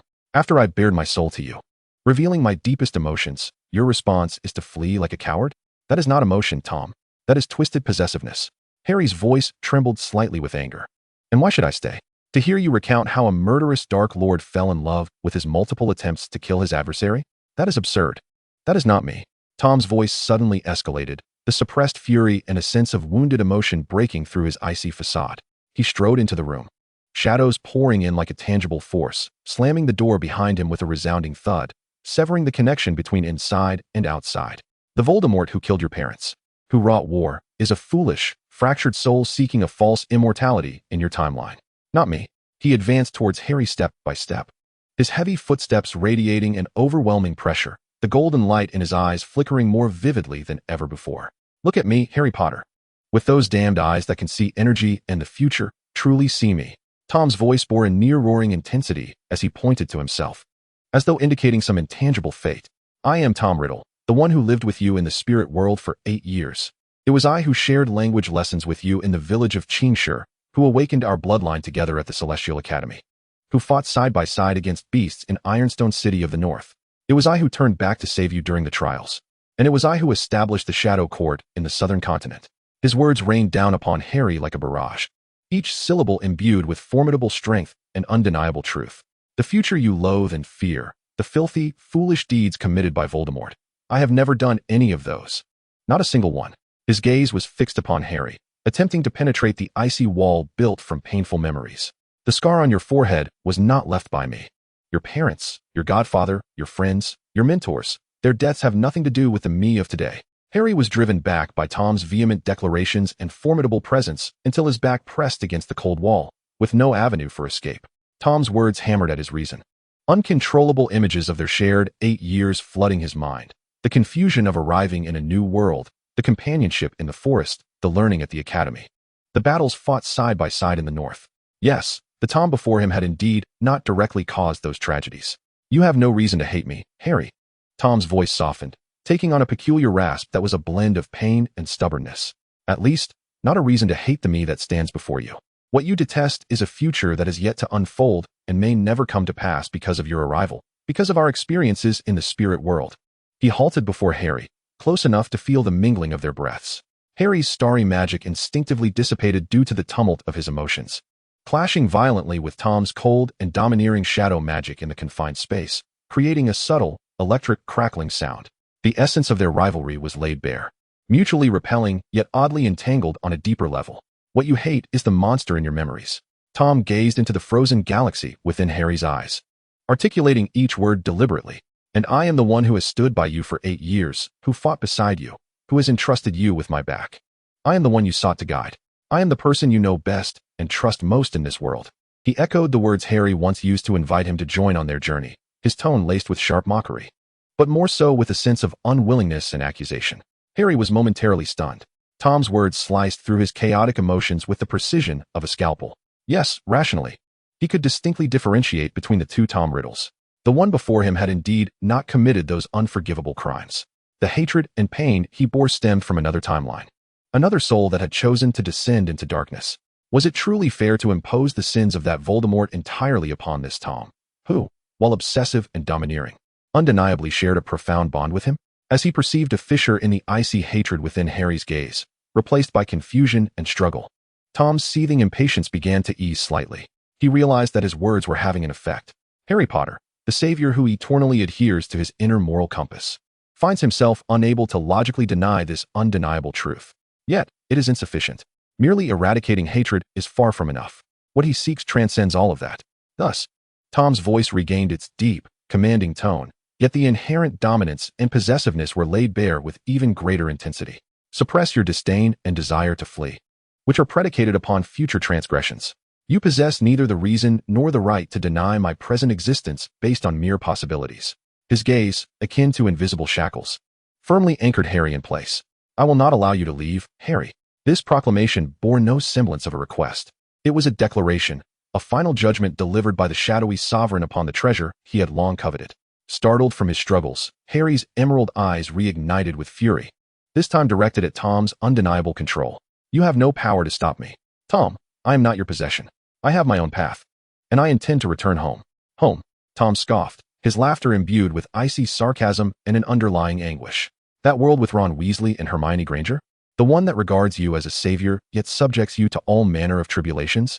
Is that what you dare to call home? He stepped closer, nearly pressing against Harry's body. A potent shadow magic formed an invisible cage, enveloping Harry, rendering even the slightest movement of his fingers a Herculean task. Look where you are now, Harry. You are in the spirit realm. You are within my domain. For the past 8 years, it has been I by your side. It is I who has faced peril with you. It is I who understands all your secrets and weaknesses. His voice carried a tone of obsessive emphasis. It is I, not those phantoms cast aside by the relentless current of time. And so what? Harry defiantly lifted his chin, meeting the burning gaze of Tom's dark eyes. Aflame with golden fire, without flinching. This changes nothing. Tom, even if I concede that you are not the Voldemort of old, it does not imply that there exists any possibility between us beyond that of archenemies. Our chosen paths are starkly divergent. I wish to return, while you shall remain here, ruling your shadowy empire. Archenemies? Tom savored the term, a cold and twisted smirk gracing his lips. Indeed, archenemies. This is the relationship you have emphasized, inscribed upon the cornerstone of our fate. But who decrees that archenemies cannot become lovers? His words struck Harry with a suffocating absurdity. On the contrary, Tom's voice lowered, laced with seduction, akin to the hiss of a serpent. Precisely because we are archenemies, each other's sole adversaries, the individuals who comprehend one another better than anyone else. This emotion burns all the more fiercely, becoming irrevocably intertwined. Your light illuminates my darkness, while my darkness accentuates your light. We are two facets of the same fate, Harry. Separation will render us both incomplete. Absurd, Harry retorted through gritted teeth, attempting to summon stellar magic to break free, yet that gray-silver essence, the fusion of their powers, now seemed to serve as Tom's finest instrument of suppression, deftly redirecting and dissipating his strength. This is merely your excuse for your twisted possessiveness. Define it as you will, Harry. Tom ceased his attempts at justification, his patience exhausted by Harry's repeated refusals and intentions to escape. He reached out, not to touch Harry, but to seize the wrist of the hand tightly grasping the starry wand. His grip was cold and powerful, like an iron vice, unyielding.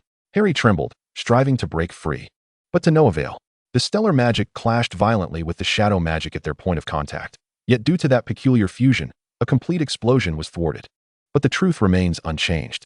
Tom gazed at their intertwined hands, observing the flickering starlight and shadows ignited by their magical turmoil, a glimmer of obsession flashing in his eyes. I need you, Harry Potter. Just as you seek to find your way home, I require you to remain within my sight, in my life. He raised his gaze, the madness and dominance in his eyes no longer concealed. You may continue your pursuit of home. I shall not hinder you.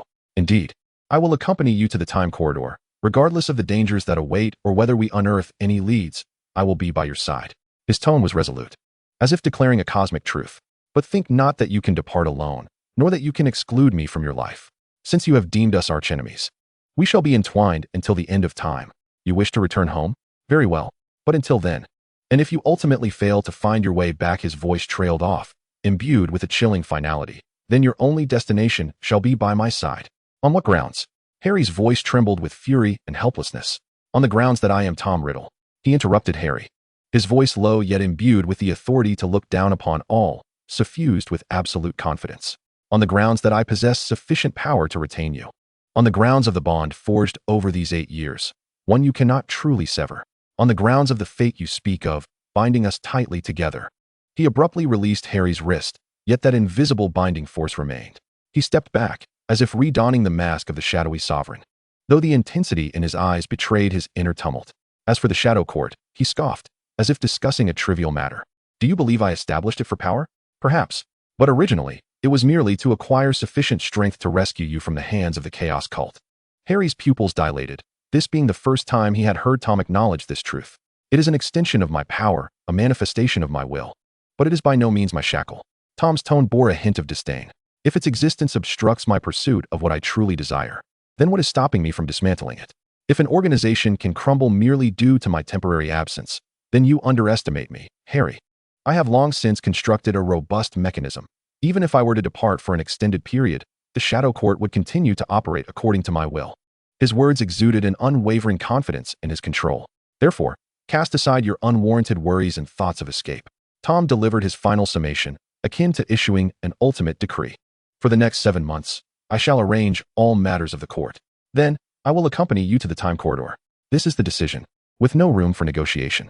Having spoken, he granted Harry no opportunity for rebuttal, casting him a deep, enigmatic glance filled with emotions Harry could neither comprehend nor wish to understand. Dominance, obsession, pain, desire, and that twisted yet unwavering love. Then he turned, the surrounding shadows receding like a tide, and with his departing footsteps, the barrier at the door dissipated. The door remained tightly shut. Yet Harry understood he had lost his freedom to depart. Helplessly, he slid down the wall to the cold floor, the starry wand clattering beside him.